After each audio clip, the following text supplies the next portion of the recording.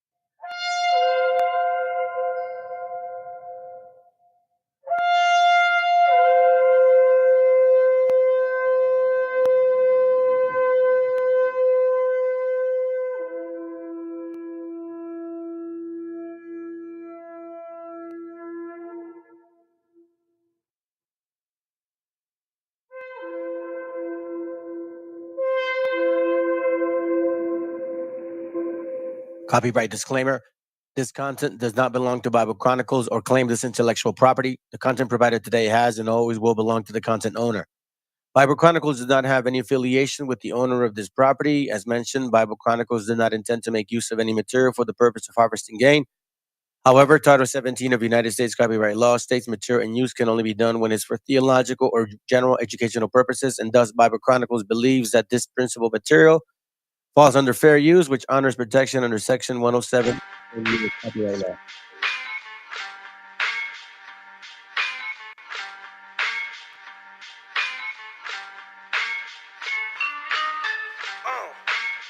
En la Plaza de Reyes, Black Sumenta, Soplón. Yeah. ¿Qué vas a saber? ¿Qué vas a saber tú? Oye, chibolito, faltóme. Pulpín de los pulpines, batería de Rapunzel, de rapeos, de raptos, de lagartos en cuartel. Cualquier la pega de cruel con un viejo coronel. Soy flojo, se me antojó dormirme en el laurel. Elevé mi level con un label y un Faber Castell. Ya un papel, lo empape con sangre de todo aquel que se jura Nobel y no ve mis trenes en la riel. What's so man?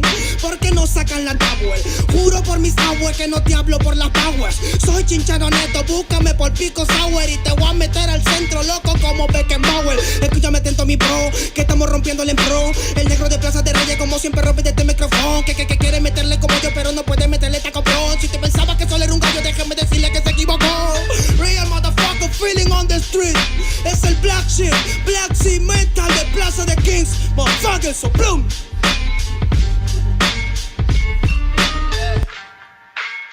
Nero Luis, man, desempeño en la victoria para que sepa. Incas Mo, Money Gang Gang, yeah, yeah, Yo también he llorado, gente. También me han desplazado por mi rasgo afrodescendiente. Sí, un perro no habla pero siente. Cuento historias callejeras pa' barrios de delincuentes. Y soy un perro que te ladra, que te muerde y que te huele, nene. Soy más que Lenny, ustedes para mí son pelele. Con mi jauría todo el día en busca de los cheles. Tengo un perro en fiscalía que nos mueve los papeles. Y otro en la comisaría para evitar el susto. Muchas veces me han llevado por solo como luzco. Perdón, madre mía, si yo le causé un disgusto. Pero en esta vía yo crecí rodeado de perros chuscos. Yo sé que me quieren ganar, yo sé que me quieren tumbar y no pasará porque soy de verdad. La super rafina, la Dodo Style, metido en latina aprendiendo un quizá. Yo tengo el style, no mido la raza del perro, yo mido por la lealtad y yo soy leal, yeah. La calle te enseña lo que no te enseña la universidad, yeah. Saliste se empeña aquí con una seña, te tiran para atrás, yeah. La calle limeña aquí nadie la dueña, ya nada es igual, yeah. Tiene que respetar, yeah. Tiene que respetar, yeah. La calle te enseña lo que no te enseña la universidad, yeah. Saliste se empeña aquí con una seña, te tiran para atrás, yeah. La calle limeña aquí nada le duele, ya nada es igual, yeah. Tienes que respetar, yeah. Si yo soy tu papá, yeah, yeah, yeah. Cinco Mob, negro, yeah. Cinco Mob, nigga, yeah. Nero Luigi, man. Incas Mob, yeah. It's Money Gang, gang, gang, yeah. Hey, yo. Yango en la maldita casa. Me llaman pa' que les dé al menos una vez al mes. Se metieron al lago y olvidaron que era el mes. For everybody bless. La fama es una puta, me está llamando a las 3. Dile que llame después de las 16 y 25. Volví de la infancia de Abraham Lincoln. Con fuerza ya hinco, luchando para salir del rincón. Letra callejera en City brinco, under del under. Puede que tu viejo te lo mande. Sale de vez en cuando como el cóndor por los Andes. Mi cuerpo no es de madera como Dandy. Antes que me branden, yo seré el ola que los expande. Aunque esto me pique en la madera, no sirve ni para romper el ticket de un evento afuera. Loco por la carrera, desafían la gravedad. Yo espero tras la barrera y llego con la novedad. Niña, tú solo espera que ya encontré la manera. He visto bastante por querer lograrlo saltando escalones dentro de la escalera. La vida me puso al depósito, yo soy de púlpito pa' que el mundo conociéramos. De esta parte mejor interprete capaz de esta cordillera. Sin luz afuera, que el espectáculo es dentro. La calle es mi templo, tiembla el pavimento. Cuando yo me concentro, mis disparos son temas. La calle un poema se siente desde cuando entro. Y a toditos estos drogaditos que creen que rapean, los regreso al centro de mi balcón.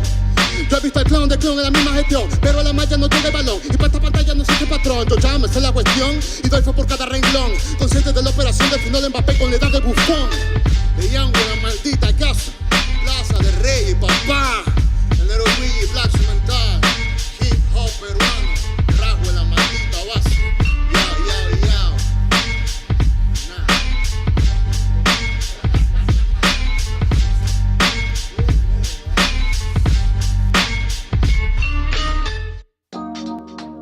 I created Drip Drop to save lives. Yeah, man.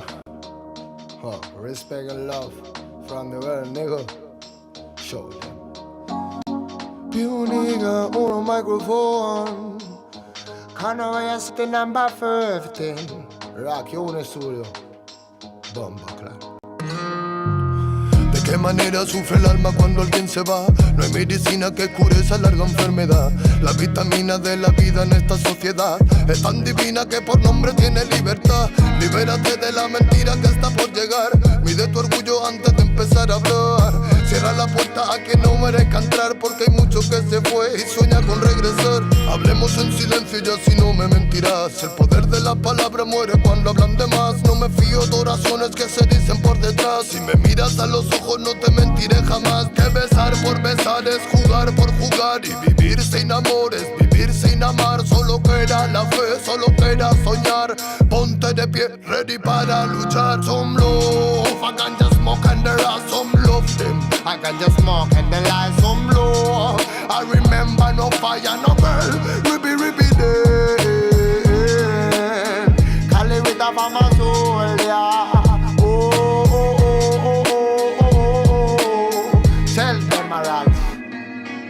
¿De cuánto tiempo hablamos cuando hablamos de querer? Si la mitad lo malgastamos solo en comprender. ¿De qué manera es más fácil aprender? Que nacemos para ganar y morimos al perder. No puedo dejar de animarte, que cuando te caigas debes levantarte.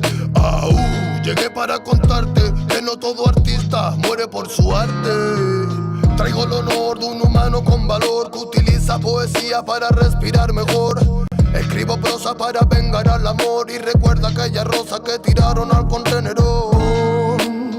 ¿Dónde se quedó el amor? Hey, I no voy a sit on no microphone forever never. Tell me, roll some love. I can just smoke and the light. Some love them. I Rastafari my life. Some love. I remember no fire, no burn. Ribby day. Live with a farmer soul, yeah. Reggae man a farmer warrior, warrior day.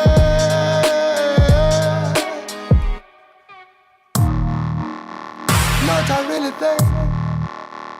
Oh, yeah man. Y se piensa que la música es un juego, lo lleva claro, hermano. Desde España, internacional, bomba clack you, Lego. Wrong. Not really easy. No. Pure nigga on a microphone. Hey, tell us what? Tell us anything. Tell if I'm a Rasta feeling on my sin. Hey, more love.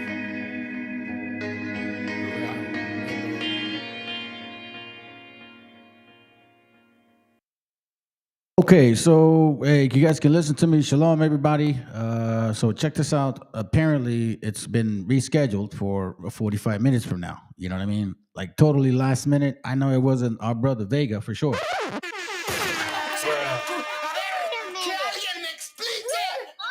I'll explain it to you because I had a conversation with him 30 minutes ago, literally. You know what I'm saying? So he was ready, and I only can assume, again, I don't like assumptions, but you know what I'm saying? Based on the analytics of things, it was the JJ whatever that postponed it. A ver, give me 1 more hour to figure this out. So apparently the topic is, but we're Japhet now. Now, yeah, they got tired of trying to put us to Canaan because it's like, wait a minute, that's too similar, Eddies. You're giving them too much credit. You got to put them like way far from who they are. You know what I mean? So in the meantime, what I'm going to do is just to make up time, because technically that's what I like to do is make up time. I don't like to waste time. You know what I'm saying? So what we're going to do right now is we're going to kind of get going with the class, run it for like 45 until another topic in the meantime, and just stick around, family, because as soon as they go live, I'm going live with that channel. All right? So let's listen into something real quick. Let's begin. Viene a decirnos con mucha firmeza y gran convencimiento lo mismo que nos decía en el siglo XVIII el barón de Holbach, ¿no? Un filósofo francés de origen alemán.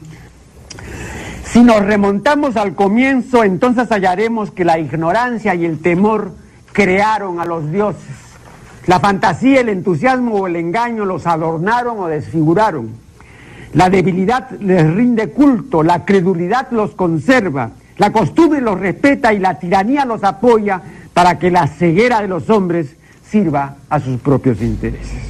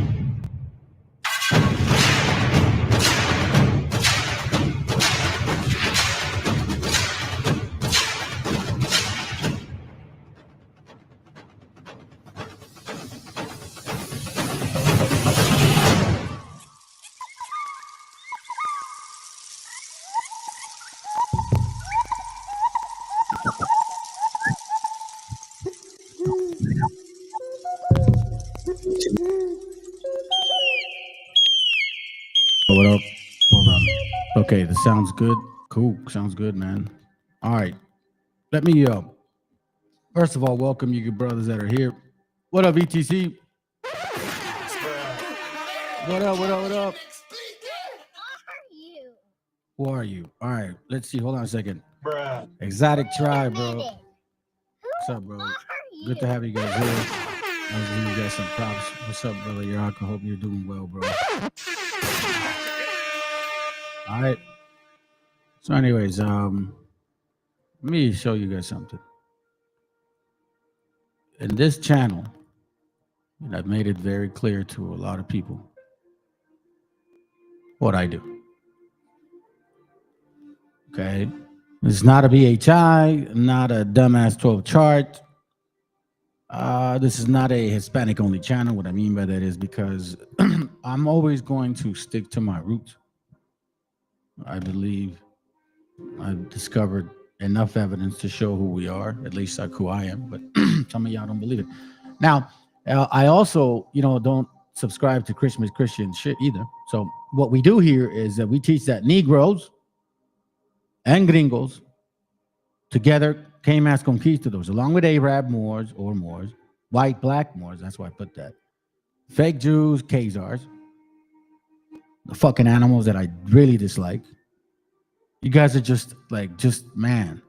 You guys are just chosen people that do just chosen things and just like to chosenly destroy innocent, unchosen children, right? That's what you guys do. Black, white, because Khazars, Sephardics, and other nations all work together to destroy our indigenous heritage. Investigating biblical doctrines and destroying strongholds that are against the truth. Ezekiel 3:8, behold, I have made thy face strong against thy face, and thy forehead strong against their forehead.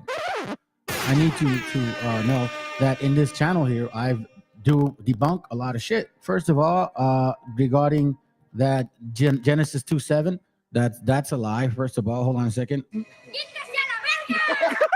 With that crap, Wakanda, you know how they made a big deal about it? Proved you guys what the origin is from that stuff too, exactly. And I had been calling out exactly BHIs that was going on, and I told you. That puto. Fuck that puto. After what he said to that old lady, bro, I don't have no respect for him whatsoever. All right, so in this channel here, I also showed you guys, and no one else does this because no one else does the homework. Okay, I've debunked that stupid ass Willie Lynch letter that they so eloquently impressed upon us. Why? Especially when it came to BHI. So I'm just calling it for what it is. That right there. What else? The Deuteronomy 28. Okay, I've done that too. All right, you guys can go through these things. So today, I'm going to debunk this idiot right here. Colomiados once again. I don't know, honestly, man, what his agenda is. I don't understand it. Are you saying you're black like them? But then when you talk, you say them. You don't include yourself. And then what do you get out of this? If, let's say, what you were teaching was true, what do you get out of it? You know what I'm saying? Like, what do you get out of it? So today, we are going to find out if you guys want to walk with me, or you can skedaddle the hell out of here. I don't give a shit. What I am going to do is I'm going to debunk these motherfuckers. Because that's what I am going to do, okay? Fuck that puto. That's what I'm going to do. So we're going to start from the top, though. We're not going to watch the video first. So in the video, what he does is he gets into this particular concept of, like, you know, California, Califas, Califern, right? All right, I'll get to it. So he references, and so do other people, these books, or this book called Las Sergas del Esplandian. Now, I am I could say a decent reader, not a good reader, a decent reader. I was going to say very good reader, but no. I'm a decent reader. I can read some of these things, but it will take time. So, like, for example, hey, fam, listen, just to be safe, okay? So I'm just basically killing some time, so to speak, all right? Just killing some time. The debate was supposed to start right now. The plan was to put some music, 10 minutes, and then get the debate going. And as soon as, like, I was on my page watching them, and then all of a sudden it's like, instead of 5 minutes till, it's like, 45 minutes till. So as of right now, it's about 30 minutes till it starts, which means, you know, he's talking about trying to start in 30 minutes. All right. So you guys can stick around. You know what I'm saying? Stick around the class because you're going to learn something from me. But Brother Vega's going to tear that new one into this concept. You know what I mean? They got tired of putting us to Canaan, I guess, because they figured, well, we're giving you too much credit. So let's try to put them as far as we can from them. You get what I mean? But let's continue. Stick around. Entonces, el marinero, antes que convenía pie, allá llegaban con gusto la barca a las orcillas. So there is a patience required to read this material, which is why people translate this stuff. You know what I'm saying? Now, I want to bring you to attention as to who this guy is. Garcia Rodrigo de Montalva. We're going to hear about it. Now, between 1450 and 1505, you know what I mean? So obviously these wobbles, anything that has to do with so-called old times, and then out of reference of just something that just may be them, they'll work with that. Okay, so hold on, let me see something real quick, because I heard about something yesterday. Oh yeah, thank you, bro. You had to post it on Facebook. It's all good, dude. Thank you very much. And you know, by the way, the reason I'm bringing this up too is because there's somebody that's posting on the channel, right? And they're all like just all over the place. Now they're Asians and shit. Anyway, so Las Sergas Esplan. By the way, I want to let you guys know that in this channel, I do speak Spanish and I do read in Spanish. So we're going to read English and Spanish. We're going to read English and Spanish, okay? But I'm gonna try to hurry up because I have my mom here and we're gonna eat some pozole today, bro. Oh man. You know what I mean? It's gonna be good. Anyways, so in this book, you know, as I said, it's kind of hard to read, so we're not gonna do that. All right. But what we are gonna do is we're gonna obviously read other ways to read it. So now I'm gonna bring you to a story here called "Stories Behind the Myth of California."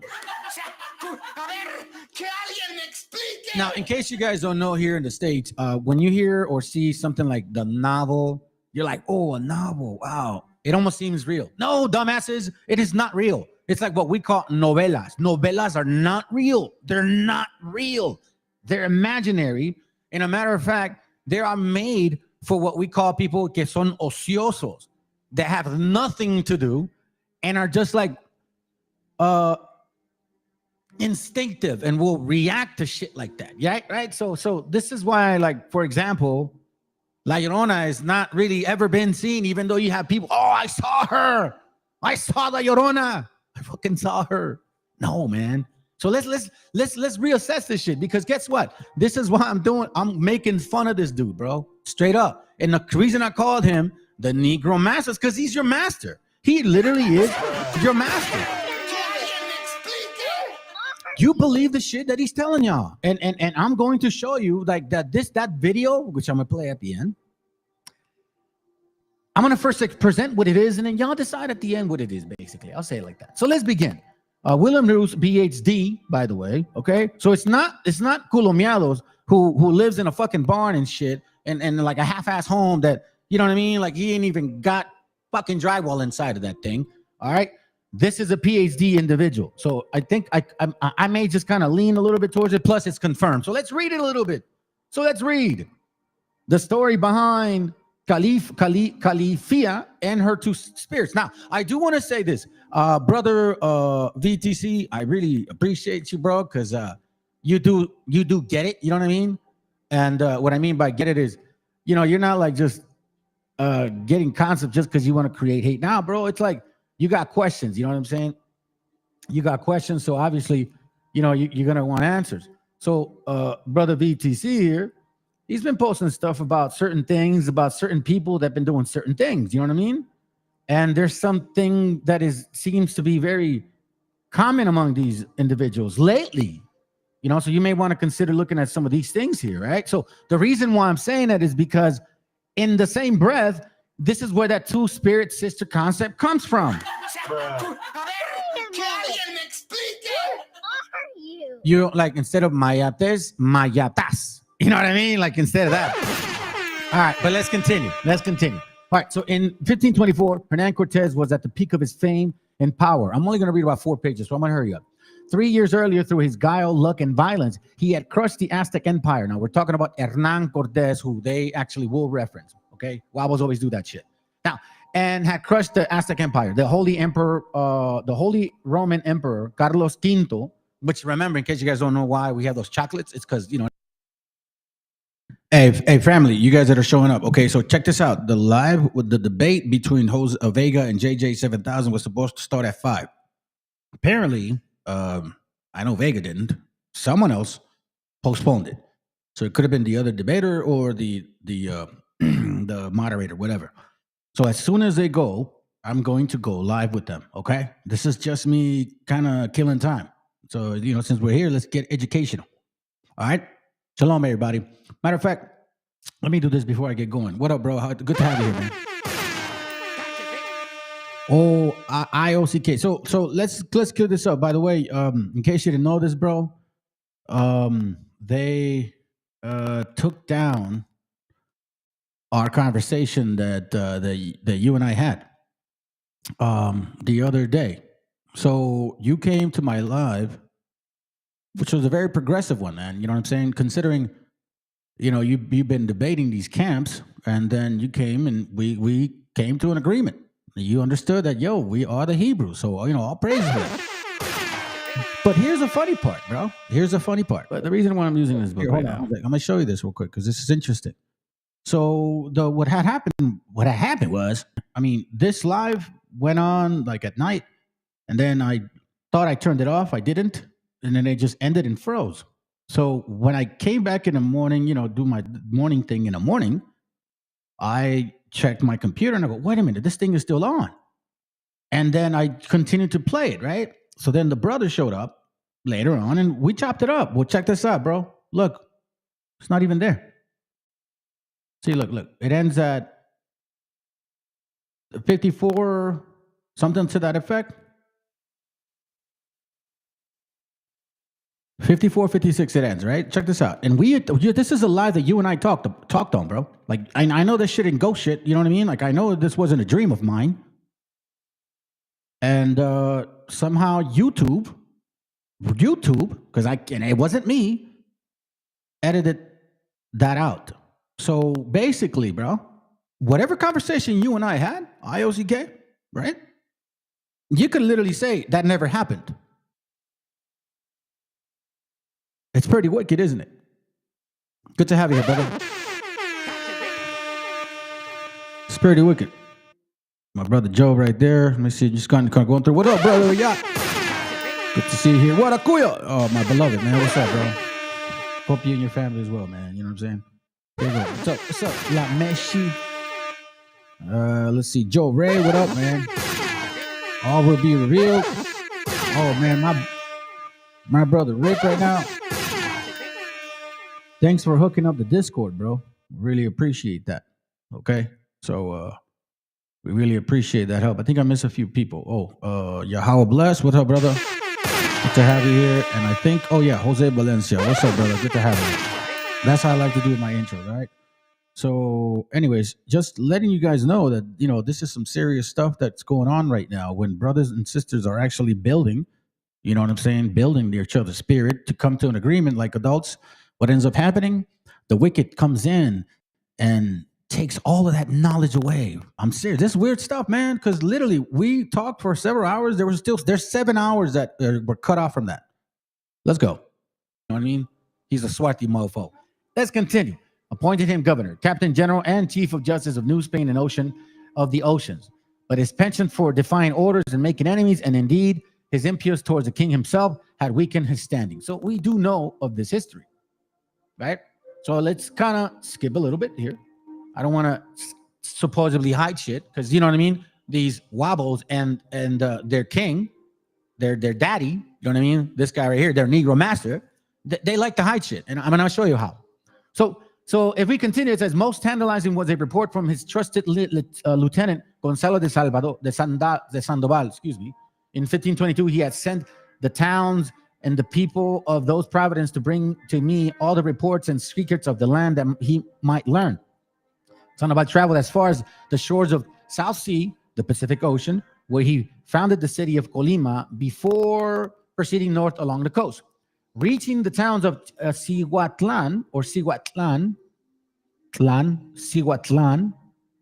in the present state of Jalisco, where I'm from. The lords of the province gives him a report in which there is affirmed to be an island. Okay, so let's read this. Inhabited by women without any men. Although at certain times they are visited by men from the mainland, and if the women bear female children, they are protected. But if their males are driven from their society, this island is 10 days' journey from that province, and many have gone there and seen it. They also tell me it is very rich in pearls and gold, respecting which I shall labor to obtain the truth and give your majesty a full account of it. And indeed, Sandoval had returned with pearls in his hand. All right, so now we're like, oh, shoot, maybe this is true. I don't know. Let's continue. Cortez wasted no time, he says. I'm going to go get the gold. Even before he wrote to the king, he dispatched his cousin to Colima with instructions to look for in a district inhabited by women without men, where in a matter of reproduction, these women follow the peace practices of the Amazon described in the, I want you to pay mind to this, Historias Antiguas. So think about this. This is in 15 and change, 1505, 1510, right? So why is he saying Historias Antiguas? He is just referencing Amazon, referencing Historias Antiguas. So, and again, hold that into your thought because we will touch on it later, okay? Cortez letter was recalculated, I believe. Cortez letter was calculated to get the royal court's attention. that an island of riches inhabited by women, all right, who live without men might exist was not a new fantasy for the Spaniards. Oh, no, remember, remember, keep in mind. So this right here, this dude right here, okay? This dude right here, Culo Miados right here, right? Okay. So he is teaching people, right? In this book, which I just told you, right? Which I'm going to get to. He's saying that shit is real, right? Cortés' letter was calculated to get the royal court's attention. That an island of riches inhabited by women who live without men might exist as was not a new fantasy for the Spaniards. Okay, so now, second point. He called it a fantasy, right? He is not calling it a fantasy. They understand it is. However, let's continue. The Greek myth of a tribe of women, the Amazons, so not the Amazons in Brazil, dumbass. That term has been used in the past. So anyway, let's continue. Living on the margins of the civilized world was persisted through the Middle Ages. At the time the Spaniards arrived in the New World, an island of women was the subject of one of the most popular novels. Listen to this. So remember what I said? Novels, novelas, right? Novels, novelas. So this is not real shit.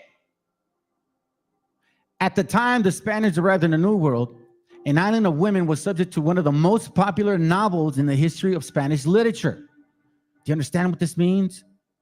First published in 1510, Las Sergas Esplandian, translated the labors of the very brave knight Esplandian. So just to kind of interject, and I did read a little bit about this, and I think we'll read later in a bit if I have time. It's really more of this knighthood. And this supposedly Khalifa's chick, she runs off and leaves with his ass. Anyway, let's continue. Was the second of the two romantic pot boilers written by Garcia Rodrigo de Montalvo. He was a storyteller, man. Anyhow, drawing on old medieval chivalry tales. Las Sergas de Esplandian was a runaway bestseller. You see what I'm saying? So we have Culomiados, aka Curimeo, okay, going around telling people that soul situation over there in Califas or California and that picture that they use, which is very recent, all right, that shit is real. So we're tackling it one step at a time, saying here, yo, this is the bestseller shit. Over 21, okay, first of all, romantic, written, bestseller, over 21 chapters. Montalvo gives an account of an island named California, which was inhabited by black women, which, by the way, I just want to remind y'all that in 1500, the terminology black woman didn't mean an Afro woman or an African-American looking woman. I mean, come on, bro. You know what I mean? Hold on. Come on, bro. Get the shit out of here with that shit. Anyways, without a single man among them, right? So they see, supposedly, it's a black woman or black women, that they lived in a manner of Amazons. The island everywhere abounds with gold and precious stones. Whenever a man came to the island, he was promptly killed and eaten. I guess they forgot to leave that out, right? Culomiados, did you forget to leave that out? Now, it says here, its ruler was queen named Califia. All right? So this is what Culomiados is saying. The black queen of California. Let's continue. In fact, stories of New World Amazons had been making their way back to Spain well before Las Sergas de Esplandian was published. Columbus relayed reports of an island of women engaged in men's pursuits in his official account of his first voyage. It is quite possible that these reports inspired Montalvo because he's a storyteller. In any case, they kept coming, storytelling. In 1517, while sailing along the shorelines of Cozumal, Juan del Grijalbal expedition found a tower on a tip of the land that is said to be inhabited by women who live without men. When Cortés departed from Cuba to meet his destiny in Mexico, so listen to this, right? So Hernan Cortés, remember, So he's like, shit, because he believed it. He believed this stuff. Okay, but let's continue though. And again, it's like everybody, every single one of us. You know, you guys believe one thing, I believe another thing. Some of us believe me, some of us don't, whatever. But it's like it's your belief, right? Whatever it is that he was believing, he had this book and story, and like, I think it's real. When Cortez departed from Cuba to meet his destiny in Mexico, the following year, his instructions included, among other things, to get a hold of an informant who will give you news about other islands, and you will also inquire where and in what direction are the Amazons. All right, so we're seeing this so far. Okay, so it's not fake that he's bringing up a book or material, and even in this shit here, again, this is why I call him the Negro Master, because you guys swallow everything he's giving you, bro. Everything he's pouring down your throats. It's unbelievable. So you might as well call him Big Daddy. Anyways, so it says, okay, the soldiers with Cortez knew Montalvo books well. Bernal Diaz, let me read that again. The soldiers with Cortez knew Montalvo's books well. Bernal Diaz, who chronicled Cortez exploits, recalled how at first sight of the great city of Tenochtitlan, the Spaniards could not help remarking to each other that all these buildings resembled the fairy castles we read in the Amadís de Gaul, which is his first novel. Now, so they're even referencing or suggesting that Tenochtitlan may be what these broads are. Like the movie, you know what I'm saying? Wonder Woman. I mean, let's be real, man. What kind of dude ain't gonna think, hey, that's a good idea? An island full of beautiful women, right? Supposedly. Meanwhile, back in Spain, Cortez later backfired. So check this out. It gets interesting. The crown was certainly interested in pearls, gold, and new territories. Amazons are not, but authorization to undertake their quest was not forthcoming. Meanwhile, Cortez was called away to suppress the Enduro revolt, yada, yada, yada. He returns to Mexico. He found himself in controversies. Let me not waste too much time on little stuff here. Okay, so he returns. Let's see. Okay, so here we go. In 1529, now the dates change. Nuño de Guzman sets out with a force of more than 300 conquistadors and some 8,000 Nahuatl allies in the lands west of New Spain to find the pearls and gold of Amazons. All right, so listen to this. The expedition was, in the words of one historian, a genocidal enterprise. You understand this? So Núñez de Guzman, which, again, they may be referencing that he believed this shit, right? You know what I'm saying? That he believed this stuff. Goes on the quest himself. Takes with him 300 conquistadors of 8,000 of our Nahuatl people, hopefully, you know what I mean? Or if not, sells, whatever. Anyway, it doesn't matter. And finds the pearl and gold for them. They're looking for it. But it says the expedition, in other words of one historian, is a genocidal enterprise. Guzman attacked the natives' villages. So listen to this. This is why this is why I call him this right here, bro. El más puto, bro. This is why I call you, bro. That. Fuck that puto.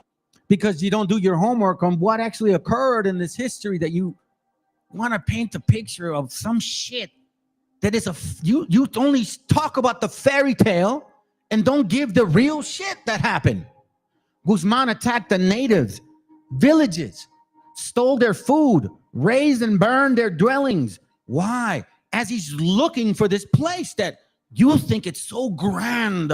Oh my God, he had a black woman, man, and tortured their leaders to make them reveal the location of their riches, of that so-called island that Montalvo wrote. And it says in July 1530, which is a year later, okay, so we're going by years here, he had reached Omitlan on the western Mexican coast, where he wrote to the king, I shall go to find the Amazons, which some say dwell in the sea, some in an arm of the sea, and that they are rich and accounted of by the peoples for goddesses.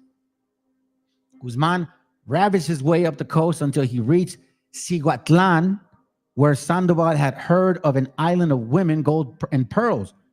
But the only women Guzman found were cowering in fear and clutching their children.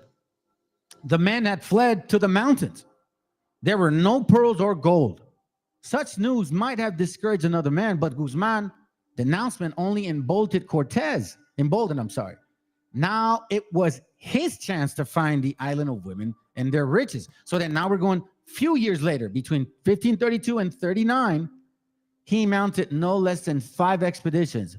5 times he attempted it to at an end, all financed at his own expense, all ending in disaster and disappointment. In 1532, he sent 2 ships under Diego Hurtado Mendoza into the seas of the coast of western Mexico to find out whether the natives were adorned with gold, pearls, and precious stones. One ship mutinied. The second disappeared without a trace. The following year, he sent 2 more ships under Diego de Becerra to find Mendoza. Again, a revolt broke out. Becerra was killed.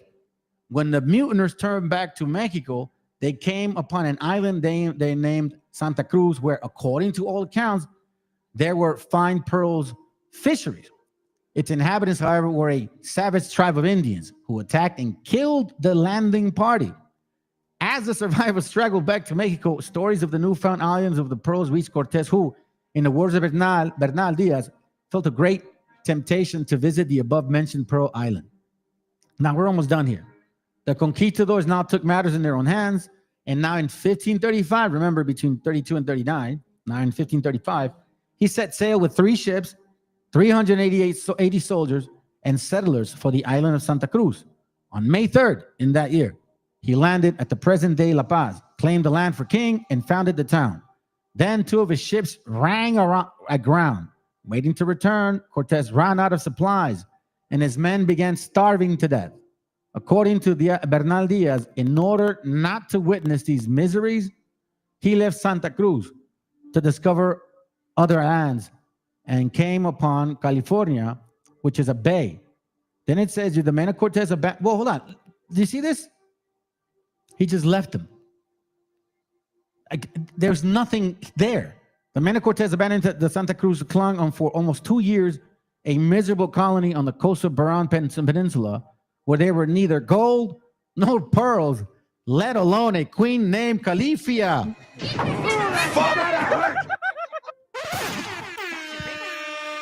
It took one more expedition in 1539 under Francisco de Ulla up the coast of Baja to convince Cortez of that fact. Bam.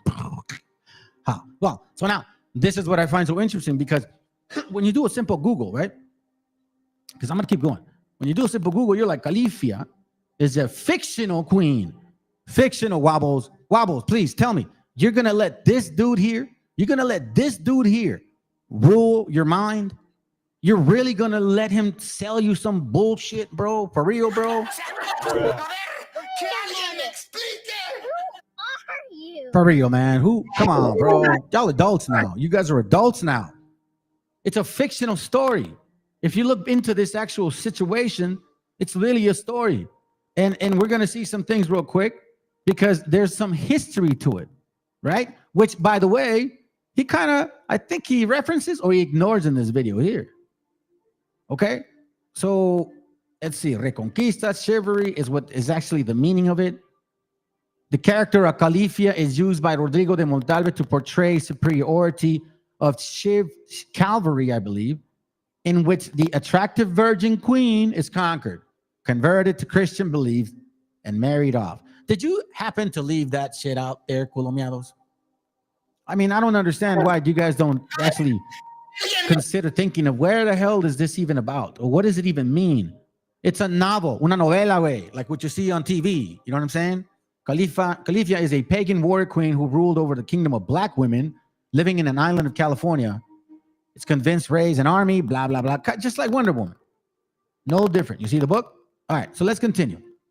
Now, we're going to get into the Spanish part. Now, I think I can translate this. Can I? Translate. All right. Let's see if it translates properly, okay? It's just from Lecturas Hispánicas. So, you know what I mean? It's from Barrica de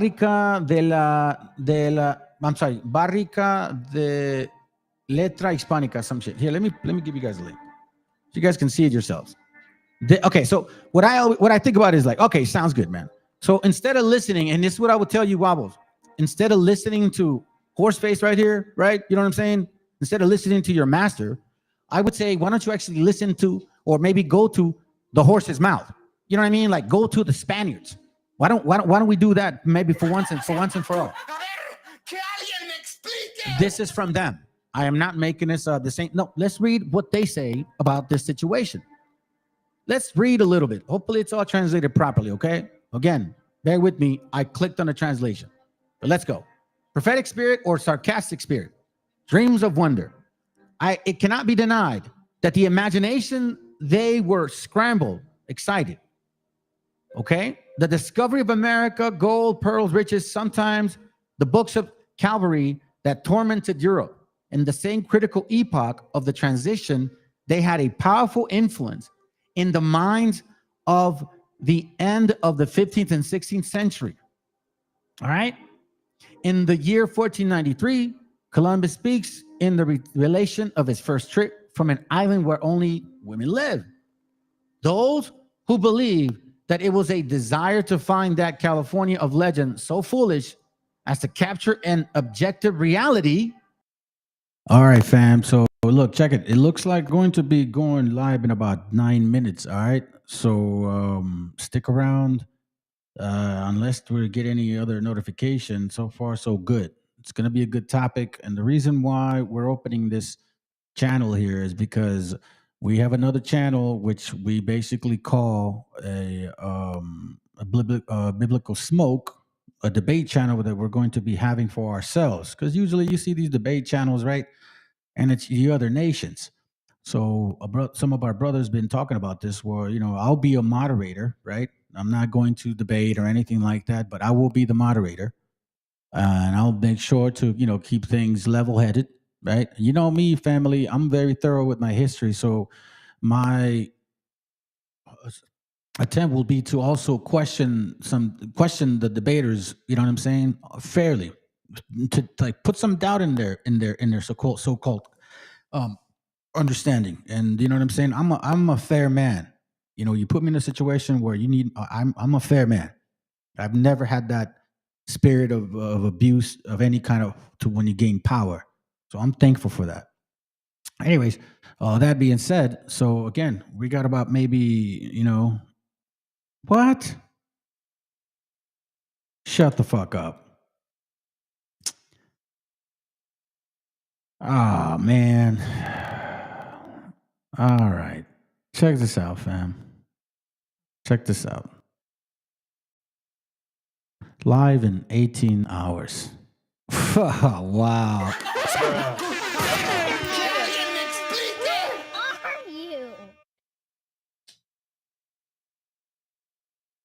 Man. All right. Look, I'm not gonna be here too long. All right. This is, oh my God. All right. You see what I'm saying? We were talking about this, family. You see, this is something actually for you guys to be mindful about. Like, pay attention to exactly what's going on right now, okay? This dude was supposed to debate our brother right here regarding our Native American Shem or Japhet, all right? Now, I've had a conversation with the brother. He told me something about how the preliminaries were going to be, and, this guy's agenda was really flawed. And now, 18 hours. Now, I'm not promoting this guy's channel to go and, subscribe. No. Don't even go subscribe. Stick around here. I mean, I'm not trying to hate on the guy. I don't know the guy. But, this is our channel. The point being is this, man. 18 hours? Really? Really? May 18th at 12 p.m., man. Boom, man. You actually called it, brother. You fucking called it. That's freaking amazing, dog. Man. What a sad story. I don't even know what to think, man. At least this totally took the fumes out of me, to be quite frank with you. I did not expect it, man. I was looking forward to this because honestly, I want to know what do you mean? Like, okay, Japhet, who you think were them? Well, I'd like to know what you're talking about because you pin us to be Canaanites. Uh, yep. You said it, Guaracuya. You freaking said it, man. Shit. Fucking shit. Fuck that puto. Man, I'm so freaking bummed, bro. I'm fucking so bummed out, man. Shit, this is, oh my God. Hold on a second. You know what happened, family? This is what happened. You see, he went into the debate with, I have concepts of a plan. this is what he went into the debate with. You know what I'm saying? He went into the debate with I have concepts of a plan. concepts of a plan, but not a fucking plan. You know what I'm saying? And then when it I have concepts of a plan. didn't work out, then the concept of a plan just totally went, I have concepts of a plan. became a concept, but not an actual fucking plan.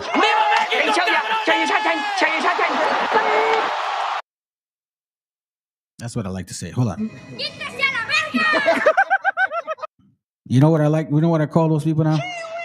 Seriously, you guys have no fucking root whatsoever. He realized he was gonna get freaking roasted. That's what exactly happened, bro. Oh, that's gonna hurt. This is whack, bro. Hey, this is mad love for you, brother Vega. Even though there's one thing that him and I don't agree with, you know, he says it's the old world. I don't agree. But you know what, man? That's the only real discrepancy so far. I mean, I think another one, but right now for the brotherhood and the uniting together, we have to support each other.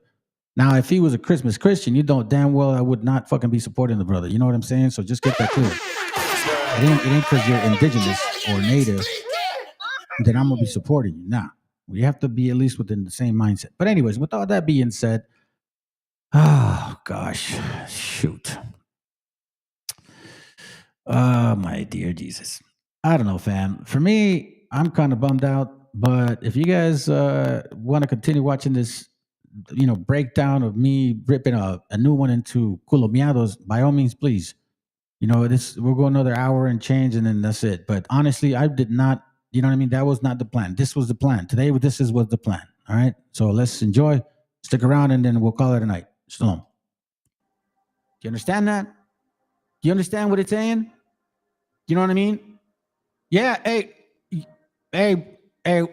what's up, Vladimir? I think Vladimir, the Impala the serpents. Son más pendejos. Because you want to know something?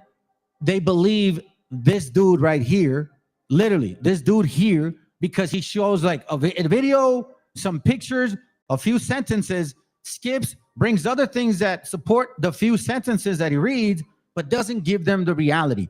So those who believe that it was a desire to find that California of legend so foolish as to capture an objective reality, although unknown, what came out of the pen of Ordóñez de Montalve has in no account Spanish psychology. Has not the account of Spanish psychology. What he's saying, because I read it in Spanish, what he's saying is you're not holding into account the Spanish psychology of that time, right? How do I know? Because it says here, nor the fact that it was forbidden to send to the Indies the novels of Calvary, because they had believed them to be intended for idle and poorly entertained people. Oh, that's gonna hurt. So it's like ocioso, gente ociosa, bro. Like, don't give people that don't do shit, don't know shit, don't read shit, don't give them things to get confused about. That's what it's actually saying here. Then it says, yes, although prohibition was flouted, it would never be so large as to be could form among soldiers in the popular masses. That atmosphere, which some pretend is excited, perhaps the most prepared. Remember, this is translated, okay? So keep that in mind. I can read it in Spanish, but I think I may lose some of y'all. So let me continue reading it in English. If it gets bad, then I'll go back in Spanish. Perhaps the most prepared, they could read the copies that arrive. And remember that the Pizarro could not read. And remember that Pizarro could not read. That Cortez was too cultured to let himself be led by those books. Well, it says he did. And that in any case, almost all of them or all the conquerors condemned such books and laughed at them. Oh, that's gonna hurt. Anticipating Juan de Alves Cervantes. If the Spaniards read the books of Calvary, did not do in such a way that they thought only of it, nor did they lose their minds. Otherwise, in the 5 parts of the world would be islands of capes, mountains, or cities, or nations that would not be called Philippines, God Ho, Mendos, Mother of God. They would be Palmerines, Rogeles, Prima Leones, or Luciartes, Floriceles, or Orianas, or Amadises, or perhaps Urganda, the unknown. Like what he's saying is that, listen, if that shit was real, they would have not named these lands Philippines, God's Hope, Motherland, Mexico, whatever, or New Spain. They would have named them all kinds of weird shit, because in that story of Montalves, in case you wobbles don't understand, it talks about hideous animals, monstrous beings. Are you saying they were here too, bro? That's right. Oh, that's gonna hurt. A ver, que alguien me explique. Nelly de Bangray, according to well collected at the beginning of the chapter, it says that not a single argument is given to support the humiliating theory. Oh shit, A ver, que alguien me explique. yo, for real. Hey, listen, family. Look, I'm not, y'all ain't my family, because you on that side. This is your big papi right here, no? I love you long time. This is what he says. This is a humiliating theory. And that is why he flatly states that. And there's little doubt our noble state received its charming name, not in mockery, but rather in helpful anticipation, almost in a spirit of prophecy of the riches and wonders to be found. Like, hopefully, bro. It's like wishful thinking. Yeah, I want an island full of broads and money, dude. What dude would say, nah, I don't want that. Hey, listen, I believe in the scriptures, man. I believe in the Most High and all that, but I'm going to lie to y'all if I say, no, I don't think that. I'll be like, you know what I mean? Come on, let's be real, bro. Anyways, let's see how the Spaniards react in then before the books of Calvary. The feats performed only by fantasy serve them to refer to them as jokes. Oh, that's gonna hurt. So, you know, culomeados, when you read these things, you're probably doing this on the backside, huh? When you go like into your bathroom and shit. What? Just laughing at these bobbles. I wonder if you are actually doing it on purpose, man. I sometimes wonder if you do it on purpose. It says here, let me read it again. The feats performed only by fantasy serve them to refer to them as a joke, as a point of comparison between the real and the ridiculous, or as a reason for ridicule, or to ponder on the incredibleness of some situation or enterprise. Hadn't I done classes on confabulation, simulacrum? You know what I mean? Like imposter syndrome, schizophrenia, bipolarism, all related. Sedition. Oh man, I know that's gonna hurt. Right. That's gonna hurt y'all. As a point of comparison between the real and the ridiculous, as a reason for ridicule, or to ponder on the incredibleness of some situation or enterprise, never to express the goal to which they aspired or kingdom longed for. A much less did they ever express collective desires. No examples are you can quote as a refutation in our thesis.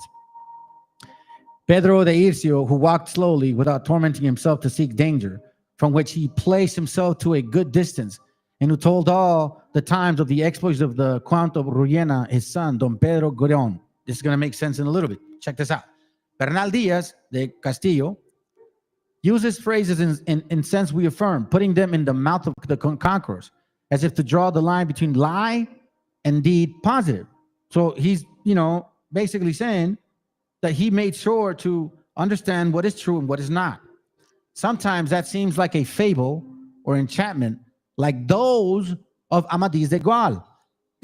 But it is very certain, we were amazed and said that it looked like the house of enchantment that is told in the book of Amadis, because of the great towers and the buildings that they had in the water and all the lime and pebble. And even some of our soldiers said that if what they saw was in their dream. And it is not surprising that I write in this way here, because it is necessary to ponder a lot that I don't know how to tell, see things never heard of, seen, not even dreamed of. So it's like, I can see people imagining things, and I could see buildings, and I could see that, but to write about stuff that I've never even seen or heard of, or even dreamed of, bro, that's stupid. They then didn't dream. Even when he used phrases such as those referred above, because there was much to ponder, and it was not well known how to express it in any other way. Diaz del Castillo excuses himself from using Amadís translated by his countrymen from Medina del Campo as a point of comparison. He doesn't want to offend them, is what he's saying. We are not surprised, in spite of everything, by the interpretation they give to the imposition of the name of California. Who wants to judge one psychology with another totally diverse? It is true that Columbus, Cortez, and a certain enemy of it. Bro, you're right. You're right. Okay, you know what? Hold on a second, family. We on. We on. We on.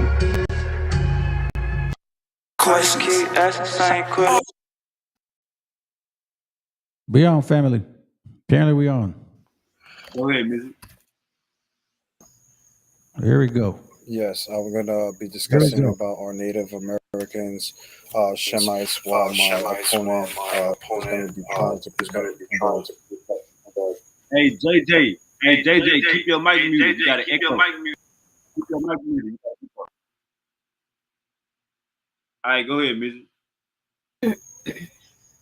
Yeah, again, while my opponent is going to try to prove that they are the people of Japheth according to the Bible or whatever outside biblical sources he's going to pull.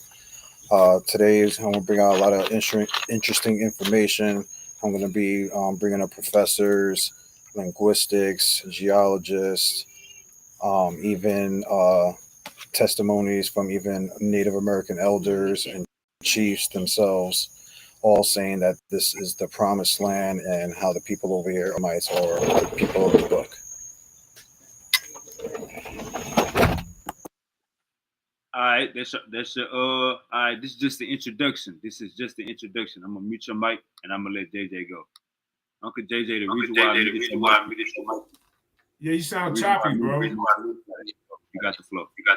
Sound choppy. Can you hear me? Yes, sir. Okay. All right, ladies and gentlemen. Is this my opening or just an introduction? This is an introduction. Okay. Yeah. Well. Yeah. My name is JJ7000, aka Mendinka Mali. Over 10, 11 years. I don't know personally, but on YouTube and Facebook. And this topic has grew up out of the One West doctrine, where they're teaching that Native Americans are, from the tribe of Gad, and then these guys kind of splintered off, and then they created their own doctrine. Now they're saying that Native Americans now are all the Israelites. They're Shemites. So this is going to be the topic of this discussion, this debate. We're going to keep it respectful. I'm going to be coming with linguistics, genetics. I'm going to be going into cultural appropriation. Be bringing out people from the Native Americans, different tribe leaders that, are against cultural appropriation, that are mad at some of these One West doctrines, these camps that are disrespecting their elders and their culture. So, yeah. So whenever you're ready, bro. And yeah, I'm going to leave the other thing alone about what just happened on the other channel. But, let me just say this real quick. I mean, if I'm a $5 a month subscriber, man, you cannot be muting me. I mean, come on. We're going to leave it there. But anyway, hey, so yeah, I appreciate Jose Vega, aka Misery, getting in the ring with me. It's kind of hard for me to get debate. So yeah, may the best information edify you. You. We still get that 3-minute opening, right? That was the introduction, right? So I got to open it. That's the introduction. Okay. JJ, log out of YouTube on your computer. Exit out of YouTube on everywhere. You don't want to have YouTube up, period. That's why we got the echo. When you got YouTube and the stream service going at the same time, you're gonna get an echo. All right, we got Angel in the building. And we got my boy Sergio in the building. All right. Are the Native Americans Shem or Japheth? That's the topic we're getting into tonight. Are the Native Americans Shem or Japheth? Now, before we get into this opening, I want to say, everybody, get your blunts. You know what I'm saying? Get everything rolled up. Get everything together. And we about to have and insightful. By the way, I just want to add that I ain't promoting none of that stuff. You know what I'm saying, family? They don't promote this channel. That's why. All right. So they do their little fun shit. That's not what we do. All right. I don't know. What I'm telling you is that's not the way things are. But let's continue. Subscribe to the show. We need the people in here. The people need to see this. We got two legends in the building. The people need to see this showdown. This Mike Tyson versus Ali. This is a heavyweight. This is the greatest of the greatest that we're about to get into right now. This is about to be one of those. It's about to be one of those that is gonna be making shows about it for years to come. So I need everybody to like, share, and subscribe, and let's get it going on. All right, 3-minute introduction. JJ, I'm gonna let you go first. Hold up for 1 second. Being that he's the affirmative, shouldn't he go first since he's making the assertion that Shemites are Native Americans? So, so he should go first. All right, first on the Misery. I can go. Give you 3 minutes to go first, brother. I can go. Like I said, I can go first on the introduction, but then I guess he could go first on he could start off on the first round. Oh, what I'm saying, if you're the affirmative, you're making the claim that Native Americans are Shemites, then you should go first. You're the one that.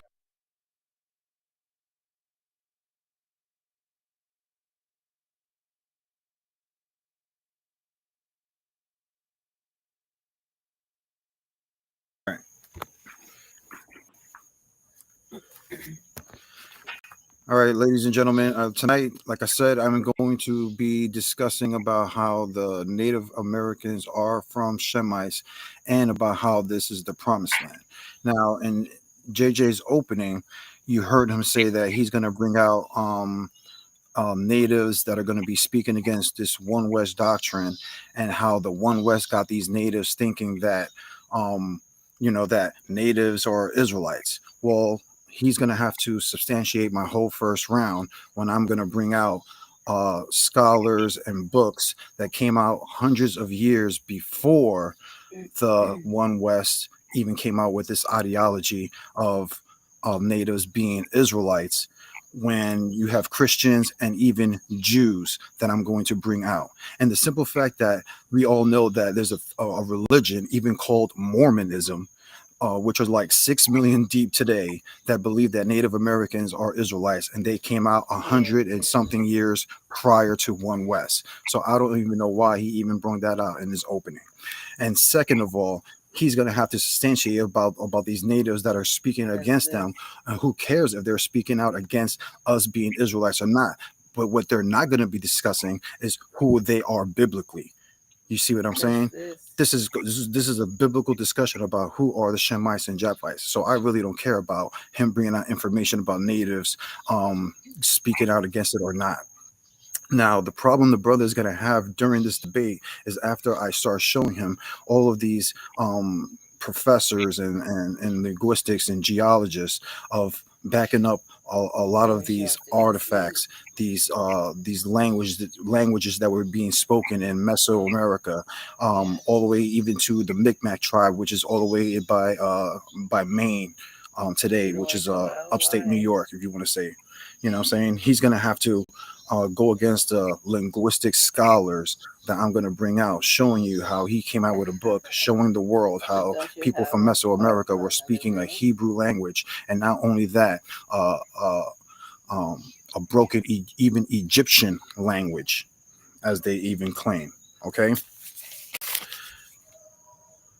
Then he's also going to have to show in my third round, when I'm going to start showing him about the language, when I get into the language over here, how we even have language which is called like the Old Negev, which even predates the Hebrew language, which they say that the Hebrew, the Phoenician, and the Arabic even comes from, which is basically is the prototype language, meaning the language that Abraham spoke in biblical times, and why we have those writings over here in the Americas, especially in places like Arizona. You know what I'm saying? So this brother's gonna have a plethora of things being thrown at him tonight, and he is going to be staggered from the information. And I would love to see how he's going to try to prove biblically how the Native Americans over here are the people of Japheth. And with that, all right. Uncle JJ, he went for 4 minutes, so I'm gonna give you some extra time too. You know what I'm saying? If you want to go to 5, if you ramble off, I'm gonna stop you wherever you stop at. Uncle JJ, you got the floor. This is your opening.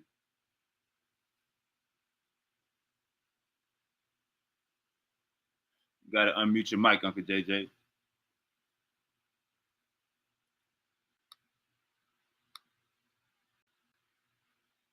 Uncle JJ, you gotta unmute your mic. All right, waiting on Uncle JJ to start his opening. So he probably didn't even. Uncle JJ, you ain't even hear Misery opening then, huh, Uncle JJ? You gotta unmute your mic. We can't hear you. We're gonna give Mandinka Molly a little second to get his sound right. Misery is already thinking. Running, dog. What's going on? That's his opening. JJ has quit. Misery is already thinking. Just from Misery's opening, he think he made JJ quit. Okay, JJ look like he's back to life. Uncle JJ, are you alive? Right. Here, unmute your mic. We can't hear you. Funny malt liquor 211 shit, bro. It's not unmuting. Oh, there you go. Man, this restream. I don't know about this, man. Can you hear me? All right. Let me do my opening. I want to share my screen in my opening. Okay, so I'm trying to share my screen. Let's see. Yeah, man. Come on. Let's see. All right. So first off, how many minutes I get? 4? Can y'all see my screen? Let me see if I can make it look bigger. That's funny. Yes, sir. Yeah. Yes, sir. Okay. All right. Now, first off, ladies and gentlemen, the guy is trying to change the whole concept of this debate. You're supposed to be proving that Native Americans are Shemites, Shemitic, Afro-Asiatic speaking language family. We all know that Native Americans have their own language family. They have no connection to any Afro-Asiatic Semitic speaking language family. So like I said, he up in there, you talking about the Mormon Bible? You're going to use the Mormon Bible? You can't even use the Bible because your narrative is already bringing you, saying that you're in America, Israel's in America. No scholar would that in his right mind would come to a debate. I just went through a class. We don't even need to hear that. I'm just telling you, I just went through a class showing you the similarity between Quechua and Maya tribes speaking Hebrew. What the hell is he talking about, man? Silly dog. Identity of Native Americans. And I'm excited to present my arguments of why Native Americans are not part of the Afro-Asiatic Semitic culture. My opponent may try to make a case based on some superficial similarities or misinterpretations, but the evidence will show that Native Americans have a distinct, Jose Vega, do you know what distinct is? A distinct and separate cultural, linguistic, and genetic heritage. Linguistics is very important.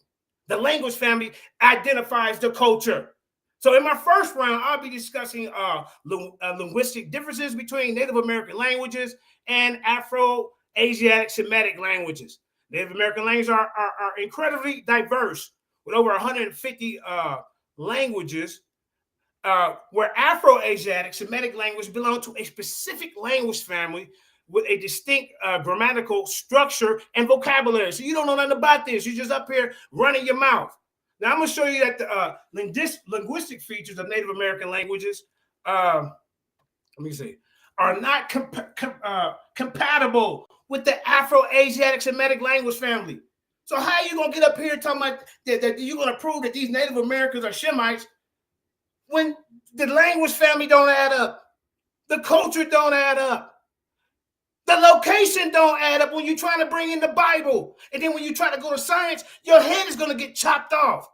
Because in my second round, I'll be examining genetic evidence that supports the migration theories of Native American population when they're coming from this Bering land bridge. See, these people are more Siberian and Mongolians and, connected to Chinese people. Now, if you want to tie that to the Bible, we know goddamn well that these Chinese and Japanese and Asian people, they're not Shemitic. Native American languages are incredibly diverse. Okay, I read that. Hold up. So genetic studies show that Native Americans are closely related to who? East. We can read what he's saying, and I'm not interfering with his saying, but it just sounds like, you know, the same old regurgitating shit. So first of all, the source, okay, and then typical statements. All right. I would suggest for you guys to look at a book called The Nexus Spoken Language, the link between the Maya and Semitic during pre-Columbian times. All right, let's go. Demonstrate the distinct ancestry of Native Americans and show that they are not part of the Afro-Asiatic Semitic genetic profile. And this is why these Native American leaders are mad. And you heard what he said? Well, I don't care what they think, but they're the leaders of your so-called Native American tribes. You're already out of pocket. See? And in the third round, I'm going to discuss the cultural appropriation and misrepresentation of Native American cultures by groups that claim that they are a part of the Afro-Asiatic Semitic culture. Talking about the ISUPK, the Israelites United in Christ. These leaders are, these Native American leaders are pissed. You're disrespecting their gods. You're disrespecting everything that they stand for. You know, I'll highlight the harm caused by these claims and the importance of respecting Native American cultural identity, which this guy who claimed at first he wasn't a Native American, he was a Mexican, then he was Hispanic, now he done went over there, he a Native American. This guy changed like a leaf blowing in the wind. He all over the place. And you would think you want to come to this day, we supposed to take you serious, bro? All right.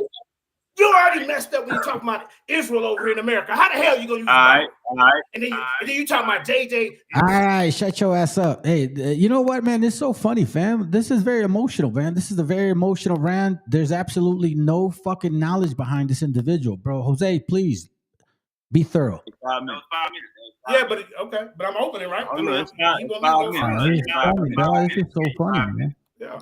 We're going to stop It's right so there. easy to All right, destroy. So, I'm tripping. JJ is starting first. All right, so hey, everybody, appreciate y'all for tuning in. Like, share, and subscribe.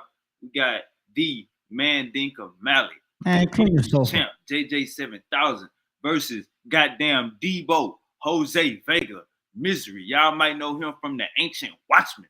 Hey, it's going down. Tell a friend to tell a friend. Get your cup, get your yak. Stop smoking, bro. Get your Kool-Aid, roll your blunt, get your bourbon, whatever you need. Mandinka Mally about to start it off. These are 15-minute rounds, by the way. So we about to get a lot of information. So I just need everybody to see what's going on and take notes. You know what I'm saying? And at the end, y'all can come up and give y'all opinion. But let's get we're going first round, Uncle JJ.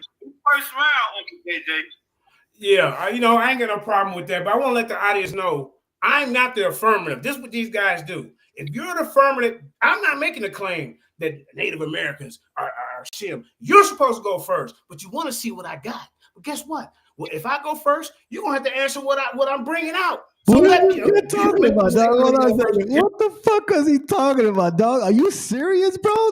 Oh my dear Jesus.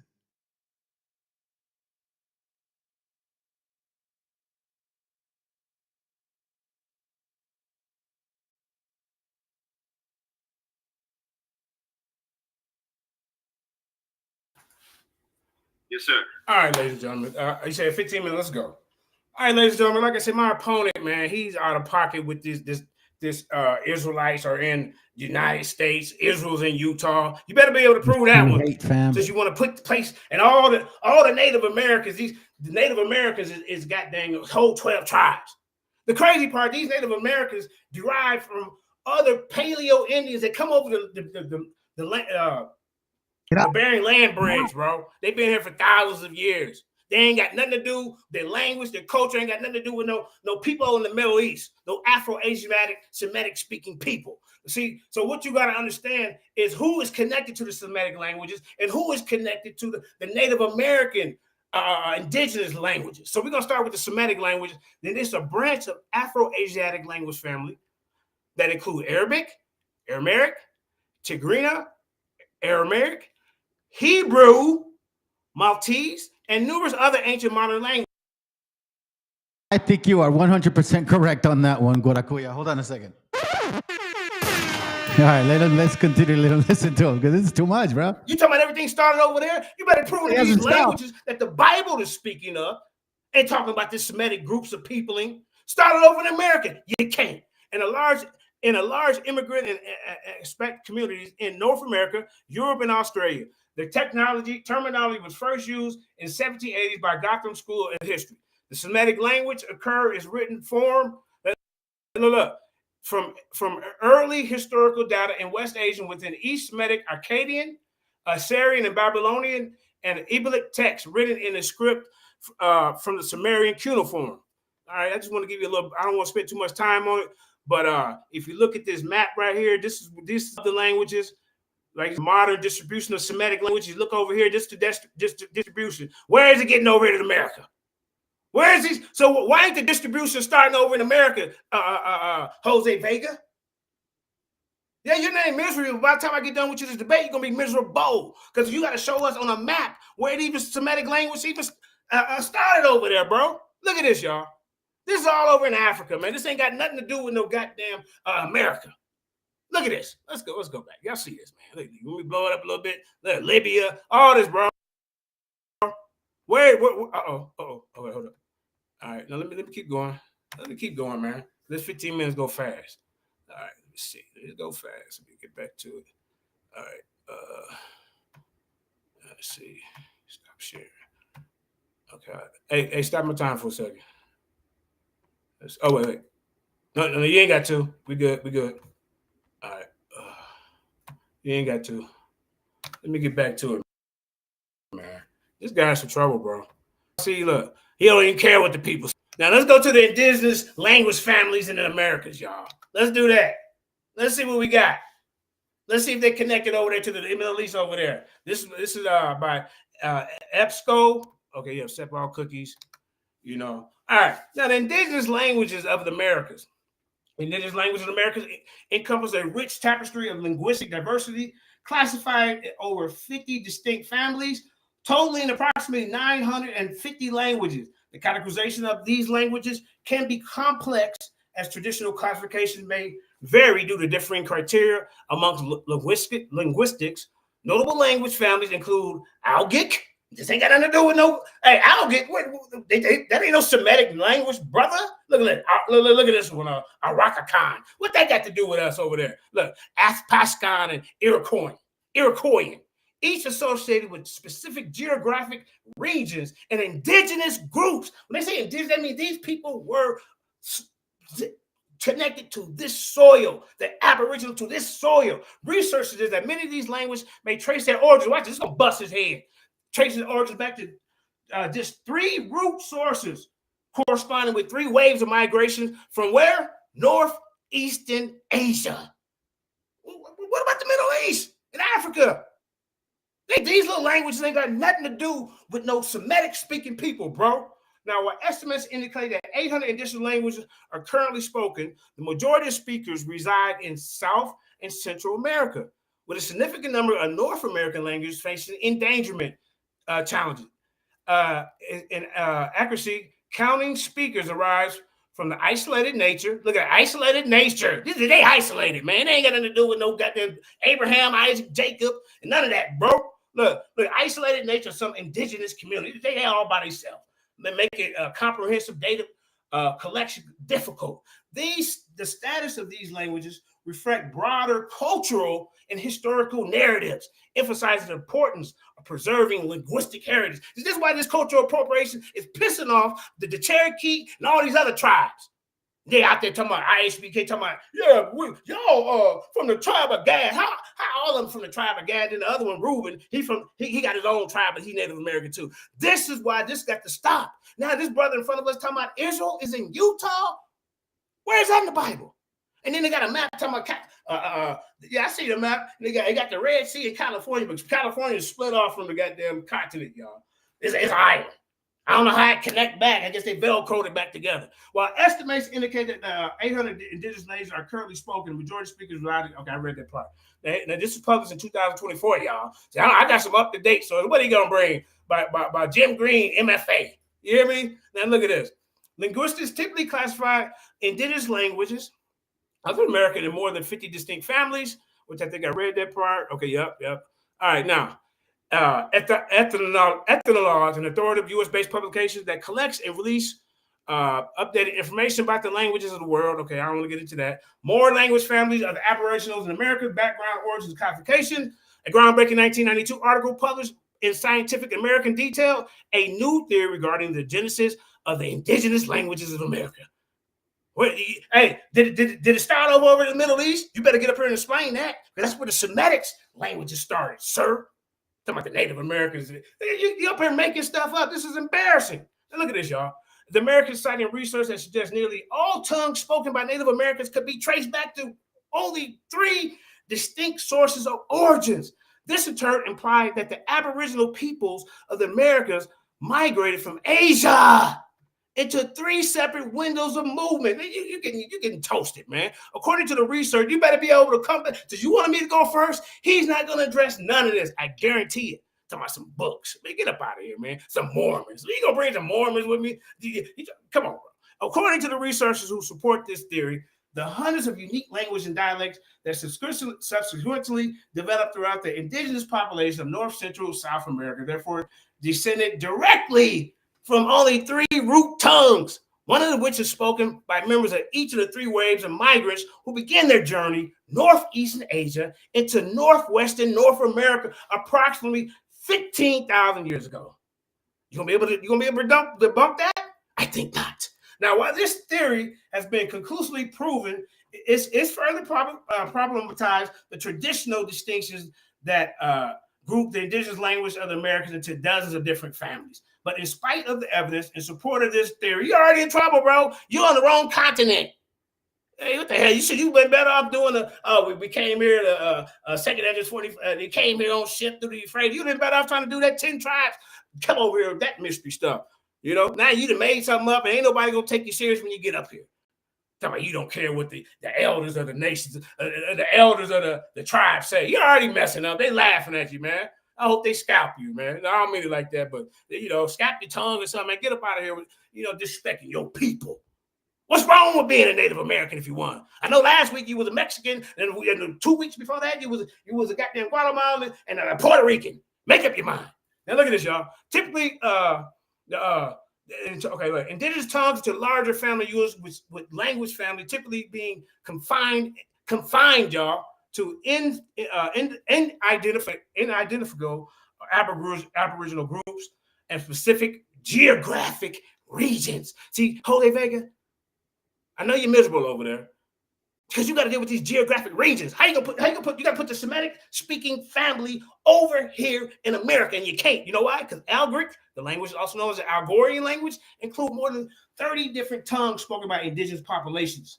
Natives of North Eastern United States and Eastern Canada. Widely known examples include McKee, Cree, Mohican, Shawnee, and Shawnee. What? There ain't none of them on street corners with no goddamn Power Rangers outfit talking about, yeah, that's right. We do. No, they ain't doing that. All of us is the 12 tribes. All the Native Americans and all the Native American tribes, he's saying they're Israelites. They Negroes, we're going to be the slaves in their kingdom. He should teach that when he's over there with them ancient watchmen, the races over there. Now, how about the Arawakan? Alternately known as the American language family, the Arawakan family is made up of approximately 70 distinct tongues and dialects. I mean, come on, the 12 tribes only got one distinct tongue, that's Hebrew. The hell going on over here, man? This dude out there fucking and faking, man. Now look at this. The Atashkan, one of the broadest reaching indigenous American language families. You was in trouble with the language, bro. When you got to bring the Semitic people over there in Africa and the Middle East over here to prove your point. You ain't gonna be able to do it, huh? Now look at this guy. Look how far it ranges, y'all. The Athabascan group of tongues is native to the large, expansive North America, ranging from Alaska all the way to the Rio Grande. Tongues in this language include the Apache, I like the Apaches in the movies, boy. They're scalpy. The Navajos. I know some good Navajos out there in Phoenix, Arizona. I lived out there for 5 years, man. Shit. Among others. You hear me, y'all? And look at this. The Caribbean, like the Aquaquan language family. You in some trouble, bro. He's not going to be able to answer none of this. You should have went first. So now you got to answer to me. The Caribbean tongue. Make sure y'all pay attention to that. He's going to do his little ad homs and all that. They don't count in the debate. That's back check stuff. Now, the Caribbean tongues originated in the Caribbean in the northern reaches of the South American mainland, but extend as far as northern Brazil. See, look at the tongues. Like, well, where the Hebrew? Where the Yahweh Bashim, Yahweh Shai, Balakatah, Kwam, Yashala? Where that at? Huh? Where the Khan and all that, Aslakia, where that at, bro? Look at the Eskimo Aleut. The Eskimo Aleut family is largely confined in the northernmost inhabited regions of North America, extending across polar areas of Alaska. They're all in Alaska talking to the Native American tongue. He talking about they Semitics. Hey, man, come on, man. Why you get in front of me making this up, man? Come on, man. Look at Iroquois. Traditionally spoken I'm all over America, bro. You gotta show this Hebrew. And then he got the nerve to say that they had the first Bible. Where is this Native American Bible? And how did all these different tribes put it together without getting confused? Huh? Man, you better go play, man. And look at this. See, look. Traditionally spoken in northeastern parts of the United States and southeastern regions of Canada. See, now we all up in Canada. We all down. That's a good point. I'll be revealed. It's a damn good thing I found that geographical history of Africa because it exactly explains the spirit of these nations. Anyways, let's continue. All different guys, man, and some of your Aztecs and Incas cutting out hearts and eating people, man. Stop it. Look at this. The Mayans. Speaking of them, originating in the present-day country of Mexico, Belize, Guatemala, the Mayan language families include the subgroups including Cholan, Huastecan, Kandarbalan, Chichin, and Chichan Mamin languages. See? Hey. I'm diverse in the languages. You see all the different dialects I can speak when I'm reading? Now watch this. The Muskegon. 2 minutes. All right. Subclassified in Eastern, Central, and Western language groups. The Muskegon language family is native to what is now southeastern United States. Example of the Muskegon language include Creek, Chickasaw, Choctaw, Apakali, Pensacola, Tuskegee. You got to tell us which one of these tribes is running around talking about they are Israelite. We're going to wait for that. Since you want to get in front of me with this nonsense. Y'all been waiting for this for a long time, bro. You have too. For an educational aspect, you're going to be another pelt on the wall. Now watch this, y'all. The Sicilian language is comprised of approximately 24 distinct tongues and dialects spoken in southwestern Canada. And what's wrong with being yourself? Y'all got a great history and culture, man. And then when I get into genetics, you're really going to be in some trouble, sir. Since you want to act like, yeah, okay. And the United States spanning from the coast to the continental interior, and the area running from British Columbia to Oregon. Like, I got so much information. Is he really going through like basic fucking Wikipedia shit to determine his argument? Bro, this is fucking ridiculous. Us that actually study this shit, this is nuts. 1992. See? Lee Tana Hates, most popular Native American language in the U.S., Indian Country Today Media Network. You know what I'm saying? They go to the little thing right there, access to after 2024. I got to 2024, man. Native languages of American Amerindian language and families, Native Americans. Y'all see it, man. The race to saving, they want to save. You know what, man? Guaracuya, I ain't lying, bro. It really feels like an endless amount of time. This guy doesn't stop talking, bro. Shit. And it's the same thing. Let's go. You can't tie the Bible into it because you're already talking about Israel's over in America. You're talking about some corn and all that. No, come up here with this nonsense, man. Like I say, man, shout out to the Lions Den. We peeping in. Hey, JJ7K TV. And I am still the HOK GOAT. Yo, this is somebody's leader, dog? For real. This is somebody's leader? Like, people listen to this man. Right. The rant and the shit, right? Like, you brothers and sisters that talk to me. This is a leader? This is your king? Brah.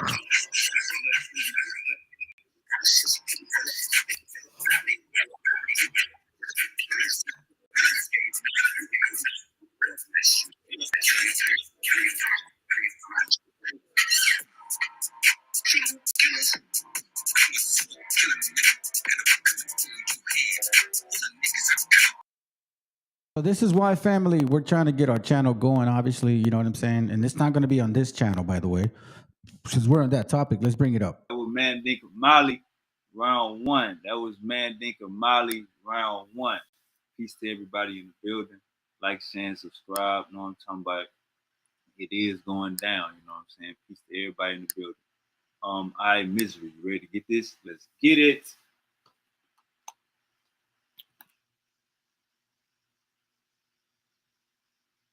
You hear Misery? Yeah, hold on. I'm trying to share my screen. This is the channel we're trying to get going. Semitic Biblical Smoke, hash out or tag out. All right, that's the channel that we're going to start doing debates on. Instead of this dumbass bullshit. Oh, everybody get your smoke and some drink on, man. This is some serious stuff. You know what I'm saying? So anyhow, we're gonna get to it. All right, just giving you a heads up. Waiting for Vega. Let's see what's up.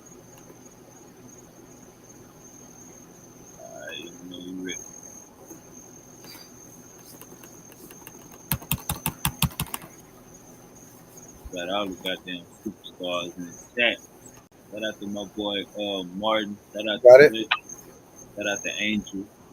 Shout out to all y'all boys, man. Did you get the share? Yes, sir. Ski.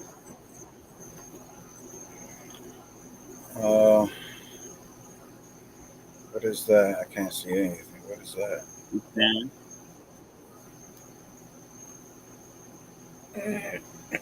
Hold on, let me see. Try it again. I think Right? I think that the moderator is doing that. Family, like showing us the background. I don't know. That's not Vega. Shout out to the gang and them. You know what I'm talking about? Shout out to the ancestors. You know what I'm saying? Shout out to the people. Boy, 50 here with me. You know what I'm saying? Shout out to everybody. What's this guy doing, bro? Yeah, that's what we tell you, brother, man. Like, look, listen. You guys have to respect, you know, every type of medicine that's out there. You guys need to respect that shit because that's what it does. How about that? How about? Yeah,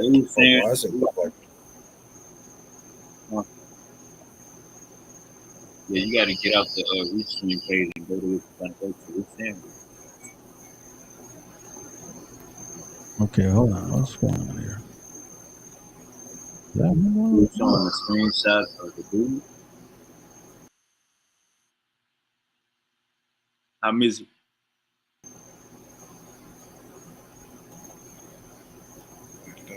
Misery, he was showing a screenshot of the dude.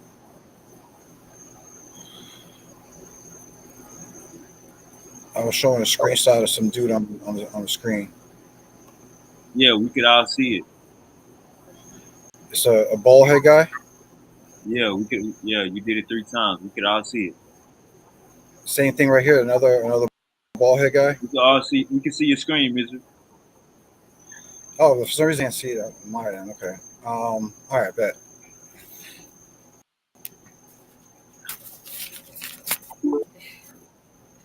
All right, you can start my time. Now, in the very first round, as you brothers and sisters realize, the brother did not prove how the people or the Native Americans are the people of Japheth. The title of this debate are the Native Americans Shemites or are they the people of Japheth? Right. To me, it seems like he was stuck on trying to be rebuttaling man that he actually forgot the topic at hand. Right. You heard him bring up the Bering Strait, some argument about the DNA not tying in with the people of the land, and talk about me disrespecting the elders. Now, during my first and second and third round, I will be addressing those points thoroughly. Now, right here is a college professor named Craig Stephen Wilder. Okay. Now, he did a speech in Brown University, and he posed the very question that a Dutch lawyer posed to the Christians and the Jews back in the 1500s. Okay, and this is what he says. He says, and nevertheless, the Dutch lawyer Adrian van der Duke admitted pressure if the Christians were unable to reconcile the existence of natives, quote, the doctrine of the Holy Scriptures would be subverted and ruined. You see, This right here, people, is what happened back in the 1500s when these Christians and Jews came across these new people. This Dutch lawyer asked a simple question: if you guys cannot reconcile who these people are biblically, your holy book is ruined, meaning it isn't true. So this is when the Christians and the Jews all came with the theories that the Native Americans were in fact Shemites and that this was the Holy Land. This is why you see books like you have here, View of the Hebrews, right? Written in 1825 by Ethan Smith. You have Sailings to the Paradise, The Discoveries of the Americas by 1700, right? Sails of the Hopes, The Secret Missions of Christopher Columbus, the 10 Tribes of Israel, by Barbara Ann Simon, right? The Hebrews, the View of the Hebrews, by Ethan Smith. See, this is why back in the 1600s, you had, even like the brother was trying to mock before about the Mormons, that these Christians were teaching that these people were in fact Israelites. Because the simple fact that before the discovery of the Americas, that they had a theology of the lost 10 tribes or these lost people of Israel, right? These Shemitic people. And this is when they started coming up with the theory, because they never came up with the theory while they were over there in the Eastern Hemisphere. Only when they came into the West, they started coming with these theories that these people were the people of the book. Now, this is this is where the daggers is going to come about how JJ was talking about the Bering Strait. Just like I said, I'm going to address his points when he was about his first round. About, these guys are from the Bering Strait. They're from the Far East, blah, blah, blah, blah, blah. These guys are not even from the Middle East, which I will address later on with DNA, debunking that. But this is the Jewish Encyclopedia, people. So let's go see what the Jewish people said about this. Okay? It says this about the Americas. It says, immediately after the discovery of Central and South America, the legend of the lost 10 tribes began to be referred to the inhabitants. Garcia in The Origin de los Medinos, 1607, on page 79 through 88, declares that the tribes passed over the Strait of Anal, the Bering Strait. You see that, JJ? Hold up. Let me get this straight. So in the first round, we all heard JJ trying to mock the Native Americans that came over around the Bering Strait, saying that these people come from the East. What is Jose Vega talking about? He's out of his mind. But here is from the Jewish Encyclopedia, which states that these people that came over the Bering Strait were what people? Let's continue to read. It says that he declares that the tribes passed over the Strait of Anal, the Bering Strait, and went by the way to Mexico and South America. He deduces their identity from the coward cowardice and want of charity of the Israelites and Indians. Both of these people, according to him, buried the dead on hills, gave kisses on cheeks as sign of peace, tear their clothes as a sign of mourning, danced as a sign of triumph. Garcia claimed that he had found many Hebrew terms in the American language. According to Manasseh ben Israel, now this is another point in the Jewish Encyclopedia of a Jew that came here to the Americas, claiming that the natives over here were in fact Hebrews. This is under the North American Indians, again, under the Jewish Encyclopedia. It says, Manasseh ben Israel, views were taken up by Thorogood and his Jews in America, London in 1650, and he was followed by the Apostle Eliot, and he in a publication 10 years later, that their views referring to the North American Indians instead of the Mexicans or the Peruvians were adopted by Cotton Mathers, Roger Williams, and even William Penn S. Sewell also gave expression in 1697 to the same views in a special publication. Charles Bentley, in his journey of the 2 months tour, declared that he had found among the Delaware Indians tracing of Israelite origin, and James Adair and the history of the American Indians devoted a considerable amount of attention to the same view, which was accepted. Adair was followed by Jonathan Edwards. A special work was written by E. Bendunant, A Star in the West. Okay, now Also, it was followed by Ethan Smith. Wait a minute. Ethan Smith, James Adair. Wasn't those the same books that I just showed you guys just earlier right now? Again, people, why are under the Jewish Encyclopedia are the Jewish people mentioning these books, people? This guy's going to have to start explaining that. Now, this is from a book called Christopher Columbus and the Participation of the Jews in the Spanish and Portuguese Discoveries by Mayer Kerslinger. This is by who, people? Let's go see. Who is that, JJ? Is that, Mayer Kerslinger, a Jewish man. Let's go see the same Jewish man in that Jewish encyclopedia. For those who don't know, he is also quoted in this the Jewish encyclopedia. But also in his book on page 96, it reads this, and it says, Montezino, who possessed a manuscript of Luis Lopez, the learned bishop of Quito, was convinced that the Peruvians were of Jewish origin. The view of Ronald and Gregorio Garcia that the aboriginals of America were descendants of Jews was maintained with many arguments in one hand the same year in 1650, independently by the Englishman Thurgood and by the Portuguese Jew Manasseh ben Israel. Wait a minute, you mean the same Manasseh ben Israel that we just read under the Jewish encyclopedia? JJ, what are you talking about? Were you not prepared for this debate? Did you not know that the Jews and the Christians always been saying that that these natives have been Israelites way before One West theology? What year was this? 1650? When did One West come up with this theory of this One West 12 tribe chart? What, 1969? Bro, you're like 400 years behind the information. Great shit. Now it's time to catch up. Right.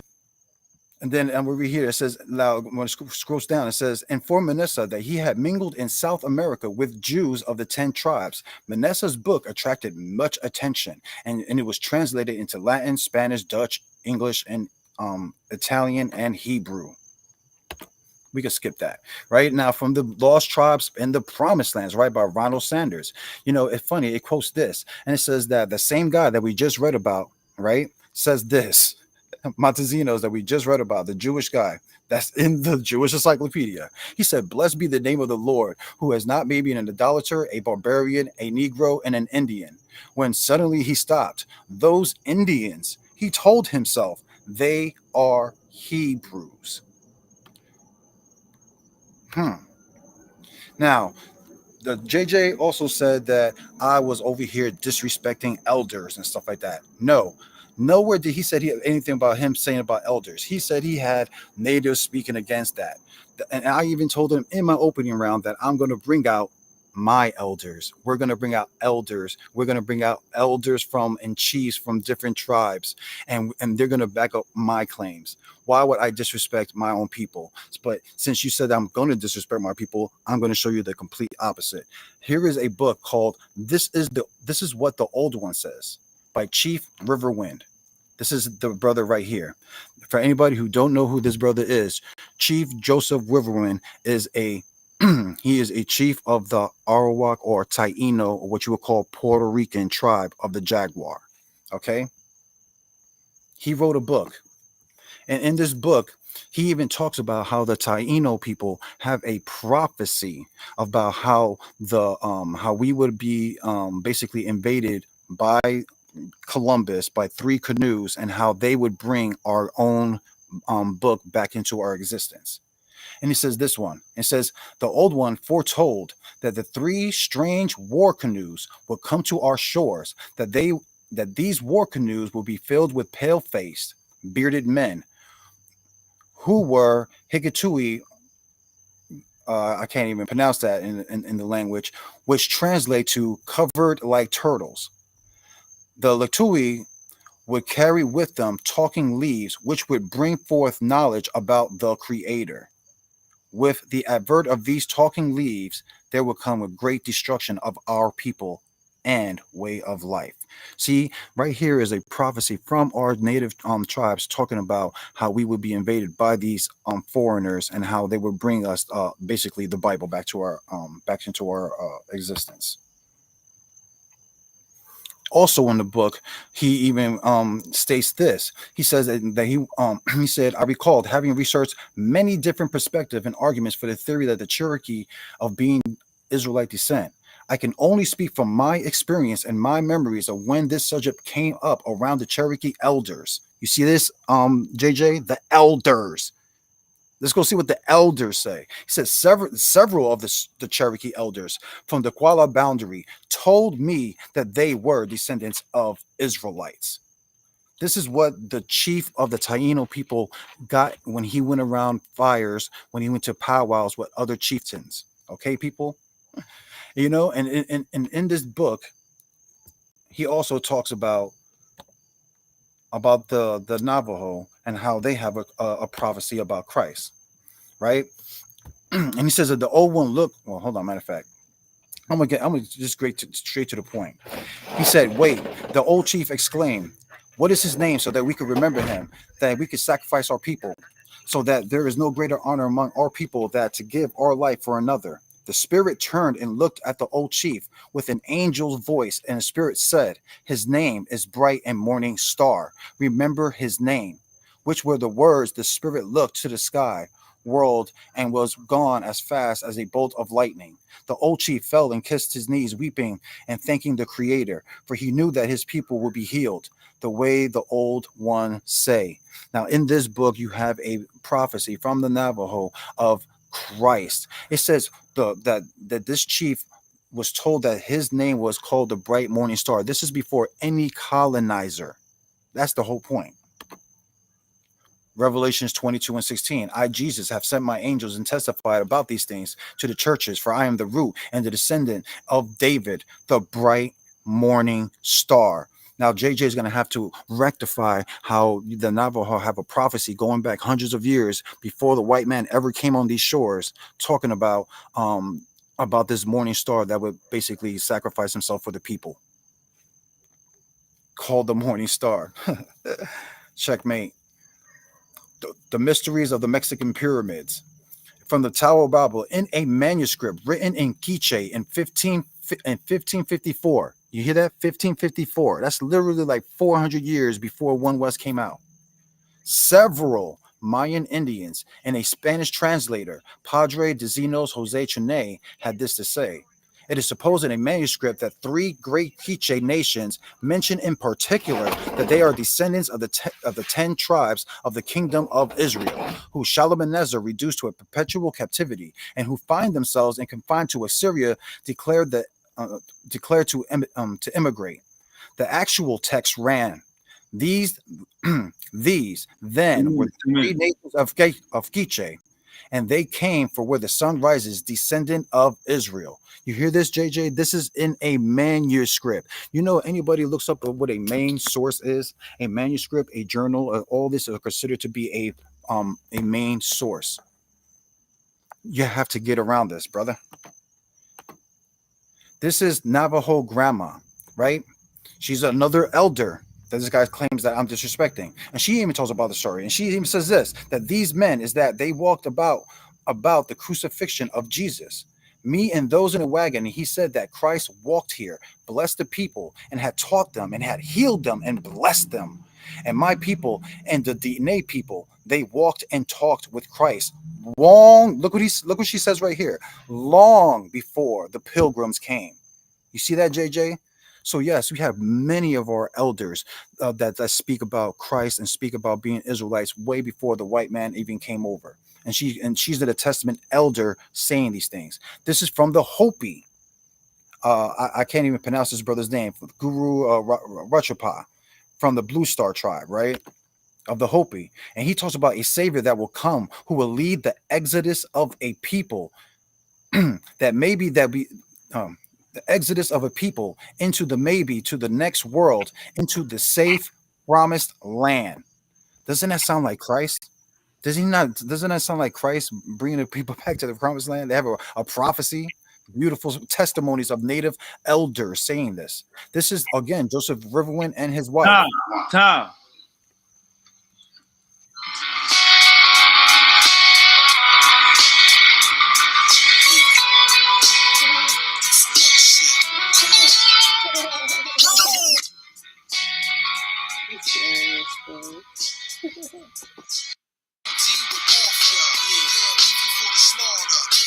rap author. I'll kidnap your daughter. Cause I do what I wanna. You know I do what I ought to do. Cause you a bitch nigga, snitch nigga. And I'm a made man, rich nigga. And I'm the type to scratch your itch.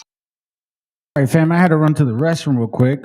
Thought that was good. Very good, very solid. Comparable to the fucking ruckus and sound that we were kind of experiencing and going through. You know what I'm saying? I don't know what the hell else to think about. Me personally, man, I don't mind it if you want to be loud and shit and you want to say stuff and you know what I mean, you want to be boastful or whatever, but at least bring some knowledge.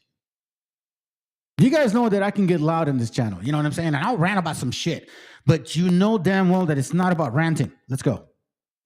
Pen and pad, because it is going down. All right, I'm gonna let Uncle JJ bring him back to the second. I'm gonna let Uncle JJ bring him back to the second. Look, I couldn't even hear none of this round. Look, Hear this, JJ? This is in a hold up, look at this round.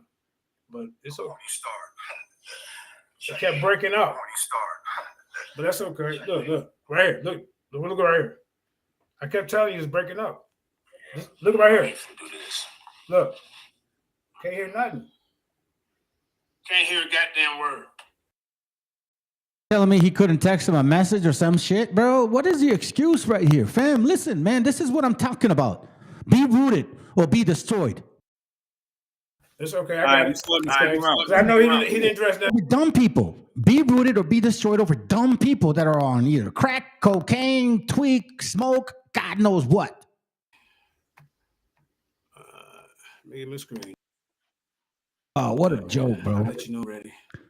All praises, Joe Jose. Good for you, brother. Let's go. Yeah, man. Appreciate everybody in the building. Like I say, bro. Appreciate everybody in the building. Appreciate everybody in the building. All right, I'm gonna start the time when you're ready. Wait a minute. Hold up. All right.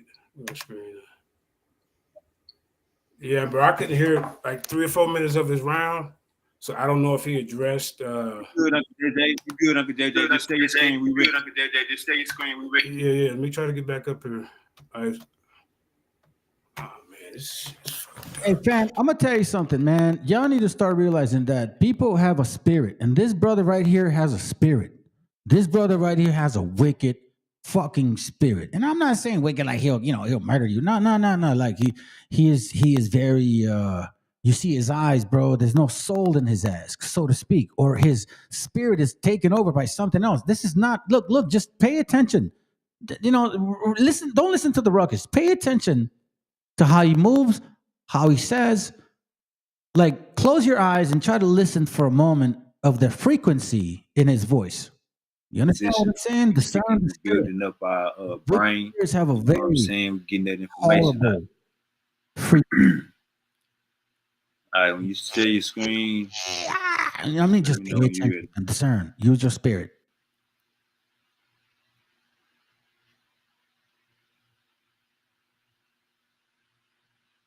All right, they going in on the chat.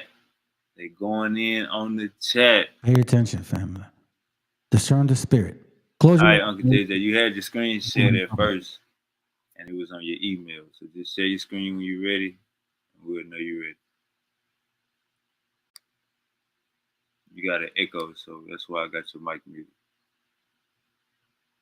Peace to everybody out there. Peace to the chat. You ready, Uncle JJ? Share your screen.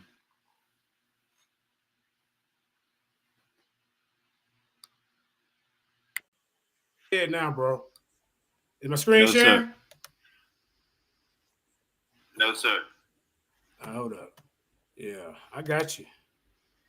I got you, sir. It just got miserable for you. Also, you got to be mindful, man. He's not young. He's an old man. What a priest.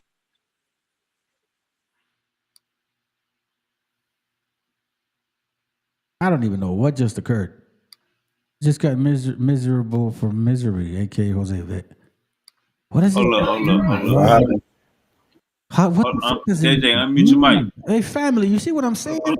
This is exactly why it's so important to understand. All right, go ahead, JJ. Up some knowledge. All right, you guys know. All right, come on, man. And I'm glad that you listen to this channel because at least you get somebody that brings knowledge, understanding. Yeah, come on, bro. No, you gonna have to do better. Hold up. Bader. Some of us, You had to do better. Can y'all see my screen? some of us are debaters. Like, let me shut him up. Yes, Because there's nothing that he's going to say right now. Some of us are teachers. Some of us are debaters. This is brother right here is a very great debater, and I believe I'm a good teacher. Right? I don't want to say great because only other people can say that. So we all got gifts, but right here, bro, we bring sources. This here is fucking stupidity. This, y'all. This is the history of Israel, Native Americans by Louis Y. Avery, Fort Worth, Texas. It has always been my belief that Native Americans were descendants of Japhet, one of the three sons of Noah. This article states that peoples and the nations of Japhet were Simeon, of Crimea, Germany, and these peoples, Denmark, and the peoples of Capathians, Armenians, Turkey, possibly, Tuscat, Georgia, and her peoples, Russia, and the Russian people. That's how they come on that land bridge. The Tharcians and the Etrusians, the Persians, the Medes, the Indians, and possible founded by the Aryans. But okay, where's the part I need to get? Hold on, just the right. Did he just fucking do that shit right now, family? Did he just do that on a live debate? Oh shit! Hold on, here we go. Let's read this. Let's read this right here. All right, let's read this. Okay, so of course, the following centuries, Japhet descendants migrated to the Americas, ladies and gentlemen. See, you in some goddamn trouble. Now, what he gonna prove to show the trail? I'm gonna show you a trail. I already just bust his head with linguistics and the language families. The Semitic language is over in the Middle East and over in Africa. They ain't got nothing to do with no goddamn Native American languages, the ones that I pointed out in the first round. You come up here with books and articles, coloring books and Kool-Aid. You get in front of me. You got to be ashamed of yourself. And you got your little racist people in the audience calling us black Canaanite dogs. But guess what? The Israelites was part of the Canaan. You idiots. Now let's keep it going, bro. That way you know you ain't these people. The Israelites were not Canaan, dumbass. Americas, where they encountered the Native American descendants of Ham. In the article written by Stephen Collins entitled The Israelite Origin of the Scythians, he states that they inhabited or arrived in the region of South Russia about 700 BC, according to the Encyclopedia Americana. Wait, hold on a second. But he's saying that natives are Japhet. Now is this article saying that natives are Hamitic? What the fuck? Assyrian documents place their appearance at the shores of Lake Urima, just south of Armenia. So he ain't giving you no kind of route, no trail, or nothing. Like I say, you would have been better off going with that. They came here on ship. Second Ezra 45 and 50 say they came through the Euphrates. They took my whole year and a half to get here. That's what you should have did. You see what I'm saying? Now look at this. The time thing will say, here it is right here, sir. Here go the debate. I already showed you connection. I built it up to show you that there is no connection between no Afro-Asiatic, Shemitic-speaking language family of people, and then you got the Native American language family. I named the Native American, the four major Native American families. They got nothing to do with Afro-Asiatic, Shemitic-speaking people. Now look at this, y'all. The Assyrian documents place their appearance in the shores of Lake Urima, just south of Armenia, in the time of King Sargon, 722 to 705 BC.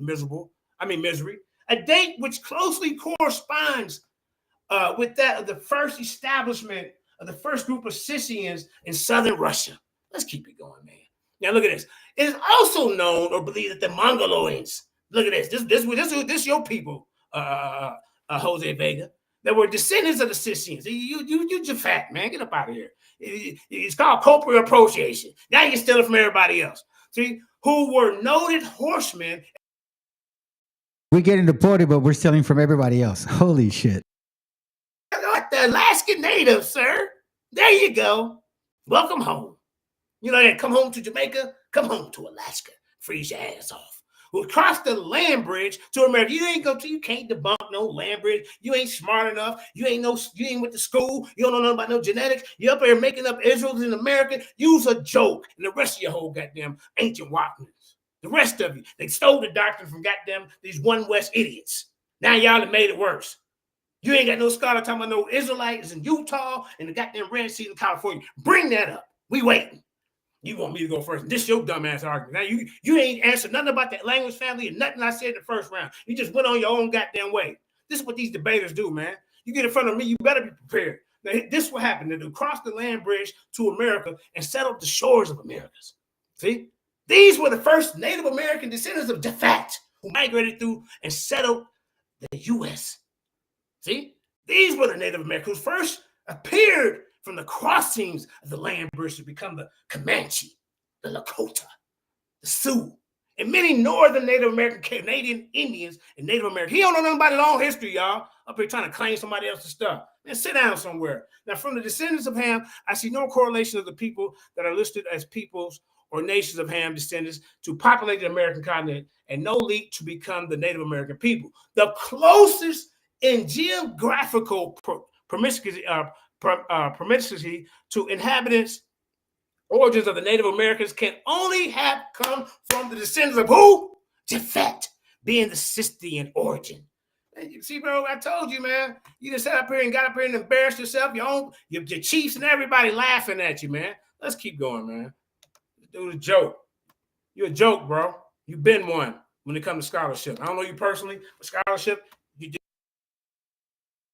Listen, family, and you know what? It's not like he's going to say much after this suck. He just uses one picture and just talks and talks and talks and talks and talks and talks and talks and talks and talks and talks and talks and talks. You see, that's what happens with these people, right? But they don't provide no sources. Like they don't even actually go through the sources and read exactly what they're saying and then define what it is. He's using one fucking page. He's been sitting on this for like what, 10 minutes already. Two population. Here's the key finding between Asians. The same shit, right? You gotta be ashamed. What's wrong? If I was a Native American or Asian, I'd be like, what's wrong with being a Native American? Tonto and them, they in movies never. Why can't you just like accept who you are and stop arguing with me? You know, that's weak, bro. Man, y'all had great chiefs and warriors, bro. So what's wrong with you? But let me teach you something. Genetic markers, haplogroup Q-M242. This genetic marker is found in many Native American populations. It's also common. And where? What that say right there, sir? Uncle JJ. Oh, here we go. What? I'm gonna stop your time. They say your screen not changing. Man, come on. So y'all ain't heard a word I said. We heard everything you said. All right, so my screen ain't changing because I ain't going up and down. Can you see it go up and down right there? Can y'all see that? No, sir. They're like, hey, bro, like your screen ain't changing. They're like, nah, I ain't changing shit. I'm sticking to this theory. All right. It just moved right there. All right. Too funny. Moving out. All right, yes, sir. Moving out. All right, yes, sir. All right, no, okay. I'm good because technical problems happen in the debate. No big deal. But did they hear what I said? Should I start my time over and beat them up again? Yes, sir. What should I do? Yes, sir. So start my time over? Y'all didn't hear me from the first? We heard everything you said. Your screen was still the same. Okay. But y'all heard me. Okay. Do y'all want me to go back and show you what it was or what? I mean, yeah, it's up to you. I'll take 30 seconds off. Okay, wait. So stop the time. You want me to go back to the last page, right?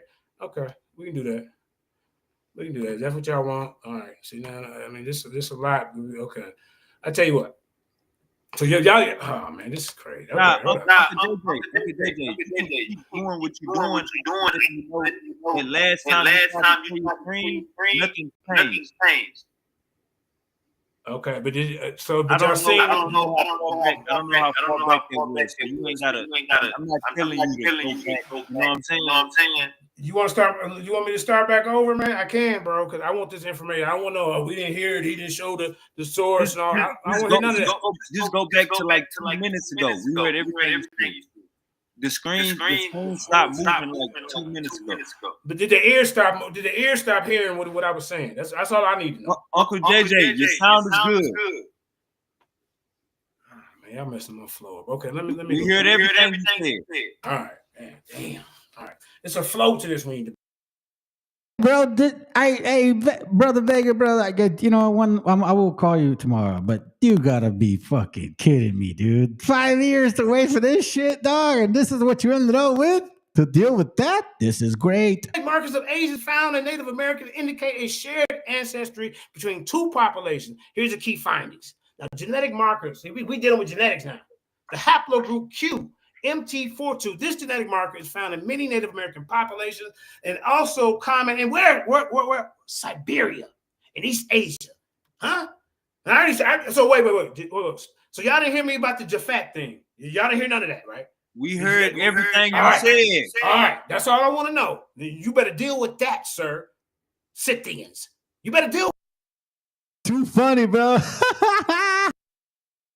You bringing out books and comic books and coloring books and skipping around, ain't opening the book, ain't told nobody who the book was by. You're not qualified to be in the ring with me. Now look at this, y'all. The haplogroup Q-M42, this genetic marker found in Native American populations and also common in Siberia. It crossed the land bridge, sir, in East Asia, is believed to have originated in Central Siberia and migrated to the Americas through the Bering Strait. Haplogroup C-M217. This marker is found in some Native American populations, particularly in Nandine speakers. And also, he can't even pronounce his own people.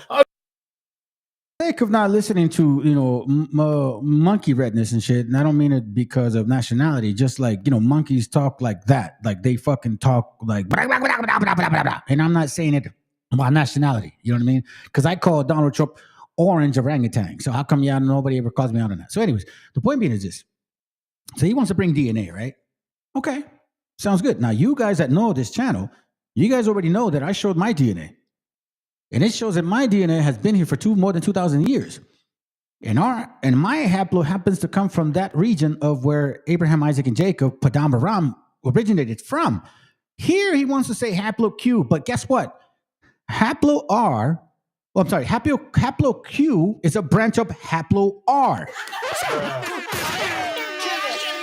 Watch. And I didn't leave nothing out. Look, watch. She's going to say some dumb shit. Look at it. The initial migration from humans to the Americans believed to have occurred around 20,000 to 14,000 years ago. And some studies suggest that the migration may have happened as early as 36,000 years ago. Gene flow. You ain't talking about none of this.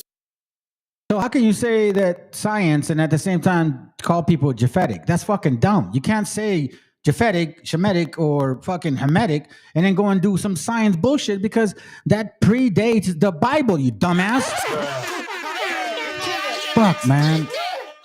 You just go be a Bengals fan or something, man. Stop trying to be the Lions fan. We the Lions over here, bro. What you doing? Now look at this, y'all. Pacific populations.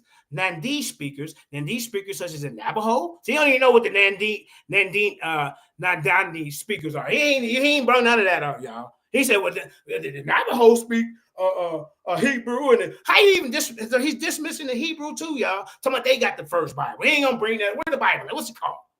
I bet you if I ask all these goddamn different Indian sets, they ain't gonna have a name for it. They're gonna have a different story. You see, she said that this sounds like Jesus. You got to come up here with videos and look and shit, man. Get up out of here, man. Now look at this. You dumbasses that believe in that 12-type chart, you came out of this motherfucker's nutsacks, bro? For real? You're a sad case. Migration event. Now, the Inuit and the Aleut populations show a genetic he didn't give you no populations where they up there saying, how wish y'all be behind you, but like a thigh. You ain't doing none of that, sir. He's up here making stuff up. And that you did some with a look and shit video with the women dressed like Pocahontas pointing to the goddamn wall. You about as bad as Jabari and them when they go over to Kemet pointing at the wall and they can read the shit. Now look at this, y'all. The Inuit and the Aleut population, none of them can read Hebrew. Where y'all ancient man? Is this even like an actual writing, or is this somebody posting this shit and then he just used their post? Like, that's what I think it is, bro. This is fucking silly. It's distinct from other Native American populations with high frequencies, the haplogroup Q-M242. And look at the shared ancestry, y'all. You gotta be ashamed of yourself, Vega. And look at this. East Asian ancestry. Native Americans share a significant amount of genetic ancestry with the East Asian population, indicating a common ancestry, an ancient North Eurasian ancestry. Native American also show genetic affinities of ancient North Eurasian, Paleolithic, Siberian population. What's wrong with being Siberians, bro? What's wrong with you, man? Shit. I know it's cold over there. Get your ass. If this is what they bring to the table to debate, supposedly some big ass hardcore debater, bro, no wonder they don't want to debate my ass, man. Shit. I would fucking annihilate you dumbasses, man, because there's no angle that I have no idea of that you can bring to the table. You see, because I know the table completely to every diameter. And you're gonna tell me this is the shit that we're dealing with, bro? Let's go. Fairy tale books of the Mormons. And See come on. See that? Like, I actually pause it because I know he gets tired of hearing this shit. MC Pop Map Central, ladies and gentlemen. See what I'm saying? Like, he's using his emails, he's using people's posts. Like, is he fucking teaching anything, bro? This is crazy. I know that my time ain't up that fast, bro. Come on. Well, what are you talking about, bro? Dude, that was endless. It sounded like you were talking for a fucking hour, and you still think it's not over, bro. Serious. Dude. You kids are not sane. Your kids are fucking insane from hearing your shit. Let's go, Vega. Relax mode in the debate, but I get it. I'm having technical problems. I'm a moderator. All right, I'm a moderator. Let me know. I'm glad you told me. Okay, he's a moderator. He's keeping track. He's getting his work. Yeah, my time stop?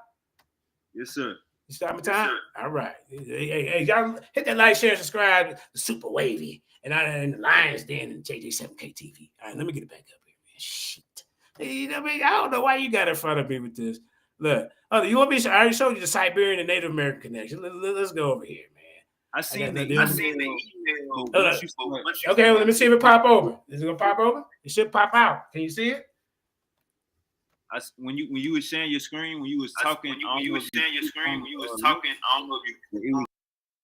And listen, fam, nobody wants to invite me to a debate table or anything like that, right? You know, there's some people that have attempted to debate me and say, okay, let's do it. And I do it live and they don't ever show up. But if this is what I'm anticipating, oh, fucking shit. Oh, gosh darn it. It's going to be like a college scholar compared to a fucking child. That's not the time. Hey, Titan McClocker, yeah, you my number one fan. I know you are. I know you are, sir. It's going to be okay. It's going to be okay, my friend. I'm going to teach you who you are. Now, can y'all see this?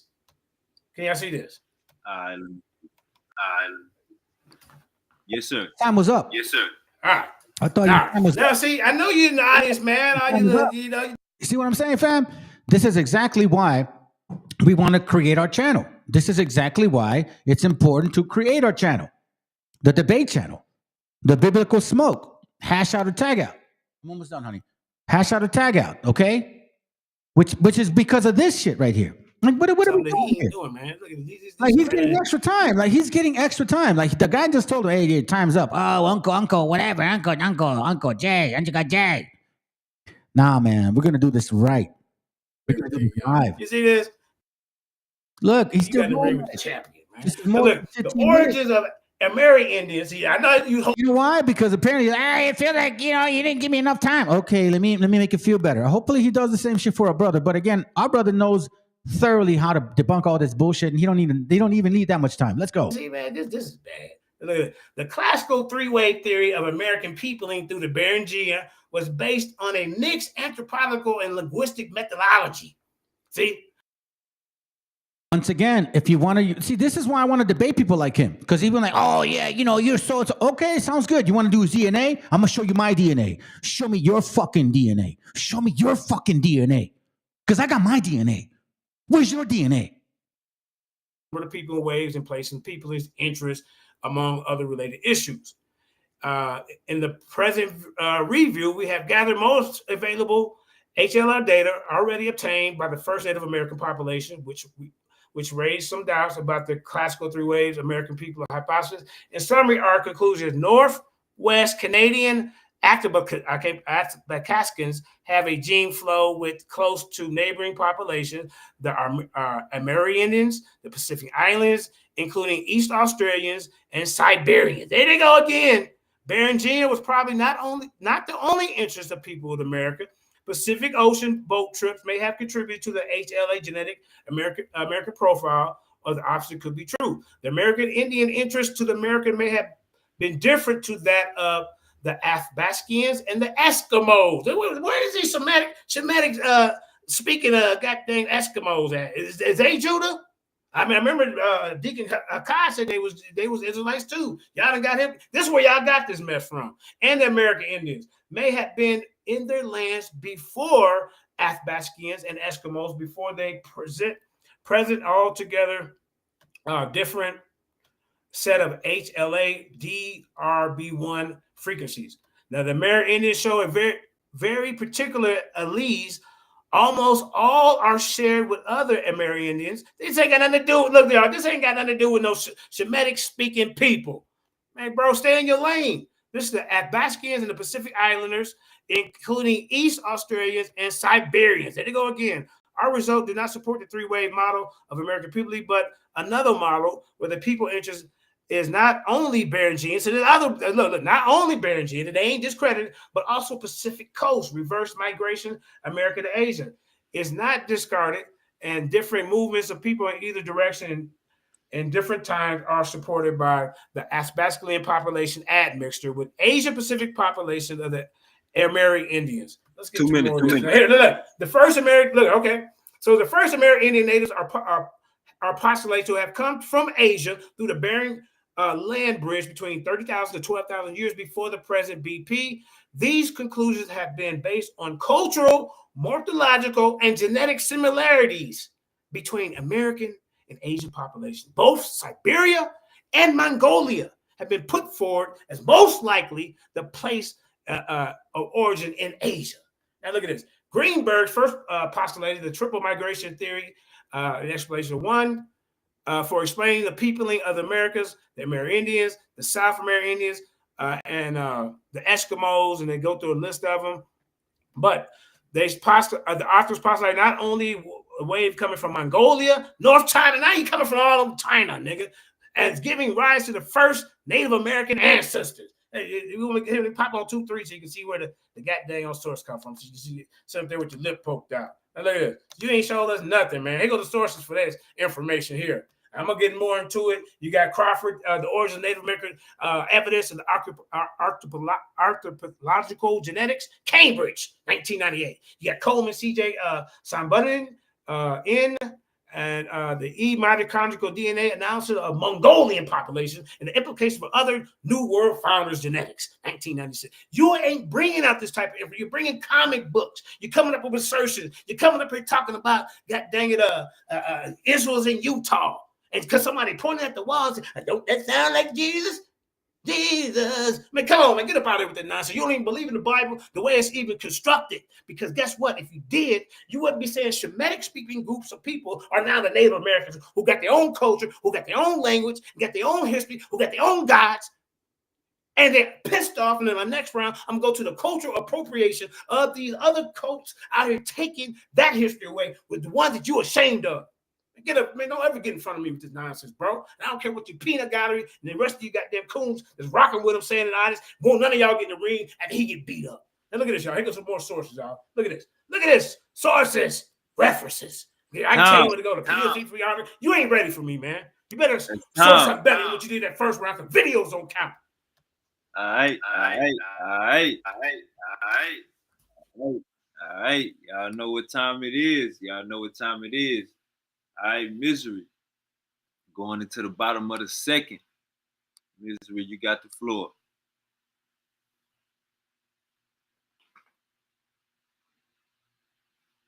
Once I hear the grasshoppers and the crickets, you gotta unmute your mic, Misery. Yeah, you can share my screen. Yes, sir. Right now, what on the screen? Is it showing like Mesoamerica, South America? Yeah, you good. We got you. All right, cool. Now, I want everybody to realize, again, nowhere in the second round did JJ prove how the Native Americans come from Japhet. This guy all night has been talking about DNA. Oh, DNA, the haplogroup, blah, blah, blah. That's not even around from that even area to even come with the Shemitic language. Again, this is Mesoamerica. You see it on the screen. This is haplogroup QM242. This is the same haplogroup JJ brought up. It said it has been found in approximately 94 of indigenous people of Mesoamerica and South America. QM244 built many ancient cultures and civilizations such as the Mayan, the Inca, Aztec, and so on.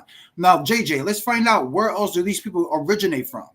QM240 originated in Asia, right? You keep saying, oh, yeah, these Asian people, right? It's widely distributed across, it can be found in Russia, Siberia, Uruguay. But look what's highlighted at the end. You see that? It says Pakistan, Afghanistan, Iran, Iraq, Saudi Arabia.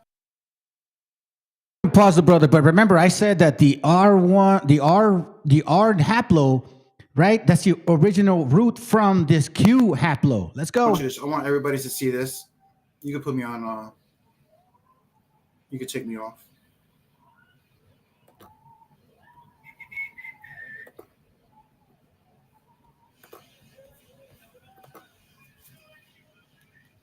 You can see me on the screen? Yes, sir.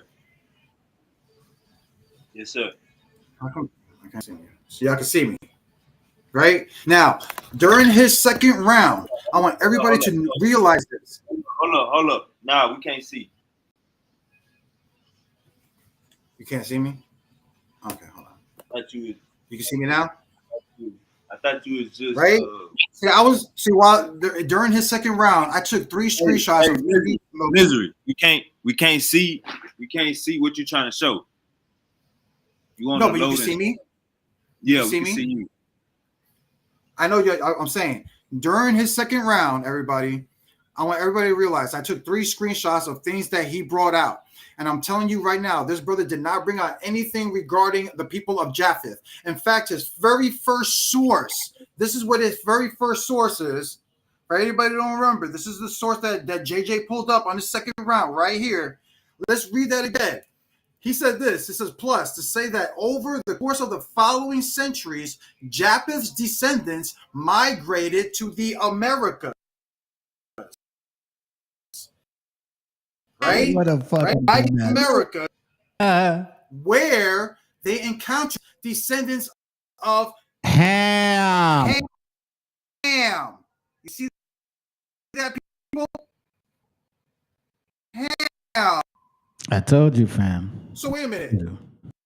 He debunked his whole theology of being from Japheth, when his own source showed that the migrated from the Bering Strait came from and migrated to these Native Americans who were Hamites. Ham. You see, poor scholarship. That people. Next point. Well, this is crazy. I told you, fam. So wait a minute, right? He bunked his whole thing about the whole theology of being from Japheth. Q42 when his own source, and it says that the genetic marker is second populations is also migrated to these Native Americans who were Hamites. It's been the Americas. It's from the Americas through the Bering Strait. The Bering Strait. Everybody saw that in my first round. I brought up how the Jewish Encyclopedia claims that the people that crossed the Bering Strait came from where, JJ? See, this is what I don't know. He might have mental issues. Maybe he's forgetting things. But all he just showed by keep bringing up the Bering Strait, we're having a biblical topic about who these people are. And I'm showing them how the Jewish Encyclopedia is showing that the people from the Bering Strait are who? Israelites. But your source talks about these people. Let's go. The third screenshot. And this is what I'm talking about. And this is what I'm talking about. He dug himself in the grave when he brought out this source.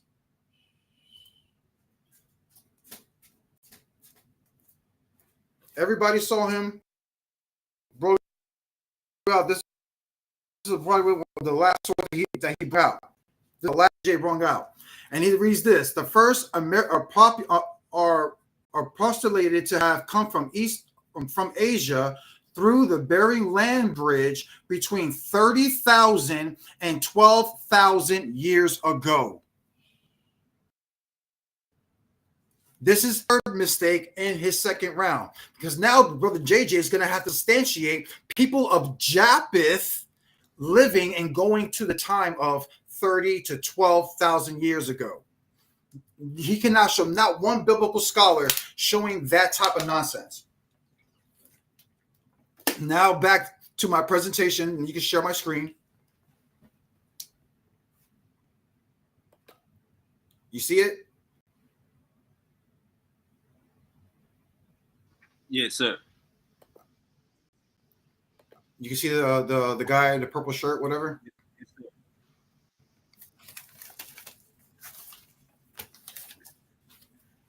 Huh? Yes, sir. Okay, cool. Now, for the brother JJ, now he's gonna love this because this guy approached the Sakari camp, and he's a native elder from the MESHIACHA tribe. And this is what he says. He says when he went to the elder from Sakari, you know, he says Israel is what part of Israel? He says Israel that is here, right? On this side of the earth, Massachusetts. This is what this elder was saying to the elder of the Sakari. He said, absolutely. Everybody thinks that Israel is somewhere else. And he says, you're saying that this is America? Then why do you believe this? This is what Alzar asked the guy, right? He says, why? I know that because 10,000 years ago, they found an ancient rock from my tribe. And the language on there is the same language as the Hebrew language. This is what this native brother said, right? Now, hold on. Let's go to another one. Ooh, man, this is getting interesting. This is getting interesting. Wait, you can still see my screen? Yes, sir. Yes, sir. Now, you see this right here? It says The 10 Tribes of Israel by Timothy R. Jenkins. Now, this book basically backs up what this elder just told the Sakari leader of the Sakari camp, Alazar, okay? This is from the book, The Tribes of Israel by Timothy R. Jenkins. It says, it is among their principal and beloved men that they have it passed down from their ancestor. That book, which the white people have once was theirs. That while they had it, they prospered exceedingly, but that the white people bought it of them and learned many things from it. And while the Indians lost their credit, offended the Great Spirit, and suffered exceedingly from their neighbors. They also said that the forefathers were possessed and had extraordinary divine spirit, by which the foretold future events and controlled the common course of nature, and they transmitted in their offspring on conditions of them obeying the sacred laws. See, right here in this book, JJ, you have the natives telling Timothy R. Jenkins, right, that the that the natives told him that the Bible was a stolen book, just like how that elder just told Sakari in his thing. Now, this is from by Jimmy McCarthy, right? It says, "Is the Americas the promised land, or Egypt?" Right? It says, "Social localists." It is vital to understanding how people come to the interpretations and abbreviations of the biblical of the Bible and its stories. One of the most popular biblical stories people have historically personalized have been the story of the Exodus. America's earliest European settlers understood America as the promised land, and that they were entering after fleeing Egypt. Since in this telling of the story that they were the new nation of Israel. Do you see these people? You have articles written back in 2008 of Christians tying themselves that this land over here was the promised land.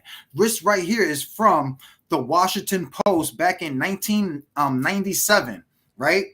And it reads this. It says, "It is time to say that the America is a better place to be a Jew than Jerusalem. If ever there was a promised land, we Jewish Americans are living in it. Here, Jews have flourished, not alone in politics and in economy, but also in a matter of art, cultures, and learning." Do you see this, JJ? Back in 1987, you have these Jews in the Washington Post talking about how they felt like this is the promised land. So you have Christians, and now you have even Jews claiming these things.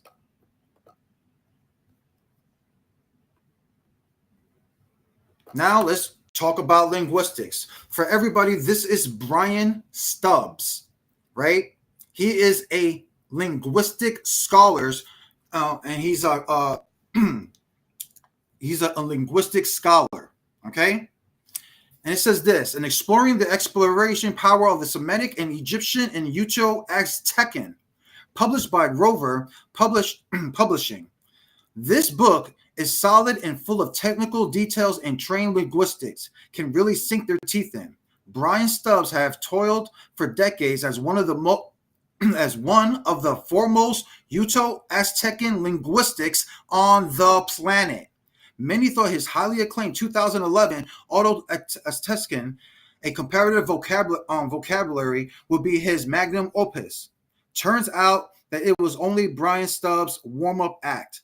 All of these years, he has been patiently gathering massive data that shows profound Semitic and Egyptian influences in the languages families spoken by the Utes, the Shoshone, and the northern Uto, the Nahuatl, and the south of Hopi, and in between. This is a revolutionary. Oh, hold on.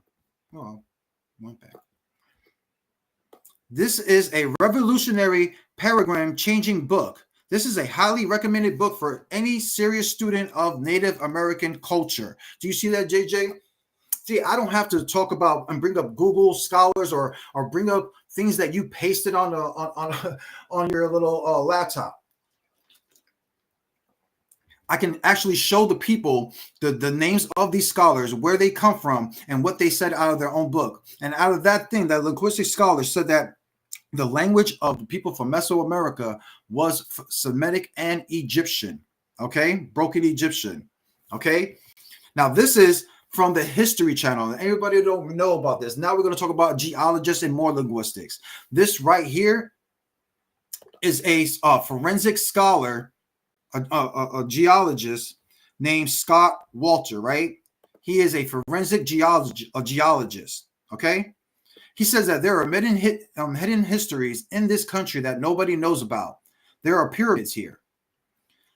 At the artifact, this is what he says, that he uses artifacts with the latest, newest technology, the 3D, right? So he says there is no question that the Back Creek stone is not a host. So again, people, so we have this geologist in the laboratory. He's telling you, he's testing it with the newest technology. You want to talk about scholarship? Debunk him. Debunk the technology these geologists are using to test these stones to see if they're legit or not. He says that there is no question that the Back Creek stone is not a hoax. It's a genuine artifact. And the fact that it's Paleo-Hebrew. And then he says, I'm on my way to see an artifact expert named Hugh McCulloch. And let's go see what this other scholar said about the writing system. And he says, in the style of the letter most closely matched that of the Jewish war coins of the 1650 through 70 AD. Wait a minute. So let me get this straight. So we have this geologist who takes the Back Creek stone and dates it around the 1st century AD, brings it to Hugh McCulloch, a linguistic scholar, who shows you how this ties back to Jewish war coins going back around the same time period. And he says the letter style matches almost perfectly. Now, he says, now this is from the America Unearthed, right? And this a woman, I forgot her name. I think it's on the next one. There it is, Stacy Wolowitz. There it is. She says, we did these writings on her wall in Nevada of an ancient writing called Negev. She says it is dated into around the 15th century BC. You see that, people? 15th century BC. This is way before even the Exodus. This is around the time of what you would call Abraham. This predates the Hebrew alphabet. Negev is an ancient script. Old Negev is an ancient script. Experts believe it was developed by ancestors of the biblical Abraham, who worked in the Egyptian mines. Some consider Old Negev to be the precursor to the Phoenician, Paleo-Hebrew, and early Aramaic scripts. And he said it reads from right to left. Do you see this, people? This is what, see, I don't have to keep talking crap like JJ's talking about. I can just show you people what the geologists and what the linguistics are saying out of their own mouths. As you can read it for yourself, what they're saying out of their own mouths. That this language was found on America, Old Negev language, going around 15 BC, and it predates the Paleo Arabic and all that, and it's the predecessor, meaning these languages come from it. So if the languages, this guy was talking about, JJ was talking about languages, it's talking about the language actually began over here. So I don't know what my is thinking of. Tom. All right. Hey man, we is at that halfway point. Hey man, if you stop wearing shirts, if you're tired of wearing shirts that say just shirts, if you're tired of wearing a jacket that say just jacket, if you're tired of wearing pants, the name of the pants is called pants. If you're tired of wearing goddamn clothes that's just called clothes, if you're tired of wearing overalls and them big baggy clothes, man, come to Pine Club, man. We got everything you need, you know what I'm saying, to get fly. Hey man, you wear my clothes, you will get that job interview. You got some Pine Club, man, you will get your blessings. Man, you cop some Pine Club, you will get some money in your pocket, and you will get that crush that you need. You cop a Pine Club hoodie. All right, we're going to Uncle JJ. This is halftime. Uncle JJ to open up the third. Hey, bro, can you hear me? Because, man, I'm going to tell you something, bro. Yes, sir. It probably was a blessing that I couldn't hear nothing he was talking about, man, because that was, it was like going in and out. I recorded. I like, you know, look, I can show you, man. Hold up. Yeah, bro. This. Okay, look. See this right here? Let me push play. I ain't hearing shit. Look. Can't hear nothing, bro. But it's a good thing. But the bottom is going. As the bottom JJ's talking about, I can just show you people bottom. I mean, I don't know what's going on, but it's good because he ain't talking about nothing anyway, right? Right, concrete, biblical truth. Let me get my screen, man. Hold on. Let me get up here, man. This right here is bad. It's bad, bro. You doing lookership? Sir? Yeah. Hold up. Let me get ready here. Damn, man. Don't start my time yet. Hope y'all enjoying the debate. You know, I love the battle. Yeah, man. Let me.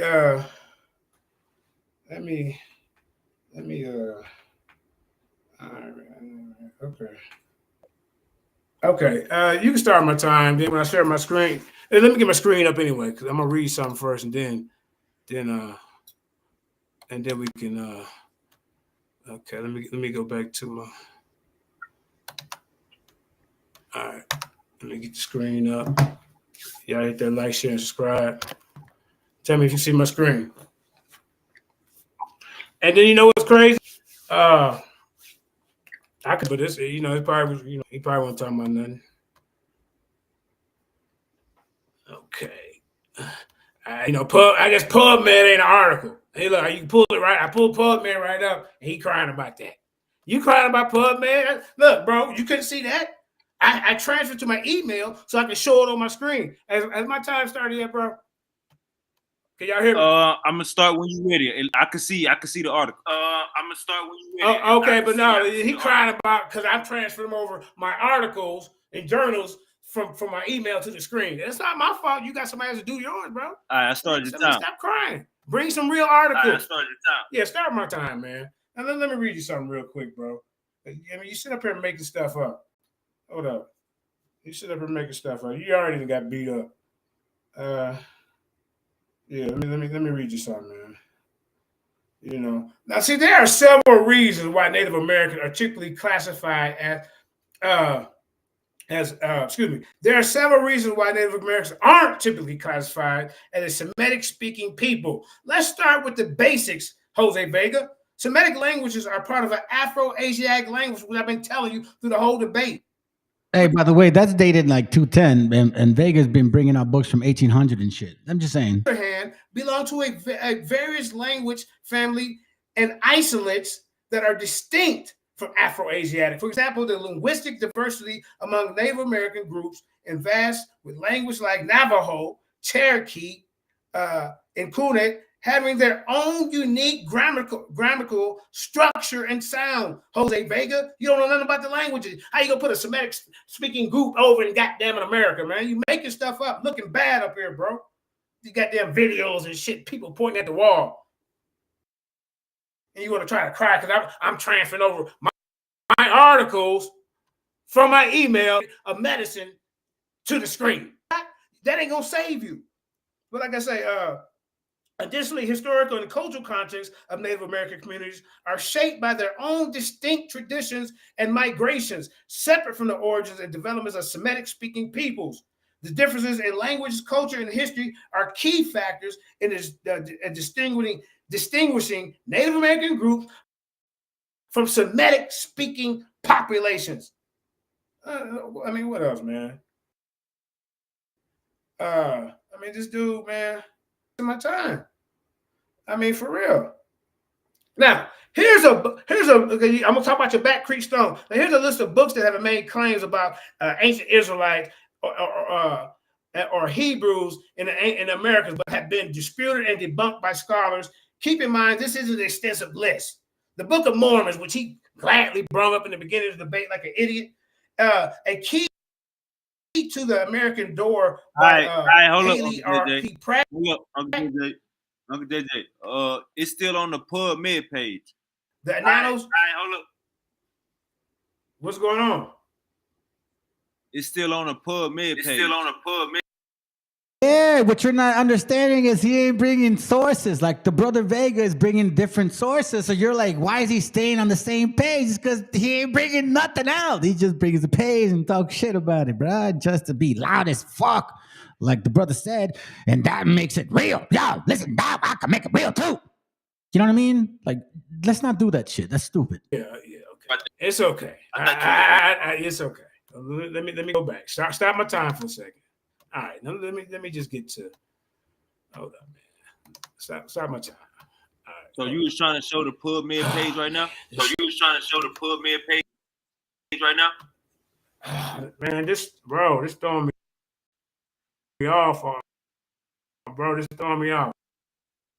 It's throwing me off. Now it fell off the screen.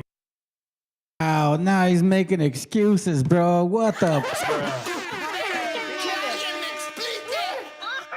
Vega, just keep doing what you're doing. It's like an easy win. It's fucking dumb. Can you hear me? This PubMed page that you got on the screen. But my screen messing up over here because just hold up for a second. Damn, just hold up. Every time you. Okay, hold up. Fuck. Hey, go to a commercial break or something, bro, real quick. I don't know, man. Go to a commercial break. All right.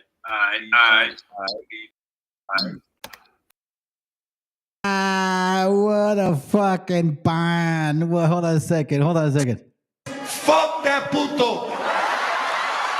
Fuck that puto. See, so now I put on my actual microphones because I'm listening from a distance. Hold on a second. It's fucking chihuahua, dog. What is going on with you guys? Oh, that's gonna hurt. And by the way, Meshiach. Ain't no excuses in this shit, bro. Look. My flow get messed up, and I hit another button, and then now it's fucking up. So just let me he's still making this. See, this is why I do what I do, fam. Because I don't have time for excuses. We are grown ass motherfucking men. We're adults. You know what I mean? We're talking about an actual debate or a conversation about proving a point, proving something that we believe in, right? You know what I'm saying? And all of a sudden now, I just forgot my information. I don't know what happened. Oh, hold on a second. Hold on. Here it goes. This is what happened. This is what happened, family. This is what happens. Copyright disclaimer. Not that right there. Come on, this one. I have concepts of a plan. So this guy came in with a mindset like, oh, I got this, I got that. I have concepts of a plan. You see what I'm saying? Look. I have concepts of a plan. So I have concepts of a plan. I'm gonna say it again. I have concepts of a plan. This guy came with a concept of a plan. Look. So now this guy's selling his shirt. So this is why they do these channels, family. See, we're not gonna do that. We're not trying to create a channel to debate to get money. That's not what we do here. We just want to make sure that things are clear-headed and level-headed. Like this is it right here. This is, oh, my bad. That's the background. But this is it right here. Semitic Biblical Smoke, hashtag or tag out. That's going to be our debate channel. And I will be the moderator on this motherfucker right here. Fuck that puto. Fuck that puto. You know what I'm saying? So we're not going to waste our time in this shit. But let's go. videos. Hey, yeah, let me push play, man. Yeah, okay. Hey, now they got them coming from China, y'all. Yeah, come on, bro. Ain't no goddamn Semitic. Look, let's go. Interesting stories. Get that new video. See? Yes, sir. Is my screen up? Yeah, since you want to show a little video. Yeah, since you want to show a little video, I got one for you, buddy. Hold on, let me there. Since this is a video debate, let me get a 3-minute video. But your whole PowerPoint been videos. Hey, yeah, let me push play, man. Look. Here we go. We uncovered now they got them coming from China, y'all. Yeah, come on, bro. Ain't no goddamn Semitic. Look, let's go. Interesting stories for you. Look at that. In this episode, a study suggesting that some Native American ancestors came from China. Human might part of human history and prehistory. Humans were hunter-gatherers to start with. And even with development of agriculture, the migration went on due to variety of reasons. And study of human migrations as a whole sometimes yields fascinating results. A study has now found that some of the ancestors of Native Americans in the Americas included people from China.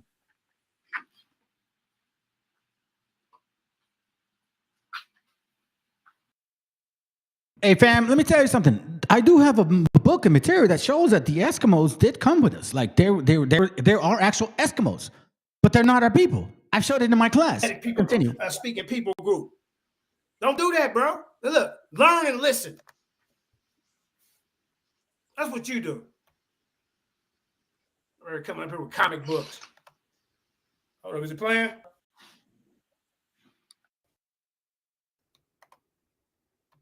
Oh, man.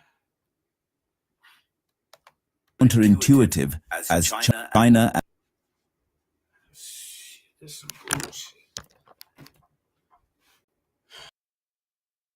I'm showing the video, right? So while he's having a hard time showing the video, let me show you something real quick, fam. Let me show you something real quick. This is from Ethan Smith, right? The same book that Vega had quoted. Look what Ethan Smith said on page 38. It says that these races are found in Labrador. I'm sorry, the Eskimo natives appear to be a different race of men. This race is found in Labrador and Greenland and right around Hudson Bay. All these appear evidently the same as the Laplanders, Semblans, Scions, and Tartars in the east. Oh, shit.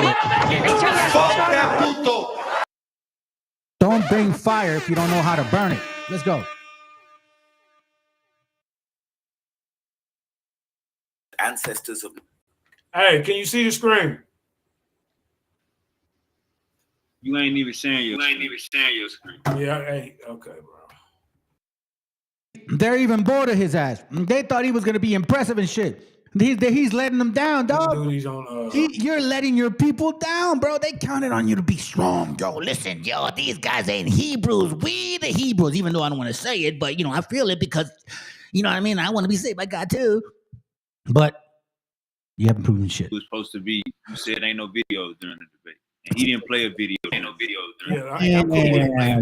See, this is what happens when you ain't prepared and shit, and you're drinking and smoking, and you don't even realize the fucking rules.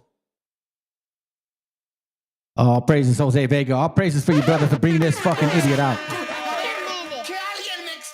Our gente should be empowered about this shit. Look, see how he's disappointed. He's like, fuck, man, I didn't realize it. He's getting destroyed, dog. He's getting fucking destroyed. You just embarrass your people. We're talking about Hebrews of the Bible. You see what happens, family? It's not so much that Vega's doing the work. It's the fact that we're over here also at the same time supporting our brother. The spirit. He's like, bro, let me fucking confuse this mofo. Let me put some fucking confusion in his thoughts. He don't remember none of his shit. That's the Most High working right there, fam bam.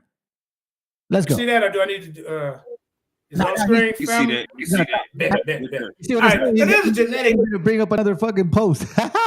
difference between Native Americans and Afro-Asiatic speakers, right? Now, the genetic difference between Native American, Afro-Asiatic, Semitic-speaking populations. The genetic difference between Native American, Afro-Asiatic, Semitic people populations can be attributed to their distinct ancestral origins, misery, and their migration pattern. They ain't go to here. We will explore the genetic difference between population, highlight the methodology used to separate them. He ain't coming with nothing, bro. Now, here go the genetic markers. The Y chromosome haplogroups. Native American populations are categorized by high frequencies of Y chromosome haplogroups, Q and C. I'm not showing you the differences. How you gonna try to make them Semitics? Now, Afro-Asiatic Semitic-speaking populations are categorized by high frequencies of haplogroups J and that's from Cafferet and others, 2008, 830, and 838. This out earlier? Frequency mitochondrial DNA haplogroups A, B, C, and D. While the Afro-Asiatic Semitic-speaking populations are categorized by high frequencies of haplogroups M and N. That's Taroni and others, 1993, page 138 to 145. Now, the genetic differences between Native American and Afro-Asiatic Semitic-speaking populations are identified by using. Basically, what he's saying is let the white man tell you who we are according to the Bible, right? Pretty much. Okay, yeah. The methodology, the genetic differences between the Native Americans and Afro-Asiatic speaking populations were identified by using a variety of genetic analytical techniques, including the white and the Jose Vega say this analytical techniques. I'm showing the methodologies how we figured that there's a difference. You got Semitic people in group all over Africa and the Middle East, and you trying to put them over in the goddamn North America, bro.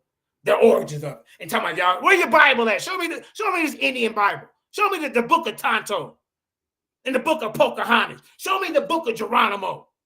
Because you said all y'all the Israelites, so they all gotta have some input in the goddamn book. You better be showing all the histories and trails. Where would they go to slavery in Egypt? Where Egypt at over here? You talking about Israel and Utah. You got the nerve to get in front of me with these goddamn fake ass books. I done been the Back Creek Stone, all that's been debunked, bro. As I get done reading this, I'm gonna show you. Get up here in front of this nine. Now look, the genetic difference between Native American and Afro-Asiatic Semitic-speaking populations were identified by using a variety of genetic markers and analytical techniques, including the Y chromosome analysis. Jose, you know nothing about Y chromosome analysis were used to study the parental lineage of these populations. So you come in here with comic book scholarship. This involved genotyping Y chromosome markers, such as single nucleoids, polymorphisms, and short tandem repeats. I know you never heard them before in your life, but now you heard it. Now, this comes from the Cafferet and others, 2008, page 830 and 838. Right here, sir. And look, the DNA analysis, mitochondrial DNA analysis was eternal lineage of the population. We breaking it down, daddy, mom, and both combined. What you bring to the table? Some goddamn books, the outdated ass books, Stones has been debunked and all that Hebrew writings, all this is frauds and fake. They all been debunked, bro. Now look, this involved genotyping, mitochondrial DNA markers such as the SNPs and the haplogroups. That's Torini and others, 1993, page 138, 145. Now this is the mom and dad combined autosomal DNA analysis. The autosomal DNA analysis was used to study genetic relationships between these populations. This dude just up here speculating. Don't understand he had none at all. You're trying to explain got them all in America and Utah. I mean, where Egypt at? Where they go to slavery at? It's a different story. Where the and the Bible? And he gonna come up with some language. This was before, and we can't find the book. Bring it to the goddamn debate. You be more credible. This involved genotyping, autosomal SNPs, and analyze the data using techniques such as principal component analysis, sir, and admixture analysis, sir. Patterson and others, 2006, page 207, 212. These are real sources. See, these are real sources. New binary polymorphisms, reshaped and increased resolution of 5 minutes. The stuff that's been debunked. 5 minutes. Cool. Yeah, man, y'all hit that.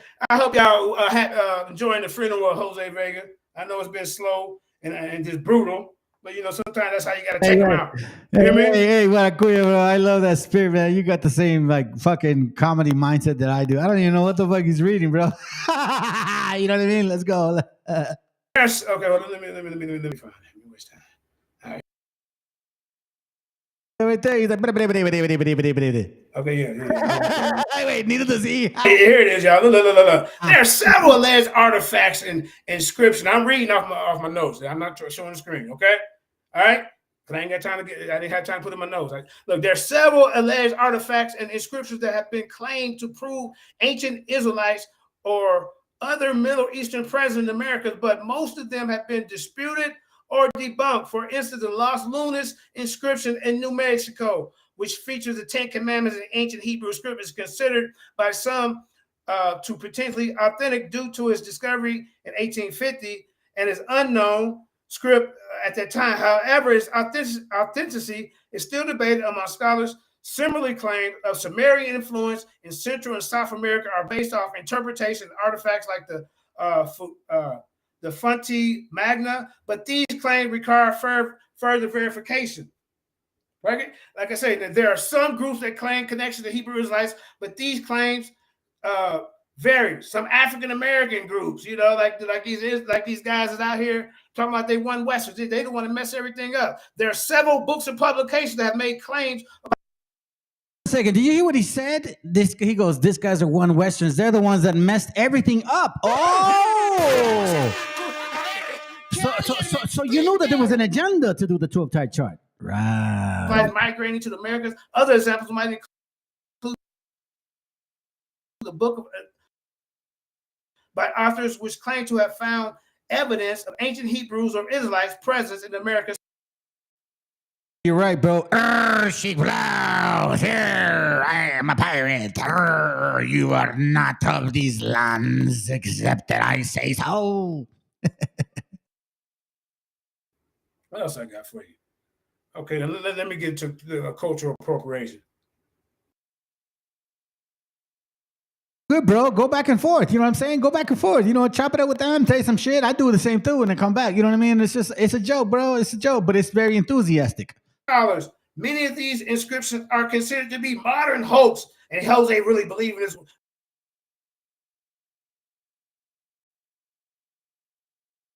Some group have attempted to create connections between and the ancient Israelites based on their agendas. And this is what he had. He has agendas, ladies and gentlemen. Let's keep going, bro. Let's keep going. Hold on. Let me get to this. 2 minutes. Yeah, okay. Yeah, okay. So 2 minutes. Yeah, let me start with this corporal appropriation.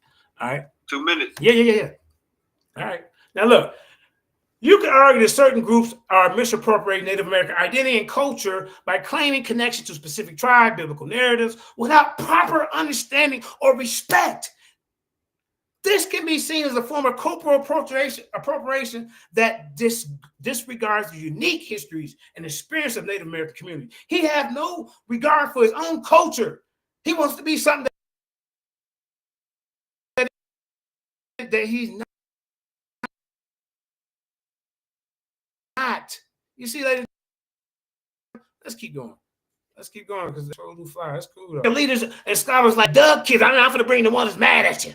Doug Kill, an associate professor of history and faculty fellowship at the Center of Native American and Indigenous Research at Northwestern University, speaks out against cultural appropriation and emphasizes the need for respect and understanding of Native American identity, which he don't respect it. And culture. Kill highlights the importance of moving beyond symbolic gestures to concentrate concrete actions that address ongoing injustice and achieve meaningful repetitive justice. Barack Obama also acknowledged the unique heritage of Native Americans and emphasized a need for governing a relationship that respect Native American sovereignty. When you sit up here talking about Native Americans is coming from the Middle East and all this, man, you making stuff up, bro. That's what you're doing. Hold up, man. And like I said, I was going to hit you with more science, but you're lucky at the time right now. The phylogenetic analysis is a powerful tool to understand the evolutionary relationship between organisms and genes. When applied linguistic families, it can help distinguish between different groups such as Native American and Afro-Asiatic populations. Afro-Asiatic language family, the Afro-Asian language family comprised of approximately 400 languages spoken across West Asia, North. Realize this is all fucking emails. This is all emails. This is like the same. He read something similar to this stuff earlier. What the fuck is wrong with around that? 16 million people in North Africa. Chadic, with 150, 190 languages. It ain't nothing got nothing to do with none of these people over here. Tanakh is the largest branch, I'm almost done, of Afro-Asiatic, the Hassa, spoken in northern Nigeria. These are Afro-Semitic peoplings groups. They're like Kushite. This branch includes languages such as Oromo, Somali, Afar, spoken in the Horn of Africa, and right from the finish, the regions, Egypt, now speak ancient Egyptian was spoken in the lower. He don't want to give you the sources that he's reading. What he's doing is he's showing a picture, and then he's reading something that he can't confirm. Tom. Now hold up, bro. Look, I don't know if I need. I can't hear none of his stuff. What?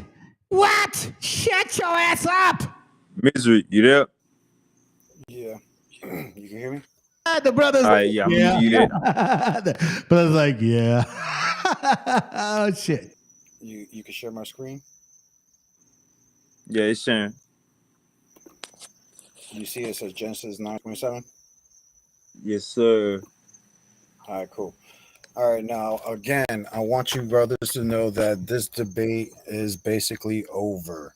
We have 3 rounds now, and not one single round did JJ 7000 even address how the Native Americans are the people of Japheth.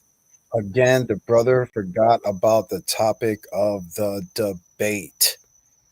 Now, over and over again, you heard how I basically debunked all of his claims, especially in the second round when he was I showed you guys the screenshots of his own premise about how one source basically said that basically the Native Americans were actually Hamites, not people of Japheth. So right there in the second round basically should be non and void because his source basically went against his own premise.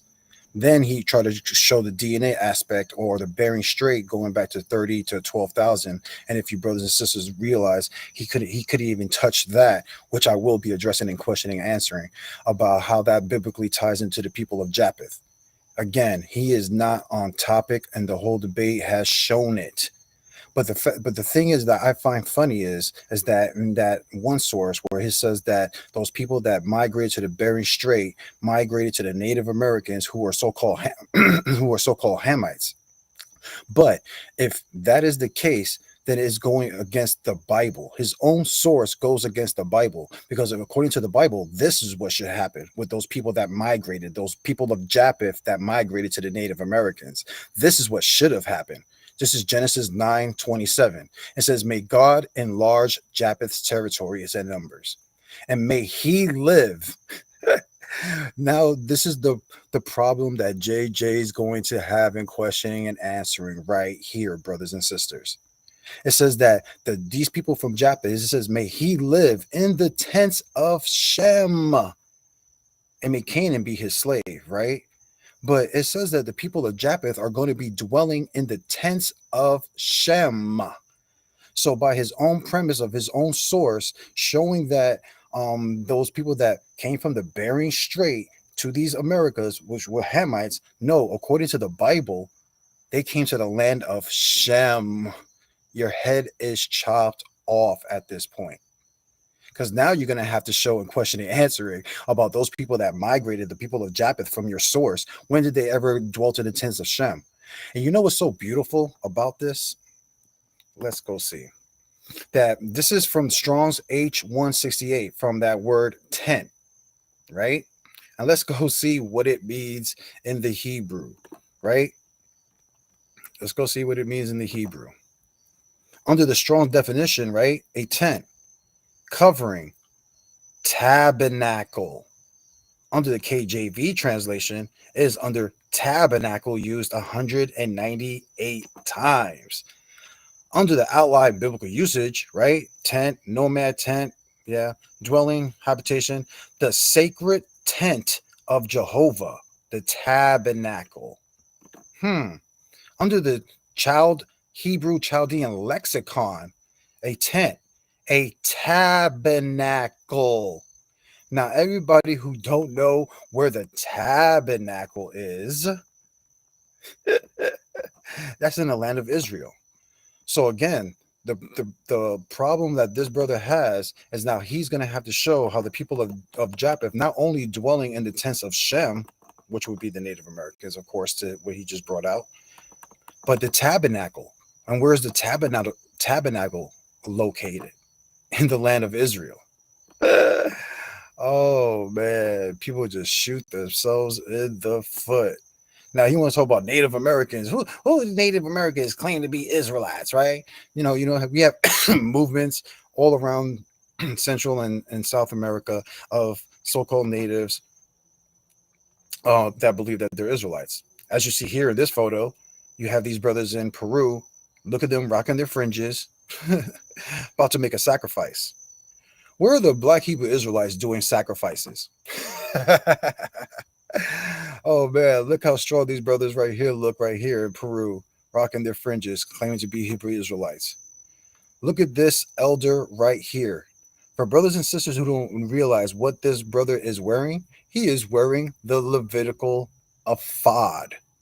And for anybody who don't know what the ephod is that it is a breastplate that the high priest wore from Israel. But yet, we see this brother in Peru rocking the ephod. And that's his father on his deathbed. As you see, also, he has the ephod breastplate on his deathbed.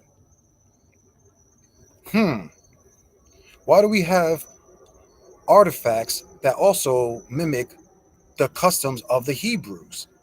Right here is a Mayan with a turban, right? With a 12 stone breastplate. Hold on. Where's that from? Let's go back. Uh-oh. Why is that Mayan wearing an ephod plate? You ain't gonna ever see that them ever try to explain things like that over there in the Middle East or Africa. I'll tell you that much. But this is from Psalms 106. It says, but they were mingled among the heathen and learned their works, and they served the idols, which there was a snare unto them. He is getting checked today. Daughters unto devils, and shed innocent blood, even blood of the sons of their daughters, whom they sacrificed unto idols of Canaan, and the land was polluted with blood. Because what other used to do human sacrifices on temples and learned it from the other nations? From Hosea 8 and 13, they sacrifice flesh for the sacrifice of my offering and eat of it. But the Lord accompanied them not, nor will he remember their iniquity and visit their sins, and they shall return to Egypt. For Israel has forgotten his maker and buildeth temples. See, this is why we see Native Americans building temples and doing human sacrifices all throughout. And also, as he says, I find it funny because we also see the Israelites even practicing Hamitic customs, just like the book of Jeremiah talks about how the Most High gave the Northern Kingdom a bill of divorcement. Reason being is because they went after the other nations and after their idols. What other nation on this planet do you see that are practicing Shemitic and even Hamitic cultures, as you see in this picture right here? Native. What's that? Is that Egyptian? Why do we see natives doing Egyptian culture? Do they not fit what the Bible says what the Israelites would be doing? You see that? All throughout, look at it. All throughout the world, we see Israelites over here building monuments from all other countries all around the world, just like the Bible says. How the Israelites will be following the other nations and their idols and their customs. This is why you see monuments from Maya going all the way to Java over there in East India. You have Mesoamerica going back, doing things like the Egyptian does. How people in Indonesia, all the way over there by Australia, people, and East India. Look at Takao. Look at East India right there, building similar temples, building similar monuments. This is in Indonesia, in Mesoamerica, in Belize, in Mesoamerica. So we see Native Americans practicing all countries, as you see right here in this map. You see building temples from all the way across the other side of the world. just like the Bible says.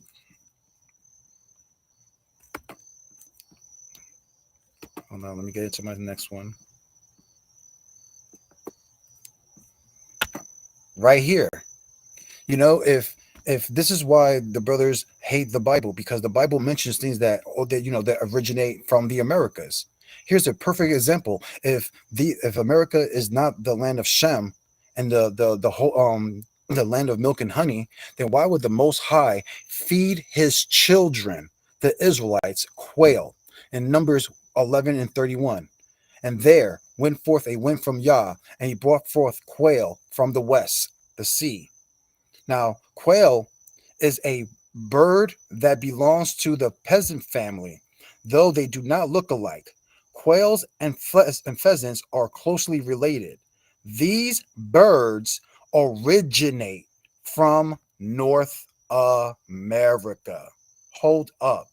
Why did the Bible just mention a food source that the Most High gave his children that originated from the Americas? This brother is going to have a hard time trying to get around that. This is from Joel chapter 1 and verse 2. And says this, "Hear this, ye old men, and give ear, all the inhabitants of the land. Have this has been in your days, and even in the days of your forefathers. Tell your children of it, and let your children tell their children, and their children in another generation, that which the palmer worm have left, the locust eaten, and which the locust have left, have the canker worm eaten, and that which the canker worm have left, have the caterpillar eaten."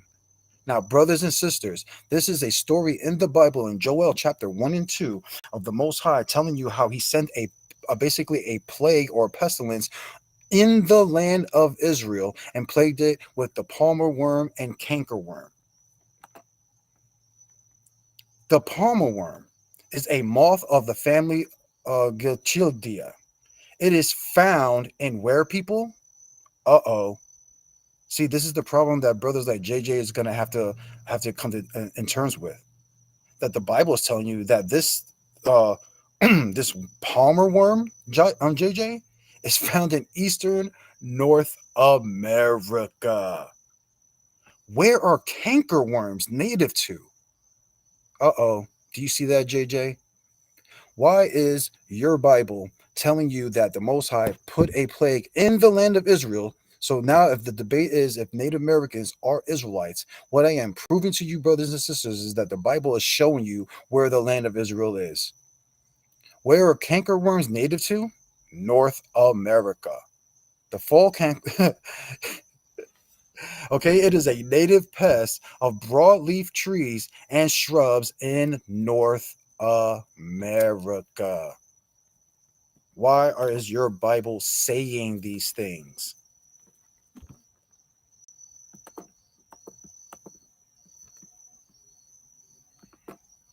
Hold on, let me get to it.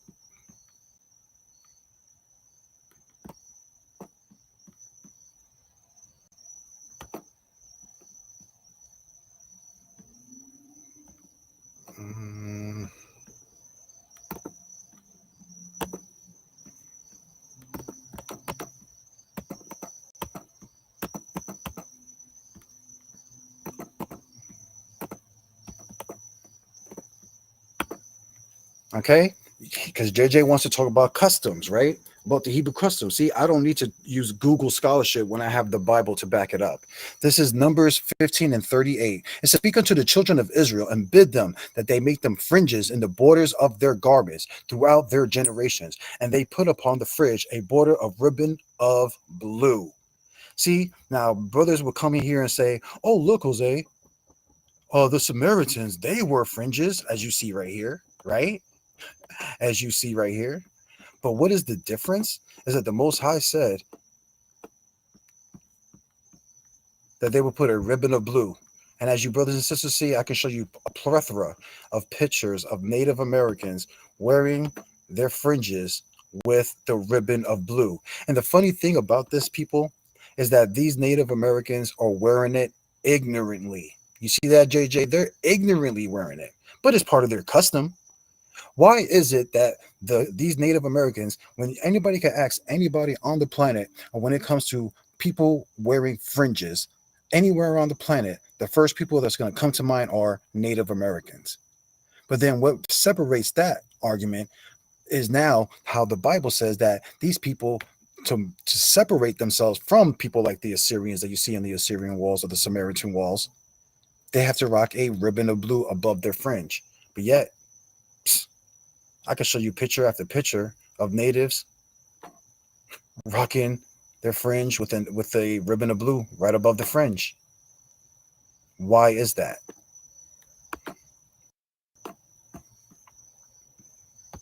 Brother's going to have nightmares about this debate. And like I said, the brother never proved. How much time I got left?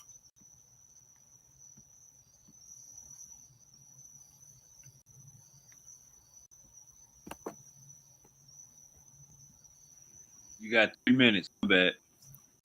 3 minutes?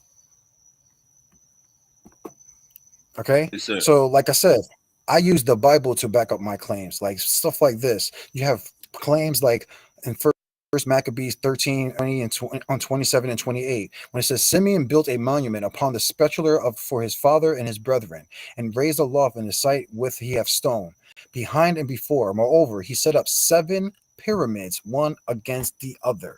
Now, why is it that I can go to a place called Tikal over here in Mesoamerica that matches the biblical narrative of 7 pyramids being built within that city?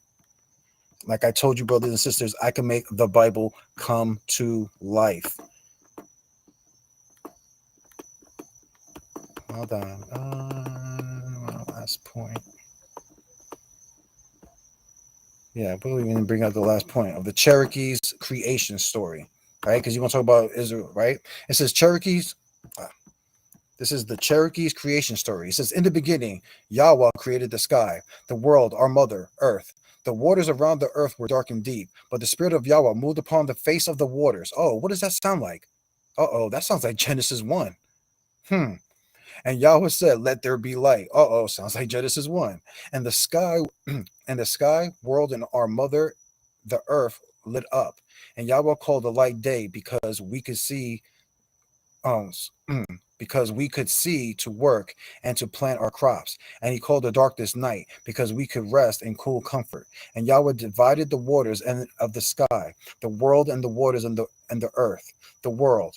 And so it came to pass that everything Yahweh had made was created in 6 suns, and he was satisfied with his creation. And this is why Yahweh had commanded us to rest on the 7th day, to respect the number 7. From the Cherokee religion, Olivian Ongardian chief from the Octwa Cherokee Nation of the state of Tennessee. You see that? This is from their Cherokee chief about their creation story and how it matches the Bible. And again, they don't even know this because they're ignorantly not knowing that they're telling stories from the Bible, like I brought up in the second round when I mentioned about how the natives told stories from the Bible and how it would come back and stories of Christ. And with that, I'll yield my time.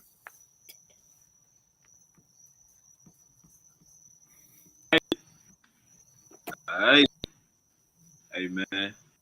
Going into that question and answering round. Both of these brothers have asked for 6 questions apiece. You know what I'm saying? So it's about to get good. You know what I'm saying? We about to see the truth come out. Somebody about to get baptized within the next 10 minutes. Somebody is about to get baptized within the next 10 minutes. Uncle JJ, you want to start off first asking your 6 questions? Oh, I might gotta mute your mic. I'm sorry about that. All right, Uncle JJ, you there? Sorry about that.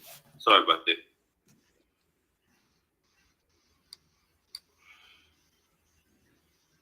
You there, Uncle JJ? Uncle JJ? Can you hear me? Yes, sir. Yes, sir. All right. So we're in the question.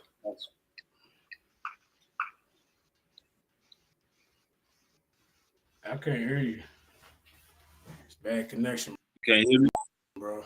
Might be. Oh shit! Here we go. Now all of a sudden, now shit. Let's go. As long as he can hear my questions. Can he hear me?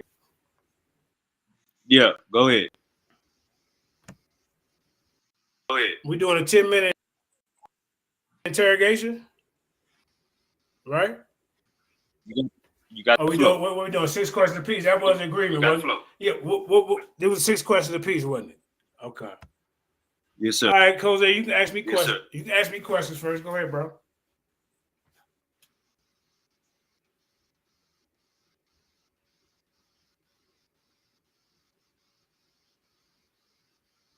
Jose, he say he wants you to go first.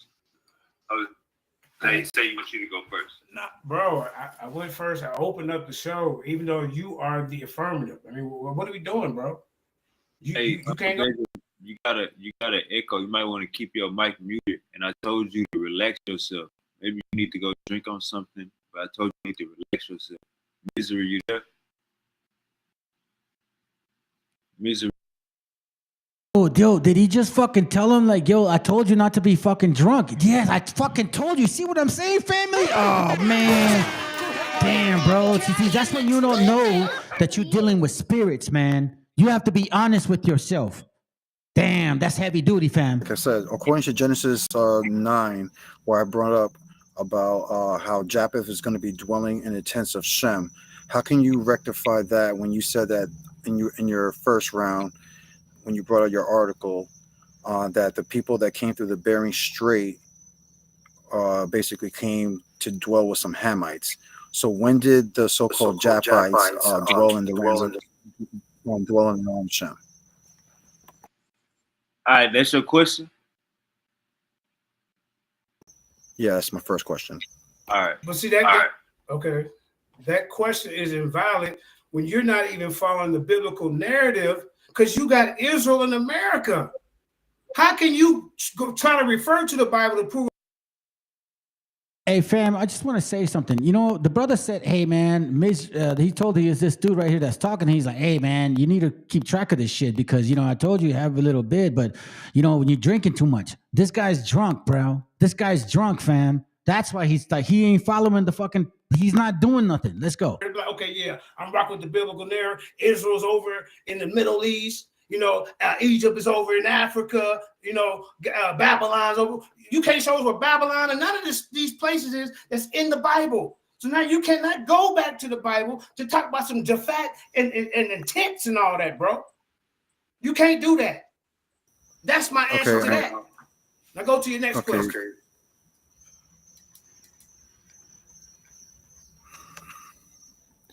All right, I'm going to ask it again because again, you can't. If I ask you a question, you can't go by my belief. I asked you about your belief. I said, how do you substantiate the claim of Japheth migrating with other Shemites? So in Genesis 9, when it says that Japheth will be dwelling in the tents of Shem or in the tabernacle, which would be the land of Israel, when did that take place biblically? Don't go by what I believe. I'm asking you, how do you rectify that when you pulled the source saying that they came over here with some Hamites? So to dwell with some Hamites. So when did they dwell with Shemites? That's what I'm asking you biblically. Representing the source. We know that. Hold on, let me show you something. We know the Hamites were here because they were here before Columbus. Now, but when they come over on the Bering Strait, now you people come mixing in with them. So then maybe that's when the tents came together, sir. Because guess what? These Africans were already here before Columbus and anybody else. They were already here. So now when the Bering Strait thing come, now these Asians that come over here and become these Native Americans, these Paleo Indians, they mix in with the Africans and they antics together. You can't even go to the Bible when you're not even following the narrative. So how dare you disrespect those Bible believers? You making up your own narrative, bro. So that's your second question. You asked me it twice. Now get to your other 4 because you wasted it. No, that was actually my first because you still didn't even answer the question. But anyways, everybody can see you still didn't answer the question. You're cowering, you're running, everybody sees it. But now here's my second question. Now you said you brought up a source saying that that the Bering Strait happened around 30 to 12,000 years ago. Why is this Canaanite dog still talking? Crazy. Anyways, we brought up a source saying that that the people of the Bering Strait happened around 30 to 12,000 years ago. How do you tie that to the people of Japheth existing that far back? What source can you pull that shows that Japheth existed in around 12,000 to 30,000 years? Okay, thank you. First of all, okay, what we're going to do, we're going to clarify, and I want you to show me exactly where I said that in the debate, so we can have clarity. So why don't you take the time to show me what you're talking about? And second of all, we're going by two narratives here. If we're dealing with this this Native American thing, he wants to prove his Bible narrative, right? So when I went to the Bible narrative, I went to the Scythians, right, proving the trail that they came here to the America. They were from Japhet. Then I said, let's put the Bible aside. If we ain't gonna use that, now we can go to the Bering Land Strait, where these people, these Mongolians, these Siberians are connected to Native Americans, these Paleo Indians, using this land bridge. So, bro, you're the one confused because now because when in the preliminary, you said you're not dealing with the biblical narrative. You got your own. You got us over here, and you got the Israelite over here in America. You got Israel, you got Egypt over in Utah, and the Red Sea in California. You're the one that's a pseudo. You're the one that's pseudo, bro. Again. Okay, but can I keep answering? No, JJ, you got another question? JJ, You got another question? JJ, You got another question? Go you ahead. said, hold on. Okay, that's gonna be my fourth question then, because again, you just told everybody that I got to prove. When did you say that these people, the Bering Strait happened 30 to 12,000 years ago? Again, in your second round, this is your source, son. I took the screenshot while you were doing your presentation, sir. Your own source, it states that the American Indians that had came from Asia through the Bering Land Strait between 30 to 12,000 years ago. So now again, according to your source, now I prove that you're a lying demon. Now I need you to answer the question about how do you rectify Japheth going back living 12 to 30,000 years ago? Show me your source. Talking about so we can read it. How can I understand your question when you cherry picking through it? So I don't know what you're doing all that for. You ain't connected no you ain't connect no language family. So what I'm saying, put that back on the screen. Go ahead. Then I can answer it properly to see what you're talking about. You're not gonna just flash something in front of me and say you're not. Oh, this is what it says. Put it up there. Let's see what you're talking about. I'll wait. Let's see what he do, y'all.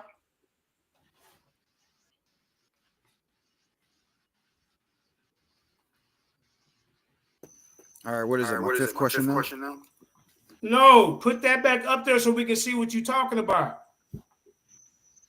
Put it on the screen. Have Super Wavy share. Yeah, this is what. Read it. Yeah, this is what you shared on your put it on the solo screen for you shared on your second round. Yeah, I'll pull it up for you. Hold up. I pull the whole source up. Hold up. Okay, you got it right there. Right now. Let's answer this question. Okay, what it say? Okay, read it to it. What is he talking about? Read it. Are you gonna read it? I already told you. It says. No, read the whole thing. Yeah, go ahead. It says the first American natives are postulated to have come from Asia through the Bering Land Strait between 30 to 12,000 years ago.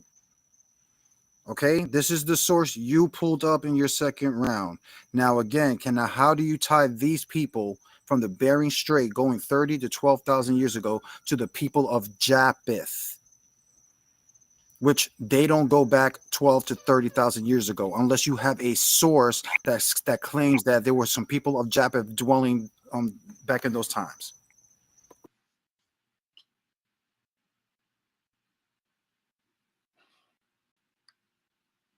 People coming over from Mongolia and East Asia, and I showed you with my source the Scythians. You want me to pull that up? It was tying them to Japhet. But you're mixing science and your Bible. That's what you're. So I went to both. I went to the science and showed you how the sciences would connect them to Japhet just because of the region that these people are from. They had nothing to do with Shemites. They have nothing to do with Afro-Asiatic speaking Shemitic people or family groups. They have their own distinct language, culture, and identity. So I can break it down for you again. That source that what you're reading only helps me.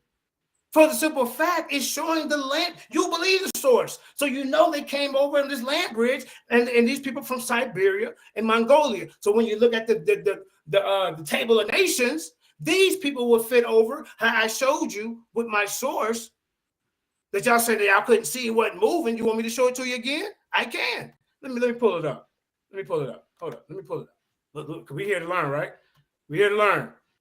Hey, let me know if you see my screen.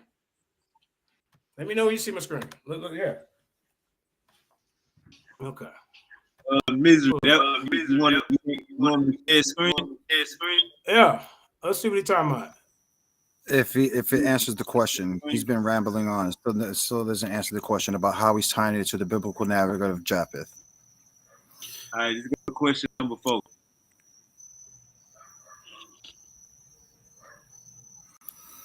Okay, so when you talk about the people of the Bering Strait, why does it, I don't know, he's on mute, but on the people of the Bering Strait, why does it say in the Jewish encyclopedia that those people were descendants of the lost tribes and not people of Japheth?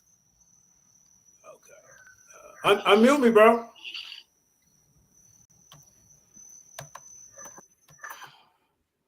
Can you unmute me? I'm gonna let you ask. I'm gonna let you ask the question again. Go ahead, Miss. Ask the question again.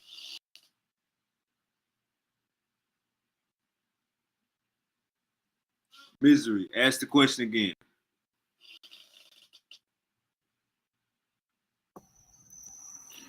All right.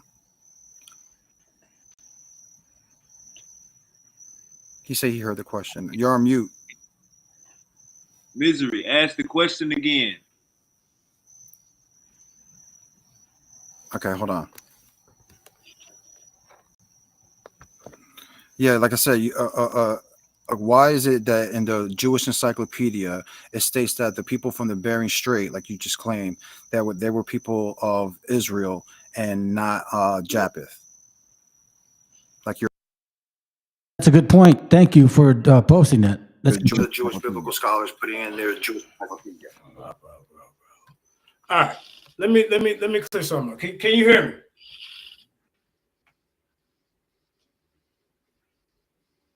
Can you hear me?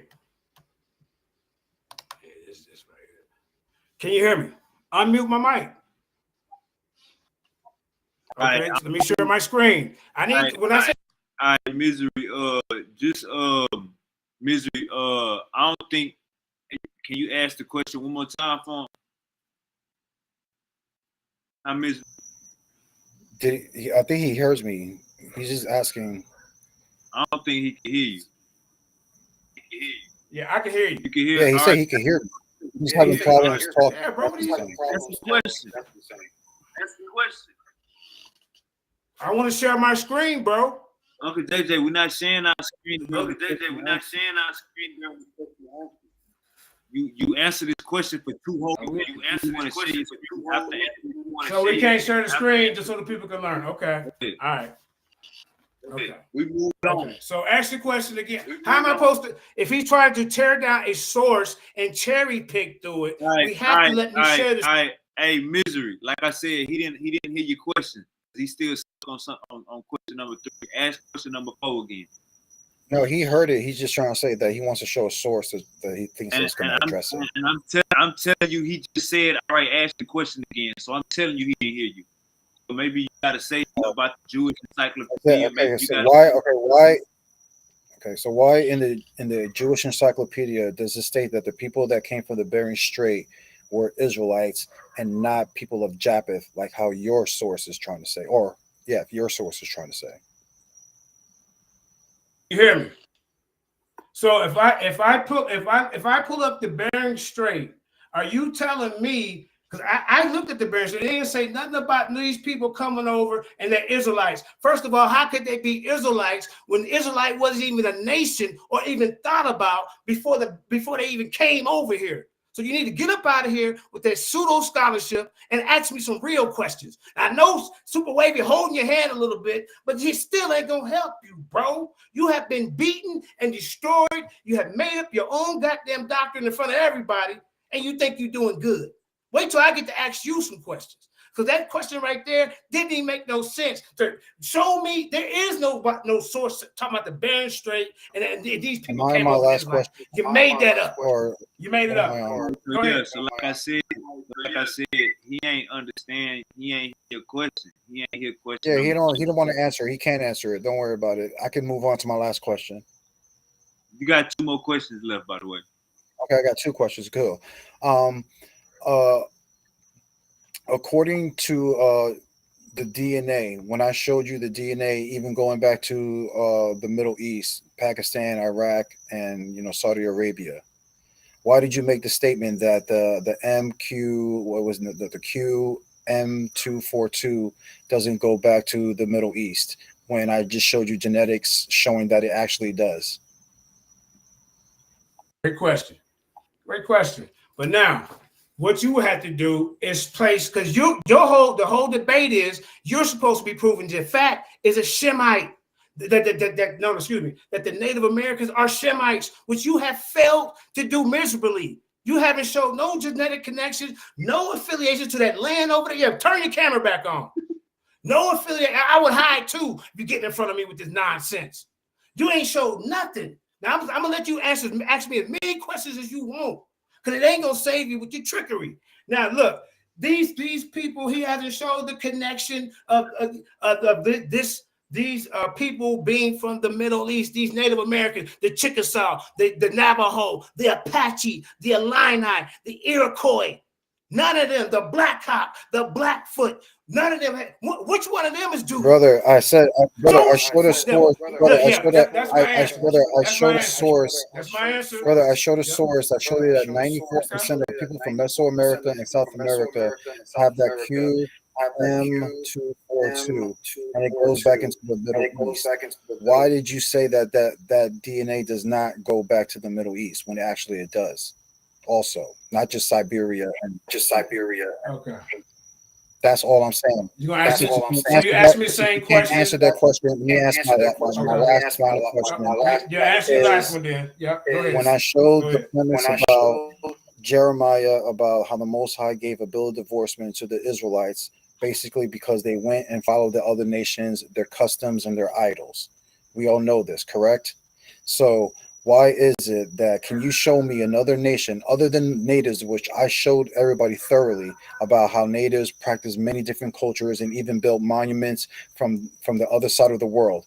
Can you show me someone in the Eastern Hemisphere that fits that criteria of Jeremiah 2 of a country that practices many other cultures from around the world? Can I show you a culture that practices many other cultures from around the world, and you're saying that would make them an Israelite? According to what scripture? Can you exegete that scripture for me right now? Jeremiah chapter 2. Okay, let's pull up Jeremiah chapter 2. All right, hold up. I'll pull up Jeremiah chapter 2. All right, I got you. In my third round, Hosea chapter 7 and 8, where it says that the Israelites went after their idolatry and their ways, and the other nations' customs. Again? Jeremiah chapter 2. I believe verse 21 or something like that. Okay. So hold up, John. So what's the concept? So what are you trying to reach at with this question? I said, according to the Bible, the Israelites started following the customs of many other nations and their idols, right? Why is it that in my presentation, I showed you how Native Americans did that?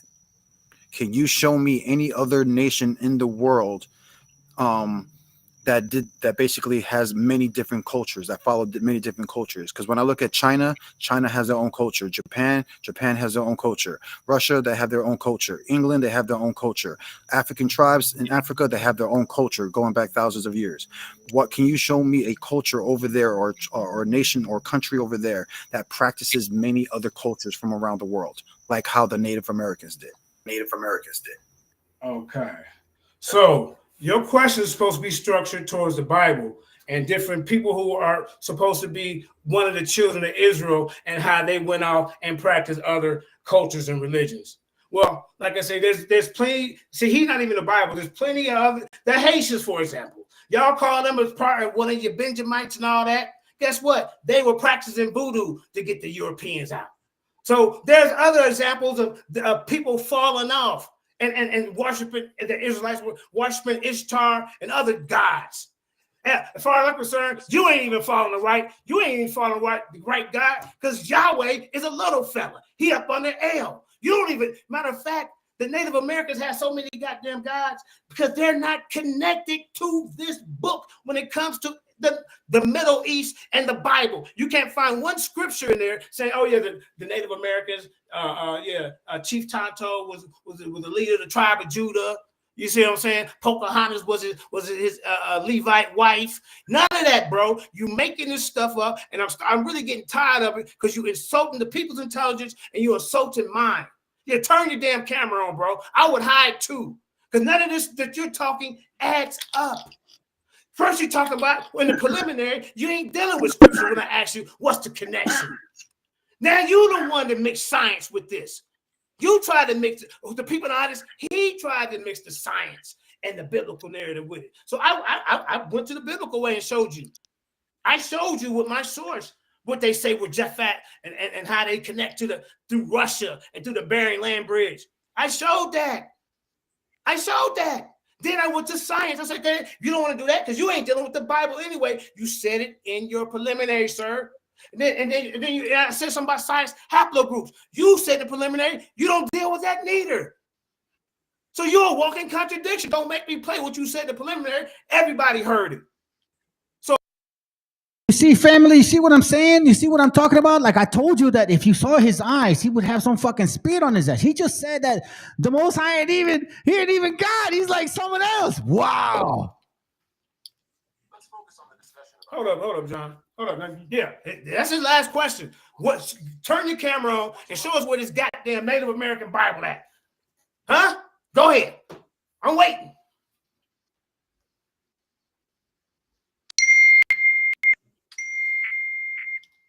You hide now? Hey, Wavy, what's up? Tell me, answer the question. Don't hide now. Is that the question? Don't hide now. Hold on. Yeah. All right, go ahead, Mr. All right. That was his question. That it was so basically was that the end of your question? That's the. I don't know what's going on, bro.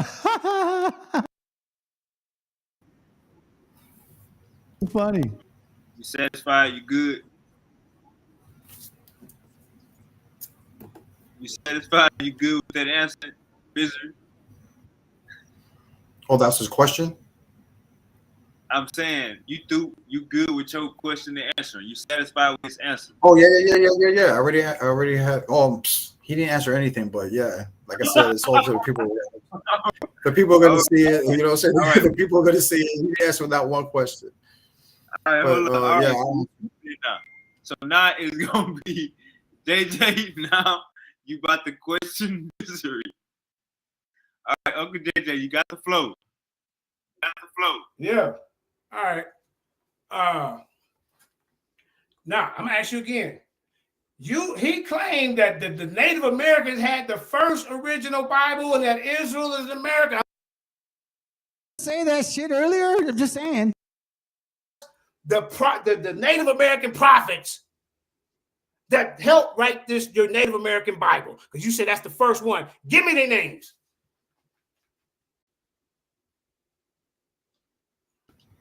Now again, I addressed this, I believe, in my second round. I literally show people how this elder from the Meshiacha from Massachusetts went up to the Sakari leader from the Sakari, Alazar, and basically told him to his face how the Bible is a stolen book. And then right after that, I showed you from a book by Timothy Jenkins, right after that, showing you how the natives themselves told him the same thing, how the white man has stolen their book. Then I gave you a prophecy from the Taino people. This is how I know you didn't even pay attention to the debate, and everybody heard you say, well, I didn't even hear him in the second round. Well, you should have heard me in the second round, because I answered all your silly question right in that round. And even in the Taino people, I even showed you how they had prophecy about how we would be invaded by the three canoes, which is the Columbus, right? The three ships, and how the Bible will be turned back to us. Then I even brought up a point about the Mormonism and how you clown about the Mormonism and stuff like that. A religion that teaches that how the Native Americans are the Israelites, from a guy named John Smith, who found writings in broken Egyptian language around the Mi'kmaq tribe, which is in Maine, teaching that they are the Israelites. So yes, there are many books. The Book of Mormon is a Native American book. The Book of Mormon is a Native American book. So go ahead with your second question. Are you done? No. I'm not satisfied. Super White, I'm not satisfied with that answer. I asked him for the prophecy, Tonto. I want Geronimo. Which one wrote the prophecy of Christ coming back? I want to know. You show me this Native American Bible that was stolen, bro. Now I don't know why you keep. Why is my mic steady being muted, bro? My mic is steady being muted. My mic is being muted, bro. What's going on with that? This is what we're doing. Now you hold them accountable. I want to see this Native. I'm not satisfied. You the whole time. I want to see this Native American Bible. Your mic was not muted. I heard you the whole time. No, okay. So where the Bible? Where the Bible at? Where's the stolen Bible? Like I said, I already showed you multiple sources. No, you didn't show me that. Put it back up there. Sources of these people saying they put it back up there. Not only that, if you paid attention, I even in my third round brought up things that your Bible and everybody's Bible that can pick up their Bible, whatever translation, which is the NIV, ESV, KJV. It don't matter what translation you want to bring it to the Septuagint. I brought up sources showing you things that only exist in the America. When I bring up the cankerworm and the palmer worm, why are you ignoring that? When I bring up the quail, your Bible is telling you where these things are at. Quail originates in the Americas. The cankerworm and the palmer worm are insects that are in the Americas, not over there, not in no Africa. So I answered your question thoroughly with the Bible, but that's what the Bible says. Debunk it, rewrite it, burn it up, and rewrite your own African and put in your elephants and your giraffes and your freaking zebras in the book. But those animals don't exist in those books. But go ahead with your third question. That was my first. All right. Let me see. Okay, so he really didn't answer that, ladies and gentlemen. Man. Okay. So you didn't answer that at all. Can you give us proof that Israel is in Utah, like you said?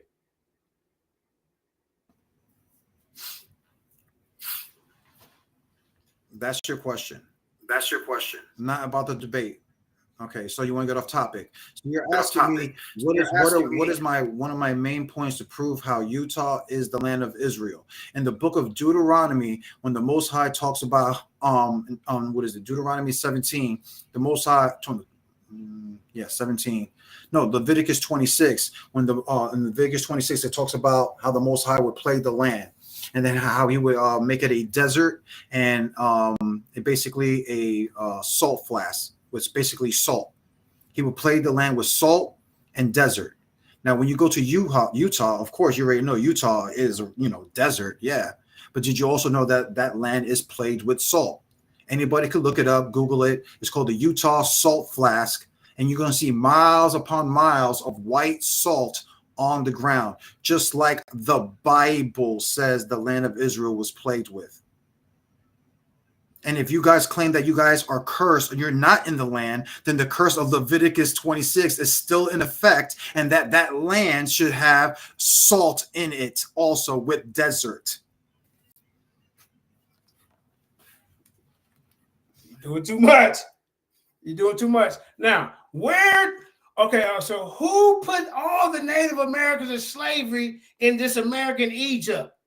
Who's the name of this Pharaoh over here in the Americas? I need to know. I need a source, a reference, and a Chicago Manual style citation with a peer review article backing this nonsense up. Go ahead. Now, again, like I said, when we talk about the Bible and how it mentions things that only exist in the Americas, right? So this is how we could tell what's real and what's fake. Now, I find it funny that the scriptures talk about the Egyptians. And I read for you guys in the first book of Maccabees how Simeon built pyramids, for his mother, brothers, and they built seven pyramids in there, and that the Israelites started building pyramids.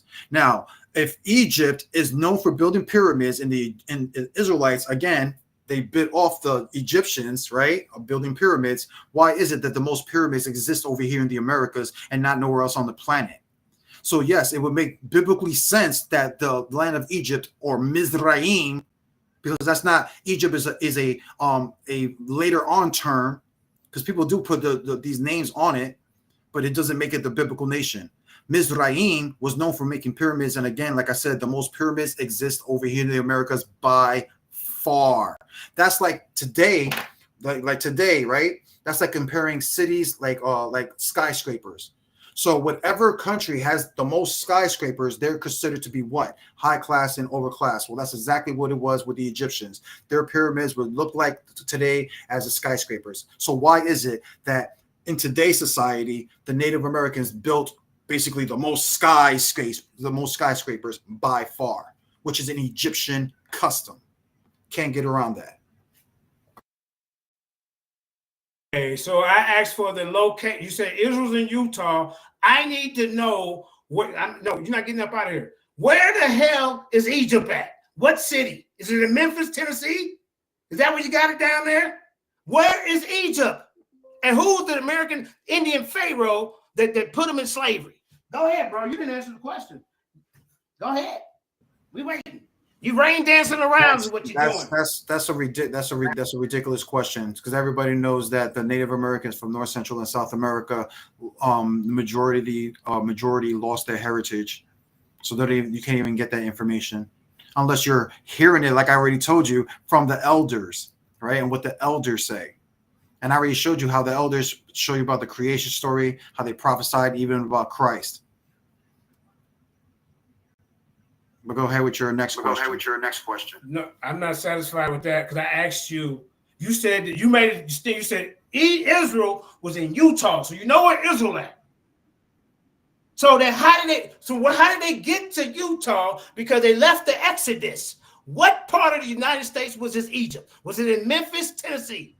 Where was it at? Was it in East St. Louis? Where was it at? How far did they walk? Where did they get lost in the wilderness for 40 years? You ain't proved none of that, bro. Now I'm gonna ask you again. Where's Egypt? I'll prove that. I'll prove that when we have that debate about is Israel over here in the Americas. But today we're having a debate about America's Shemites or Japites. I would love to stay on topic, and everybody sees that you're running from the topic at hand because you have nothing. But go ahead with your next question. And try to stay on topic. No, be quiet. Answer the question. You brought up the Americans and Israel in this debate. You did first. You did. So I'm gonna go to the next question. Y'all see, he don't know. Okay, hold on. Where is? Okay, hold on. Okay, hold on. How about this one? Where did Taharka? Hold on. Where were some of the battles? Where's the walls of Jericho here in America? According to the American the Bible. No, how about this one? Where was Christ crucified at? Here in America. Go ahead.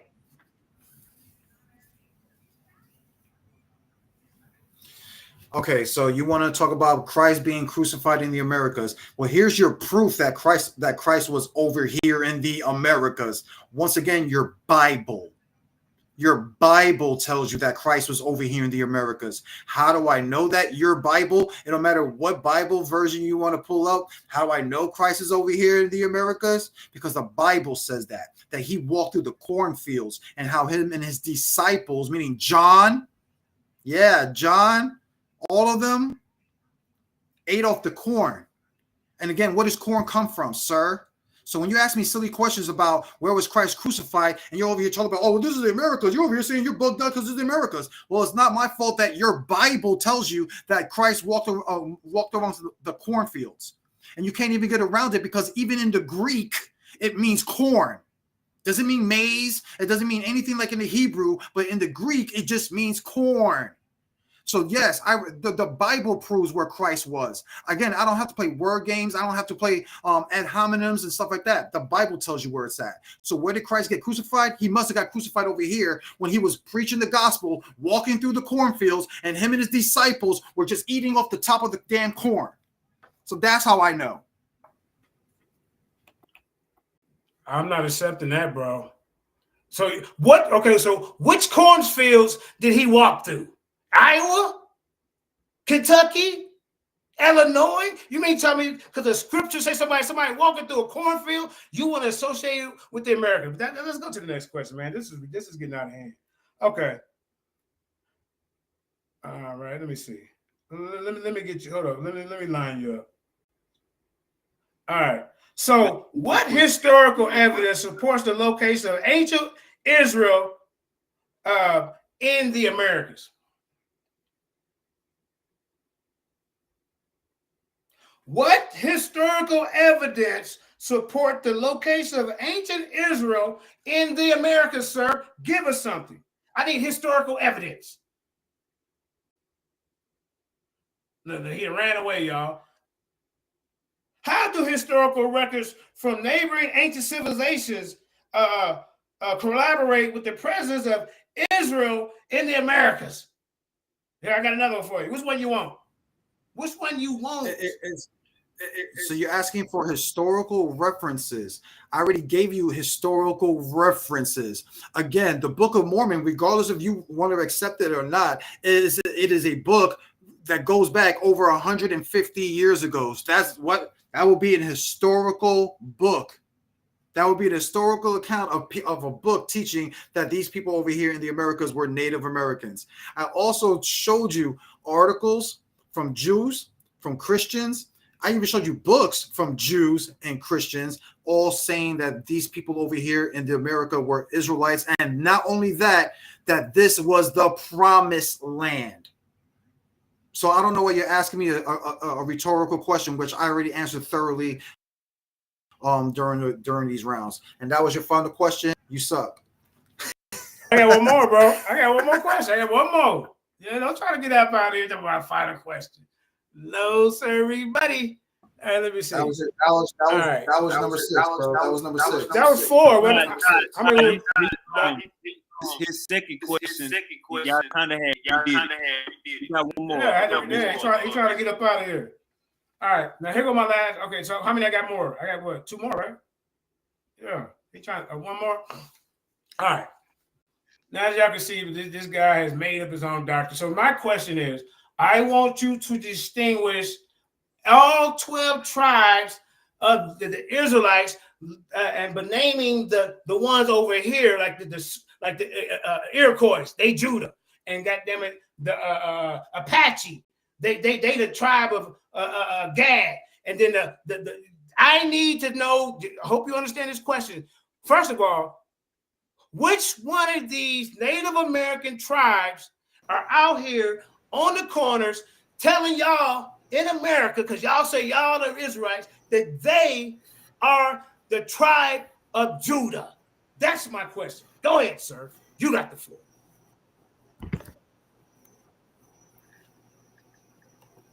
Again, like I said, he obviously did not pay attention to my third round. In my third round, Wavy, did I not show natives from Peru that were claiming that they were Israelites. I even showed you how these natives were wearing the ephod plate, which is the Levitical priest, only the Levitical priest wore. And these people have been preaching that they're Israelites before One West even came out. So I did answer your question. You should have paid attention when I was showing those slides. Okay, so who is Judah? Let me look, because I couldn't really hear, bro. I told y'all through the whole debate.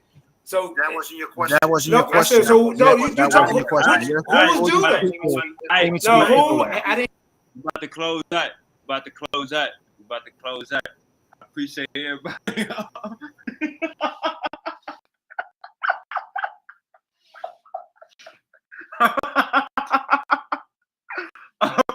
Hey man, hey, I appreciate everybody for coming through, man. I appreciate everybody for coming through. Uncle JJ and Misery, man, they put on the show. Uncle JJ and Misery put on the show. I'm gonna let both of the brothers close out real quick. Like I said, appreciate everybody coming through. Like, share, and subscribe. Monday morning quarterback. We'll do a review Monday morning quarterback. This shit was funny as hell.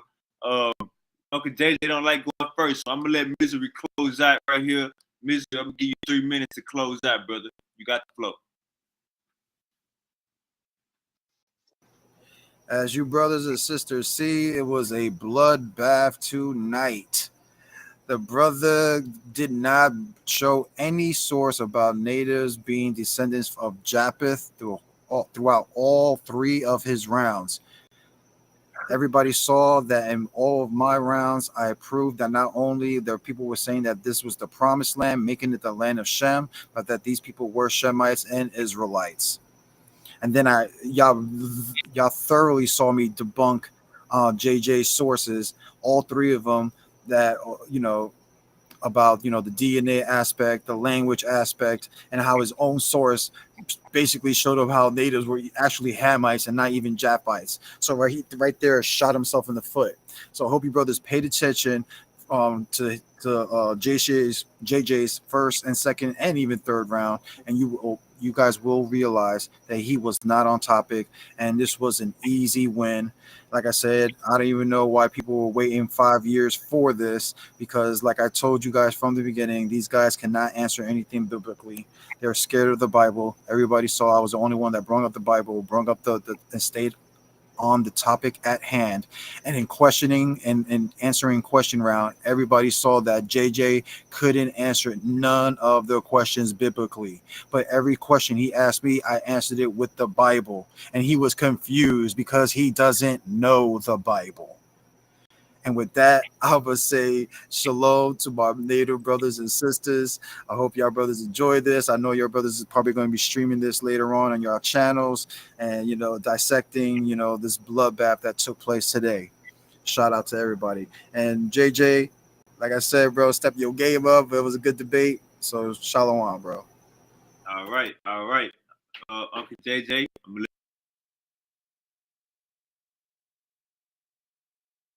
Ma'am, thank you, ma'am. Fuck. Well, listen, y'all can make the decisions up as to what you want to say and believe in. You know what I mean? I was over there chopping it up with some of them, talking shit.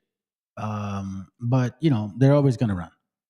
So, with all that being said, man, I hope you guys appreciate the live. I did it, you know what I'm saying, for the sake of the brother. And again, look, listen, I don't believe this is the old world. I for real. And that's something he knows, right? You know what I'm saying? We never debated about it. And I think we would have probably done it. But to be quite frank with you, at this moment, when you are a wise individual, it's like the scriptures say, know your audience. Know what you're dealing with. The Most High gives you a certain type of wisdom to analyze situations. Like, is it really like for example, I have a son, you know what I'm saying? My son's autistic, so, and he's older, you know what I'm saying? He's a man, so it's not the same shit, right? And I have to pick my fights with him. Like, I really do have to pick my fights. So I've learned to understand which things should I really fucking focus on and or like where can I come with the at least the similarity, understanding of who we are according to the Bible, and then how can we find a middle ground, or at least a clarity where I may be wrong or he may be wrong. You know what I'm saying? This may be the old world, fam. I'm not saying it ain't, but at the same time, he may be wrong. We see everything in part, but either way, I'm not supporting somebody that is a Christian. Do you get what I'm saying? I'm supporting my gente that believes in who we are according to the Bible. The brother spent 4 hours breaking this stuff down. And to me, that says enough about like who we are, and at least who he is. You know what I'm saying? Let me see. Nah, that's bullshit. Okay, so here's the deal. Okay, so I did say he's like, oh, he keep bringing out DNA, right? DNA. Okay, so I'm gonna show you my shit, and I think that's probably why the Most High allowed it to be this way, because this is not why I even believe this stuff. This happened way after my belief. You know what I'm saying? 2 years ago. I've been through this. I've been in this since 2016, 2018. That's like roughly around the walk where I started. Okay. So look, I'm gonna show you. So I did my DNA, right? Like that dude saying, where's your DNA? Okay, so I'll show you. Okay, so that's my legal name and shit, right? I don't give a fuck. You guys can try to find me. Trust me, you can find me. You just let me know when you want me to find you, and I'll find you too. It says here, recent analysis talked about supposedly that I'm like 92% or 91% from the Americas, predominantly Mexican and then Peruvian. That's like the most recent, right? Like supposedly. Now, when you look at advanced analysis, it says here that I am technically, right? Technically, when you look further into me, I'm technically the more South American, Peruvian, Mexican, more Peruvian than Mexican, meaning like I'm from the Aymara Quechua tribe. You know what I'm saying? That's why, I showed you guys some of my classes, right? Now, here's the interesting part. So when you look at the fact that it says that 92%, indigenous, meaning I don't have no fucking white blood in me, like maybe 1%, whatever that means. But I'm indigenous, you know what I'm saying? That's why the Most High gave me the spirit of understanding the scriptures. That's why it comes so easy to me. And I'm not boasting, because I was a bottom barrel alcoholic. So when I say these things, it's because it's saving my life, okay? And I get the authority to express these things to you, brothers and sisters. And when I'm wrong, somebody please correct me and show me, because I will embrace it. Like the brother Rayak that I talked to, we do bump heads, but then he proves a point and I have to shut the fuck up. So you know what I'm saying? So we bounce each other's minds and shit. So anyways, so just check this out. So now let's go to the white man sign, since they're talking about DNA, right? So, we see that I'm 92% indigenous. Okay, sounds good. But then it says here that, my tracer is like Peruvian, Mexican, right? So all that stuff. Like, and then you go back. Oh, hold on a second. I want to show you this because, Africanus, Americanus, right? The ones that hate us, they will say, oh, look, he's Chinese. For whatever reason, that came in there. Fine. I'll accept it. It is what it is. I can't fucking deny it. But then it says Peruvian. Again, he sounds like, right? So you're like, he's Chinese. Okay, sounds good. And then Peruvian, and then Mexican, Peruvian, Mexican. Now look at the years. 1745 AD, 1720 AD, right? So we're going further. Now it's talking about like 11 generations back. Now let's go to the right side. 13 generations back. So now it's going further into the years, right? 15 generations back. 1545 AD, like around the time when the Spaniards came, black and white ones, right? Like I'm here. My family's here. Like, you know what I'm saying? Like 1495 AD. That means like I was here when they fucking came. Let's make that clear. It means my family, my bloodline has been here since they fucking came. Okay? 1470, 1532. So now it's going to skip. Now it's going to say that they trace my bloodline since 245 AD. Okay? Now, I've said with y'all that we are Hebrews and we migrated from a certain area. Okay? Check it out now. Now, here is where some people said, he's I1B, he's a white boy. No, because that branch, if you look at science, because that's what we're going to use right now, comes from Africa, supposedly, and then it ends up here, and then it branches out. Okay? So, here's what it's going to say that my father is from, my forefathers. Not Spain, not Africa. Okay? It's done. Do you know where my forefathers come from? Right there. That's my DNA, family. That's Nineveh. That's where Abraham sojourned after he left the Ur of the Chaldees. So this is why I tell people, listen, I don't know why the Most High allowed me to have this kind of information. I don't know. Maybe he wanted me to be like, yo, listen, man, I need you to be the one to shut the fuck up. Shut these people up. Because they're going to try to say that, oh, well, your DNA. Okay, sounds good. Well, I did not come alone, did I? And my bloodline shows that I did not come after 1492, did I? My advanced analysis says that I've been here for more than 2,000 years, but my forefathers come from this fucking region. Come on, Sam. Listen, I can tell you a bunch of lies and, you know what I'm saying, make up shit. But, you know, when you want to use somebody and say, okay, you're not Hebrews, but we use the Bible, we use historical books, we use facts, then you want to say, no, we don't believe it. So listen, fam, 4 hours and 15 minutes. Thank you very much for fucking being here today. I appreciate y'all for showing support because it's not about me. It's about the brother doing his thing, man. And again, one of these days we'll get to talk about it. But I'm in no rush, man, because you know what? We're doing the Lord's work. It's just like in the scriptures, it talks about that. Let me see if I can find it. Which one is it? There's a scripture that talks about the prophets are saying, hey, the Messiah, they're like, hey, man, they're teaching in your name, bro. And, you know, we need to tell them to shut up. And he's like, nah, it's all good. That's the way it should be. You know what I'm saying? They don't get to speak about me unless I give them authority.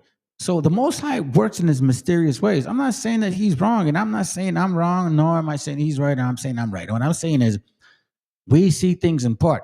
But for the first time in a long time, our people are starting to wake up. You know what I'm saying? For the first time, you guys are seeing like our people like debating on this and putting these Canaanites in their place. A lot of you guys came from this little tribal hood that made you believe that you weren't worthy.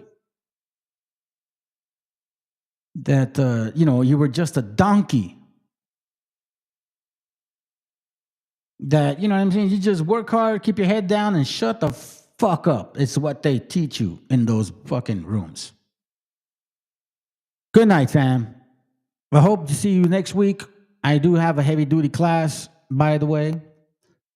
Yeah. See you next week. We're going to play some music and we're out.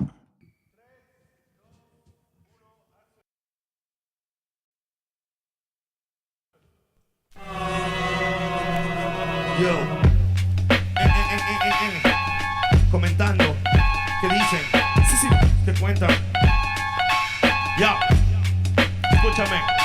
Ya, los medios cuentan que si hay libertad de prensa, la mordaza es cosa escasa y todos dicen lo que piensan. Y esa sutil es impresa y repetida diariamente tiene contenta tu mente con yo soy combate y fiesta. Presta el control, Tarantino no es tan gore como los crímenes de amor que a toda hora se nos muestra. Pues tal vez la estrategia impuesta, pánico en el público y manejarás encuesta pal. Político en vez de patrullas se vende camilla para un hospital. Como si esa mierda de tombo no diera seguridad. No será casualidad que el otro dueño del canal sea el cerro sobrino pero bueno de cumplir hermano pariente papá. Si esa nostalgia no es noticia, su codicia se evidencia. Propicia violencia y plástico, panémica, belleza. Fútbol, patriotismo, falso, culo, vasos de cerveza. Pele cáncer pa' tu mesa y el domingo en misa pesa. Sobre su cabeza pesa el atraso mental del pueblo. Oposición vendió trasero, dictador, grupo Romero. Pero se confundieron acá, la palabra es cruda. Autoeducación en camino se enfoca la lucha a través de cultura. Es como genera de uno, tal vez otro loco se suma. Ya saben, cortina de humo que explota la mina que mata la cuna. Primo, vengo que trate la fruna, no una pura canción de aventura. Así no censura, emite basura, no le conviene que sepa verdura. Hay extorsiones, violaciones, robo, llanto y más. Con tanto muerto el morbo están alimentando, pues no hay paz. Solo un odio contenido en minis para que vivan en la fantasía algún día cambiará. Hay extorsiones, robo, violaciones, llanto y más. Con tanto muerto el morbo están alimentando, pues no hay paz. Solo un odio contenido en minis para que vivan en la fantasía algún día cambiará. cambiará. Sensacionalismo, amigo eterno de la prensa, el mismo que forjó al humano sumiso, callado y muestra. En el noticiero, en el artículo del diario, la vida de una bebé que poco invierte. Al vecindario sirven como fieles feligreses, a oscuro intereses, mienten todo el día, crean solo estupideces. La historia afirma, indica que siempre negaron información alternativa que todo pueblo merece. A cada instante pareciera su labor asesinar una memoria colectiva que hace una nación, con una prensa cómplice que juega con humor, desconociendo ese dolor que nos dejó ese dictador. Cortina de humo es su mejor función, para apartarte de la fuente harán de todo, pues miró hoy como venderte el culo de Sharon Stone, cagándose en tu derecho a la objetiva información. El narco, el almirante, el presidente, el congresista, algún ministro, algún legado, de seguro es el patrón de ese periódico morboso y amarillo que al leerlo 2 minutos te vuelve en un show. Los medios son culpables, responsables de toda propia basura que te ofrece la TV. Pues será mejor que se autoeduque, pues my friend, porque el comercio de los medios te carcome hasta las 100. Hay violaciones, extorsiones, robo y tanto y más. Con tanto morbo el morbo están alimentando, ves, no hay paz. Solo un odio contenido en bilis para que vivan en la pantalla si algún día cambiará. Hay extorsiones, violaciones, robo y tanto y más. Con tanto morbo el morbo están alimentando, ves, no hay paz. Solo un odio contenido en bilis para que vivan en la pantalla si algún día cambiará. Que algún día cambiará. Que algún día cambiará. CPF.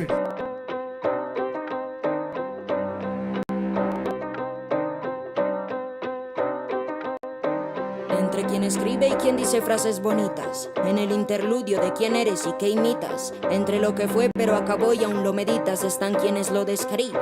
Afroditas, la melancolía entre tantos casos adversos. No conozco tu historia y sé que debe tener tropiezos. Es empatía lo que deben dictar mis versos. Y quiero que al escucharlo no solo yo aprenda de eso. Pertenezco al tipo de persona poblacional reducido que se clarifica normalmente por escrito. No sé si tú, sé que si yo tengo motivos, tengo la fe para dar más de lo que digo. Si el poder está en la palabra, entonces habla. Si la energía te perdió, debes buscarla. Si todo sale bien, no olvides cuidar tu espalda. Y si todo sale mal, en ese ritmo también baila. Abracadabra invisible ante los matices. Con dopamina laminé mis cicatrices. A los totazos hice que el pasado extirpe. Y como pirómano gocé del fuego de mi eclipse. Pasarán lloviznas y tormentas, días lentos, luego noches eternas. Notarás que el tiempo nunca frena, aunque pidas descanso, como sea. Pasarán lloviznas y tormentas, días lentos, luego noches eternas. Notarás que el tiempo nunca frena, aunque pidas descanso. ¿Cómo? Mientras respiro, retomo, recuerdo, vuelvo y me hundo. Solo siento que lo digo, si lo narra algo profundo. No me importa el lugar, llegar en primero o segundo. Si el beat se deja llevar, me le monto y lo escupo. En nombre de lo divino, sobre lo que diga sumo. En nombre de lo que dije, mi reacción y cómo actúo. En nombre de la reacción que sea en el momento oportuno. Y bendice a quien me hizo mal, sabes que no mido mi pulso. Tiempo fuera, checkmate, jaque mate. Minuto y medio que no he sacado mis ases. Secreto no es, llevo compases en la sangre. Por eso es que cuando escribo solo pido el pisto alcance. Para hablar claro, para mí esto nunca fue moda. Sé que escribo desde que tengo memoria. No tuve afán de escenario y miles personas. Soy número 1 fan de estar en mi cuarto a solas. Salud o enfermedad, el rap fue el único antídoto. Si pensé no dar más, mi bafle fue el que devotó. También dije te amo a quien después le sentí odio. Fue testigo de mi ira y volver a hacerlo si lo evoco. Lonely, lonely, lonely. Lonely, lonely, lonely. Lonely, lonely, lonely. Lonely, lonely, lonely. Pasarán lloviznas y tormentas, días lentos, luego noches eternas. Notarás que el tiempo nunca frena, aunque pidas descanso, como sea. Pasarán lloviznas y tormentas, días lentos, luego noches eternas. Notarás que el tiempo nunca frena, aunque pidas descanso, como sea.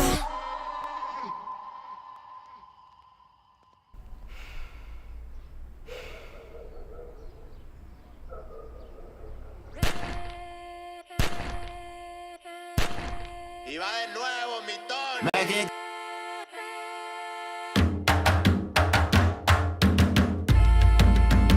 Estamos aquí, oye, que estamos aquí. Mírame, estamos aquí.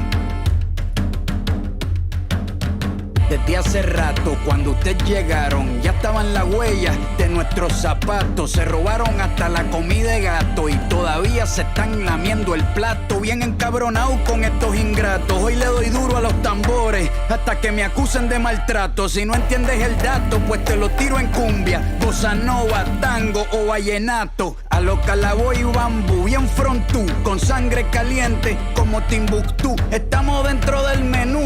Tupac se llama Tupac por Tupac Amaru del Perú. América no es solo USA, papá. Esto es desde Tierra del Fuego hasta Canadá. Hay que ser bien bruto, bien hueco. Es como decir que África es solo Marruecos. Estos canallas se les olvidó que el calendario que usan se lo inventaron los mayas con la Valdivia precolombina. Desde hace tiempo, este continente camina, pero ni con toda la marina pueden sacar de la vitrina la peste campesina. Esto va para el capataz de la empresa. El machete no es solo para cortar caña, también es para cortar cabeza. Aquí estamos, siempre estamos, no nos fuimos, no nos vamos.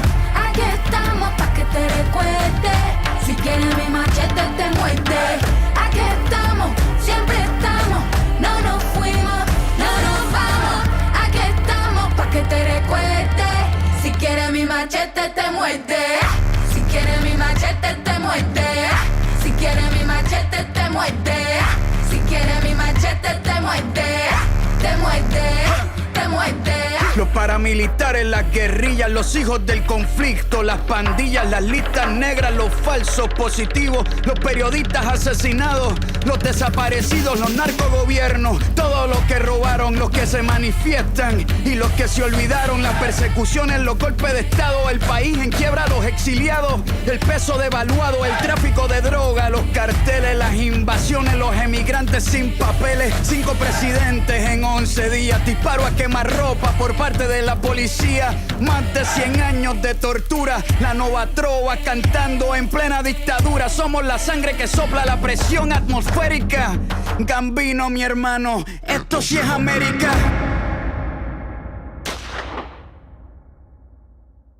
Aquí estamos, siempre estamos, no nos fuimos, no nos vamos. Aquí estamos pa' que te recuerde. Si quieres mi machete te muerde. Aquí estamos, siempre estamos, no nos fuimos, no nos vamos. Aquí estamos pa' que te recuerde. Si quieres mi machete te muerde. Si quieres mi machete te muerde. Si quieres mi machete te muerde. Si quieres mi machete te muerde. Te muerde, te muerde.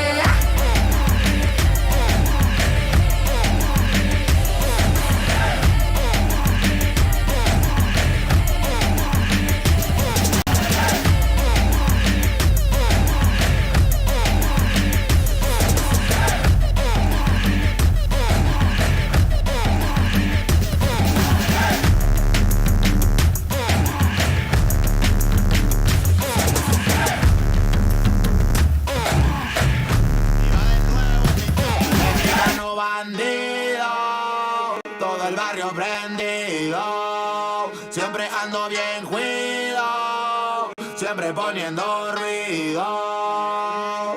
Mexicanos al grito de guerra, yo defiendo mi tierra, no me dejo de nadie, yo cuido a los míos, mi raza se aferra. Soy mexicano, esa es mi bandera, yo la levanto por donde quiera, verde, blanco, rojo hasta que muera, el barrio prendido ya quemó afuera.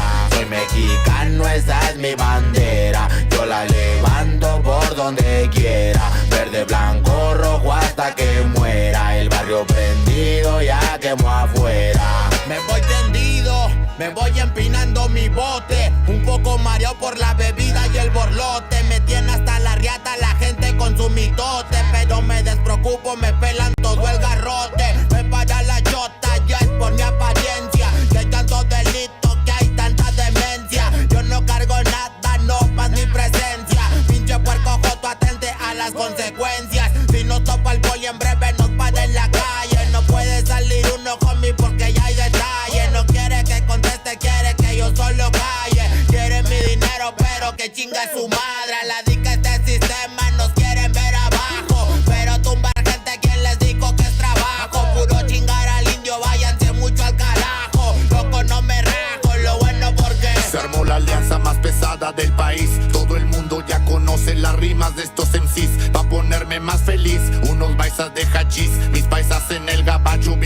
con la polis. Loco en Guanajuato con los ojos bien tumbados, de cote con el quesada, rifando por todos lados. Atento si prendo un blunt en cabina cuando grabo. Represento Nuevo León junto a mi carnal el Davo. Cuando voy pa' Jalisco el pasado está olvidado. Con el perro de la C bien grifo, pedo y enfiestado. Chécate mi banderón unido como había soñado. Bien bajado ese balón, compa Lefty bien bajado. Puro hip hop mexa hasta que amanezca. Pásenme un mezcal y que no se apague la yesca. Ya saben que aquí andamos pilas pa' lo que se ofrezca. Si escribo estas rimas es pa' que se enorgullezca. Verde marihuana, blanca cocaína, roja la sangre que escurre de una nueva herida. Yo salí de la ruina, nunca se me olvida. Con disciplina y respeto sigo en siempre la movida. Ando bien high, la vida es un freestyle. Disfruta lo que hay, vivo entre el bien y el mal, carnal. Crazy life todo el día, viendo live. Pinto tu barda con spray, lo que canto es real. Azules y rojas las sirenas que me persiguen. No suben pa' la virgen, salen todos cuando chifle. Mi barrio no lo pisen, que andamos todos grises. Maldito policía, no quiero que me revises.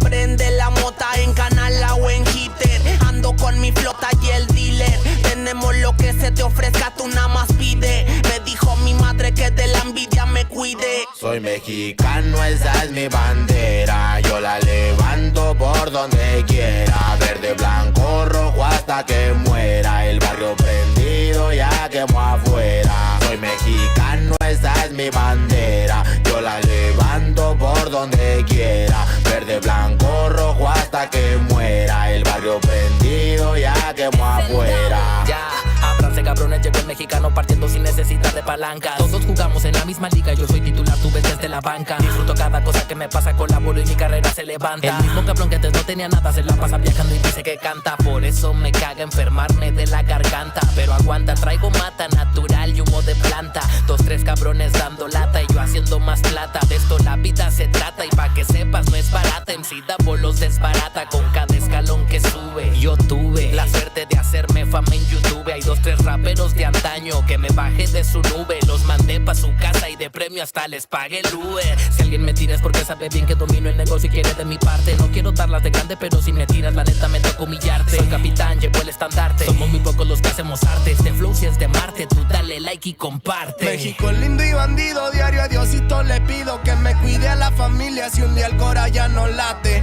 Estoy bendecido porque me cuidan los míos. Orgullosamente me exatamos locos de remate. Jaque mate, no hable de volar si viene gateando. La cosa por la frontera se pone violenta, no importa el rango. Toda la raza jalándole duro, si hay algo seguro es la muerte en donde ando. Sudor y la sangre en la frente, los de alzada controlando. Se roban la atención, ya saben quiénes son. Vatos locos con sazón como el de un corridón. No quiera tomarme el pelo si ando todo pelón. Levantando la bandera, viva México cabrón. La bandera con un águila, Simón, mi tierra es esta. Me vale si mi piel o si mi acento les molesta. Acá jalan horas extras, nunca duermen la siesta. Están los que van pa'l jale y los que la viven de fiesta. Otros que en el pintón se tatúan de corazón. 3 colores en el pecho, morirían por su nación. Aunque su puto gobierno los puso en la situación de no terminar la escuela y terminar en la prisión. ¡Viva México, ladrones! ¿Qué hubo, les presidente? Ya saben que por mí policías chinguen a 20. Y ahí están mis 20 pa' la cagua. Aguas, que es tierra caliente de Chiapas hasta Chihuahua. Wow, wow, wow, yipi yo, yipi yucas. Guanas, Montequín, Aguas, Tijuas y San Lucas. San Luis Potoyes, Mataulipas, La Puebluca. Dime si o no, loco, acá tienen lo que buscas. Soy mexicano, esa es mi bandera. Yo la levanto por donde quiera. Verde, blanco, rojo hasta que muera. El barrio prendido ya quemó afuera. Soy mexicano, esa es mi bandera. Yo la levanto por donde quiera. Verde, blanco, rojo hasta que muera. El barrio prendido ya quemó afuera. Puro hip hop mexa, perros, 2023. Hey yo, hey yo. Somos la santa carnal. Ey, ey, los machidones de la plaza. Oye, DJ donde que los scratches. Desde alzada, mi perro. No saben quién soy o sí. Oye. Viva México, cabrones.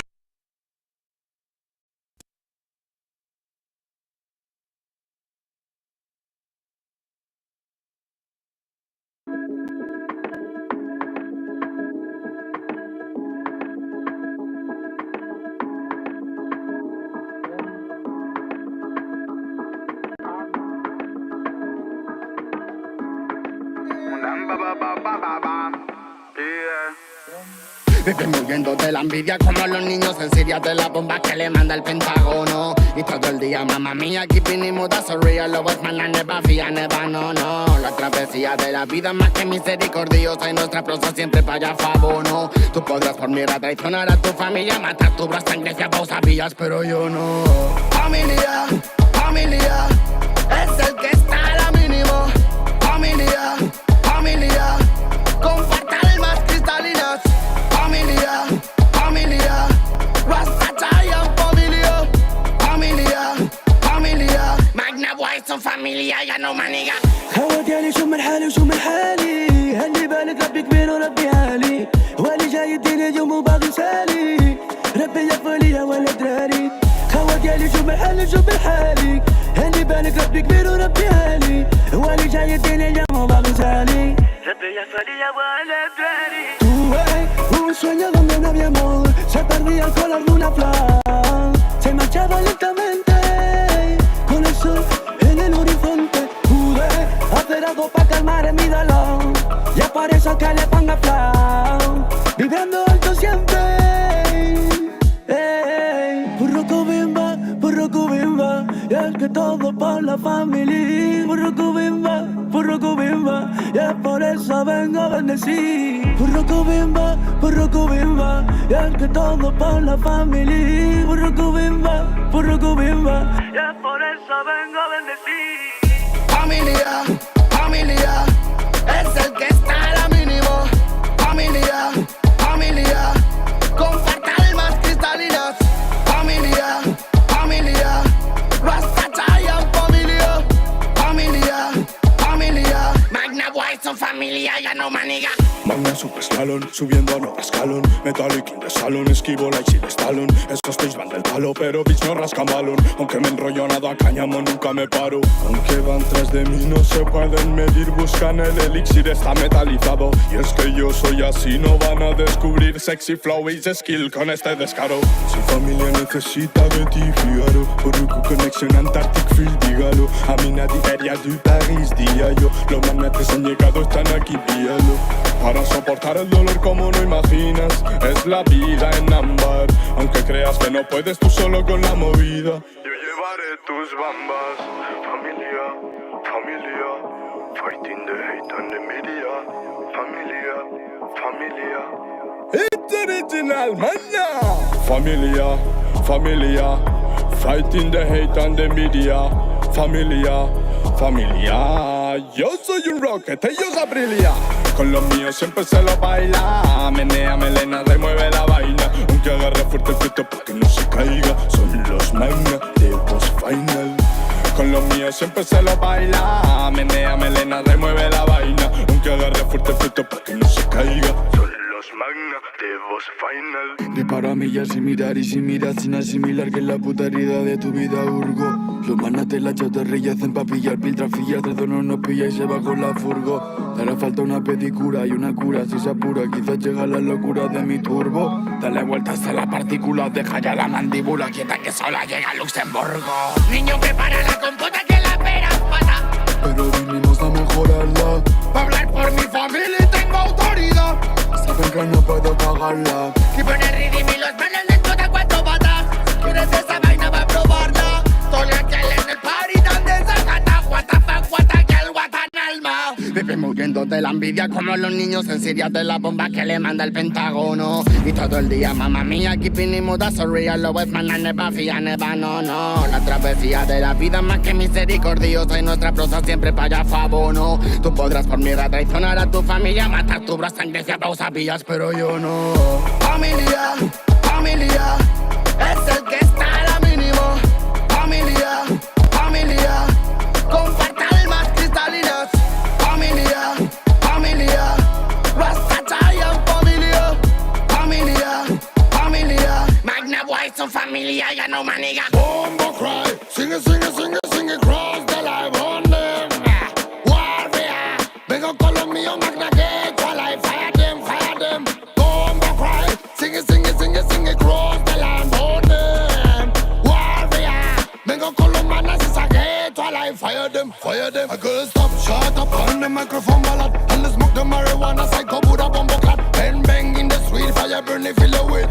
Rasta man, I want Illuminati play the kill. Stop, shut up, on the microphone, galat. And the smoke the marijuana, psycho Buddha, mumbo clan. Bang, bang in the street, fire burn it, fill it with. Key Cray is a king, Magnus thing. Nobody, no kill them. In a crazy style. Chale, no fire them. It's a Rasta ganja. Nobody, no kill them. It's a crispy style. Tally, no fire cream. It's a Rasta ganja. Familiar, Rasta chai is familiar. Key Cray is familiar. Pure nego is familiar. Sico, Key Magneto, familia. Es el que está en la mínima. Familia. Compactar más cristalinas. Familia. Rasta y Zion, familia. Magna boy que te hablaste, manego.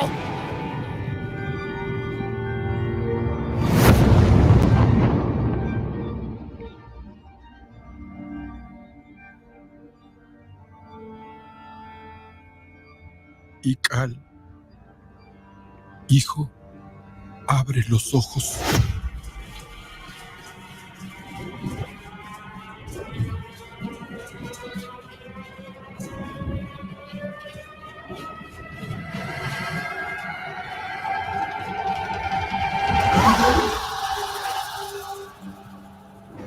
Tu cuerpo se queda con nosotros, pero tu espíritu debe seguir.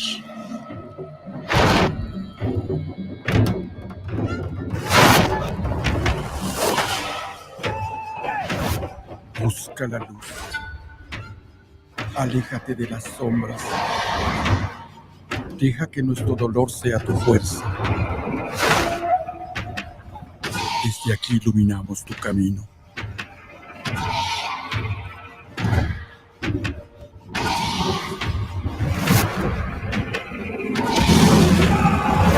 Lucha como nosotros ante esta pena tan grande. Yo soy tú.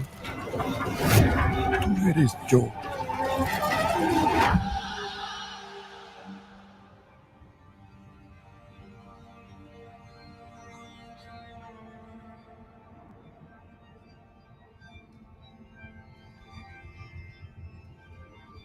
La muerte que hoy nos separa, mañana volverá a unirnos. Eres libre, hijo.